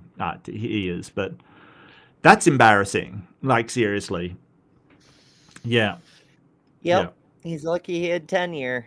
Yeah, his labs have come up with some really legitimately cool shit. Oh yeah, absolutely. But after that embarrassment, like, people have looked into it and found that a lot, not all, but a lot of the breakthroughs with Dr. Tour's name on them were grad students or postdoc students. Right. And Tour co-published, like the same way James Patterson writes so many novels. It's actually the co-author writing the novel. Right. And then James Patterson, like, my name's on it too. It'll sell more books. Have you got any other thoughts on the debate? Have you got anything you want to add? We pretty much covered most things as we went along. There was so much that was hilarious, but there was so much that was really, really valuable, because, like, what we often see in debates wielded as a scalpel. That that's why we do these, is to break down the things that the people are doing, to show everyone so they can learn from them, so they can know when a trick is being used on them and how to counter it and whatnot. Jerry was like, there was no precision to it. He was hacking away with a cleaver. And just so throwing whatever. Useful. It was like, look, here's an example of the thing, really obvious. So when you see it in a more subtle form, you'll recognize it now. Yep, absolutely. And you know, Erika, as always, very precise, knew exactly what she wanted to talk about, exactly what she wanted to do. Let him have his time. And that's actually one thing that I liked. She gave him enough rope. Right, she let him go. Okay, and you know, you can see the effect of sometimes when you let people talk, especially if they are making themselves sound like an idiot, they will end up sounding like an idiot. You know, like she just let him ramble about his incoherent nonsense and then said, well, yeah, I can address this if you want to, but really I want to talk about this. And it just reminds you that, hey, you know, he's talking about his dogs in a debate about hominin fossils. You know, he's talking about his time in forensics, and it's just like, oh boy, beautifully done. And all manner of fun things. It's a trip. Like it is beautifully done, and you know, congratulations to Erika. Her performance was unbelievably fantastic. I learnt new things out of this, so educational as well, absolutely. But you know, how she didn't get frustrated with him, I would have got frustrated, quite frankly. You know, I would be like, stick to the topic and answer my question. You know, I do like that she didn't. I mean, she could have pressed him harder on that. I think that's definitely something that she should have done, is maybe bring up that he didn't answer her, you know, what would you expect an ape man to look like? I mean, Donnie brought it up, which I was surprised by. I thought he would have just let that one fly by. So credit to him for saying, hey, this question was asked and never answered. But I think Erika should have kept bringing it up just to ram home that he wasn't answering. Right. And she did it once or twice, but like sort of bring it up every time. You don't have to say, hey, why won't you answer my question? You can just say, hey, I asked this question. It was never answered. And you keep saying that you're going to answer it, but you haven't. You know, just to ram that home that he is just dodging. He does not want to answer it. But, you know, they got there in the end, just caused me a little bit of frustration. That's all. Like, why wouldn't he answer it? And we know why he wouldn't answer it, because it would be so obvious that, you know, in order to find an ape man, she's got exactly what he's looking for. That's why. Yeah, and it shows tremendous weakness too, right? Yeah. Like Mark and I did the same thing in our debate against Flatzoid and Jim, which it was hilarious. But like, one of the things that got brought up in our openings was, what would a lunar eclipse look like on a flat Earth? Right. How does it work? And they would not answer it. And so, you know, every so often, like we didn't sit there and insist on it. What does it look like? How does it work? What does it look like? How does it work? But every so often we'd be like, and we're still waiting to hear about eclipses. Yeah. And the fact they can't answer it shows the entire audience there is a giant critical hole in their entire model. Right. And it really does show that they're not arguing in good faith, because when you're willing to address all of their questions, like Erika was more than happy to address anything that he had. You know, considering that if it was on topic, you know, like that she said, there's some things that are outside this debate and I'd have to go and look up and find out. Of course, like, you can't just go to a debate on a topic and then bring up stuff from way out. Like, come on now, please. But she was willing to answer all of his questions. He wasn't willing to answer hers, and that comes across very clearly. And look, I'm nitpicking Erika. I nitpick everybody. Okay, I'm a equal opportunity nitpicker. Okay, I really am with these things. She did a fantastic job. I want to make that absolutely clear. Yeah, I'm amazed at how good she is. That was fantastic. That's fantastic. Yeah, she was playing chess as a grandmaster while he wasn't even playing checkers. He was trying to play checkers with a Monopoly set. Accurate. All right. What do you have coming up?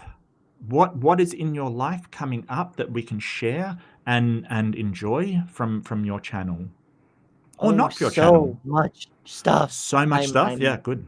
I'm Good. so I'm the busiest unemployed person I know.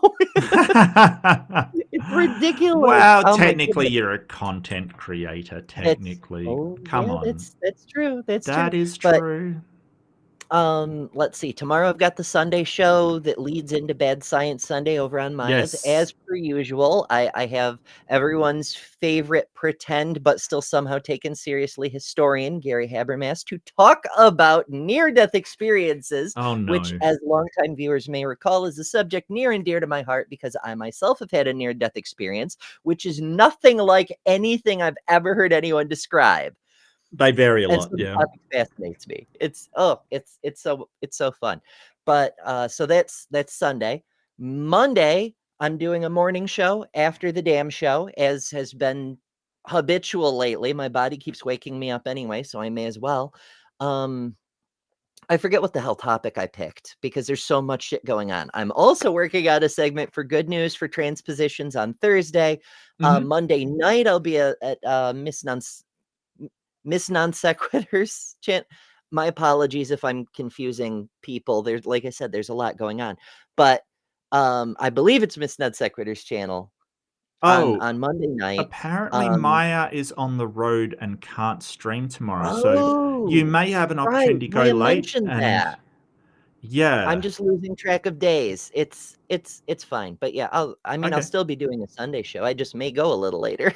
yeah, for sure. But yay, happy trails, Maya. Yes, I Yeah, know yeah. the move has been looking forward to for a while. I know a lot of people that are going to be disappointed that your show isn't on tomorrow, though.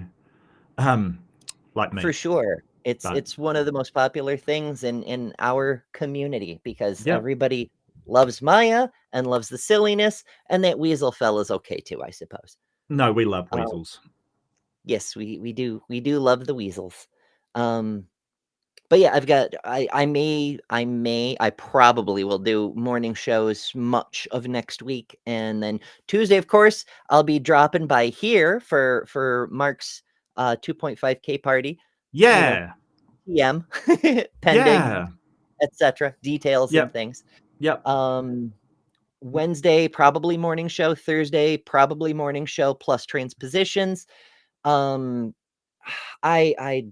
like I said, there's a lot. All my links to all the various stuff on betterthanember.com. But Saturday, we're back over at my place for the Yes. fresh debate, a brand new one. And this, Mhm. because we have done about 100 episodes of these at this point. Yeah, this will be 99, won't it? The next one's 99, and the one after is episode 100, isn't it?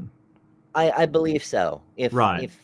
If I'm we're remembering. counting. Oh, look, let's just say it is, okay? It looks Yeah, like it is. That's enough for Creationists. It looks like it. It is It now. looks That's like it, apparently... thankfully. But Why yeah, not? We've done 100 of these damn things. So Yeah. we're doing a special, by special request, no less. Mm. Our friend John, the Godless Engineer, recently did a debate with Yes. Joel Sedicase. Yeah, from a channel called Think Institute, where they poo-poo thinking. You're supposed to have your conclusion first, but that's that. We'll get into that. But John will be joining us, as he has done for debates before that he was involved in. And so, yeah, part one will be over at my place, and it'll probably be at least a two-parter. So we'll be back here the weekend after, and it should be shit tons of fun. I'm super looking forward to it, and I hope you all join us. Yeah, absolutely. So that's fantastic. Yeah, and come along to Ember's. Her link is put in the chat, and it is in the description. So if you do need to subscribe there, what are you doing? Why aren't you subscribed already? And it sounds amazing. Me, I'm running a offline, so you won't be able to see it. But if you want to come along, we're running a Teach a Canadian How to Play a Game, Project Zomboid, just as a casual thing for the community. So if you're interested, the details I put on my Discord in the gaming channel. Apart from that, I do have Aimbot, My Morally Bankrupt, or them, or Open Room. On Tuesday night Eastern Time. I have Fundamentalist Fails on Thursday night Eastern Time. And apart from that, I'll be back on Embers next week, as we just mentioned. So yeah, things will be fantastic. I'm really looking forward to chat with John about his debates again. He does really well. I really do like him. He's a fantastic guy. And Joel Suttercase, I've run into him before. I don't think he has good arguments. I have not watched the debate yet, but he basically does not have good arguments. So it'll be interesting to see. Aside from that, do take care. Do take care. Al's a good mod. Okay, Al, you've got a seal of approval. You've got the seal of approval from Native Atheist. So yeah, no, I've known Al for a while. I think I met him on Kentucky Atheist actually. I can't remember where I met Al, but no, great guy. Yeah, great guy. You know, does trucking, looks like a redneck, really intelligent, wonderful. You know, generous guy. He has his own channel with silly songs making fun of apologists. That's true. He does do songs making fun of apologists. He definitely does. So yeah, he did the Hoven song for me once, I think, and that was actually funny. Because, you know, like I struggle to think of a atheist that has not made fun of Hoven. He's just that guy, you know. It's just too easy. I'm sure I've got your channel here somewhere. Let's get. Why isn't it coming up? I'm subscribed to Al, right? What the hell? What the deuce? What the deuce? Well, I've heard that YouTube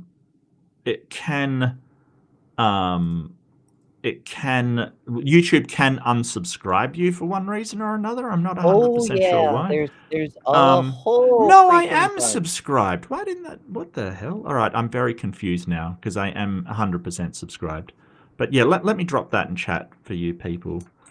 Al is the reason why you got here. Okay, well, Tori, thanks for coming. And thank you, Al, for bringing Tori, because Tori is just an awesome person in the chat. I've talked to Tori a few times. Absolutely. Yeah, and that's what we're doing. We're building community, you know, sort of talking with one another, discussing ideas, having some fun, and enjoying our time on this planet while we got it, while we're here. Might as well have a laugh. So, but I like these debates. Ember likes these debates. I hope you enjoyed the debate. But don't forget, be kind to yourself. And, you know, be kind to other people. And I will see you in the next one. Bye, everybody.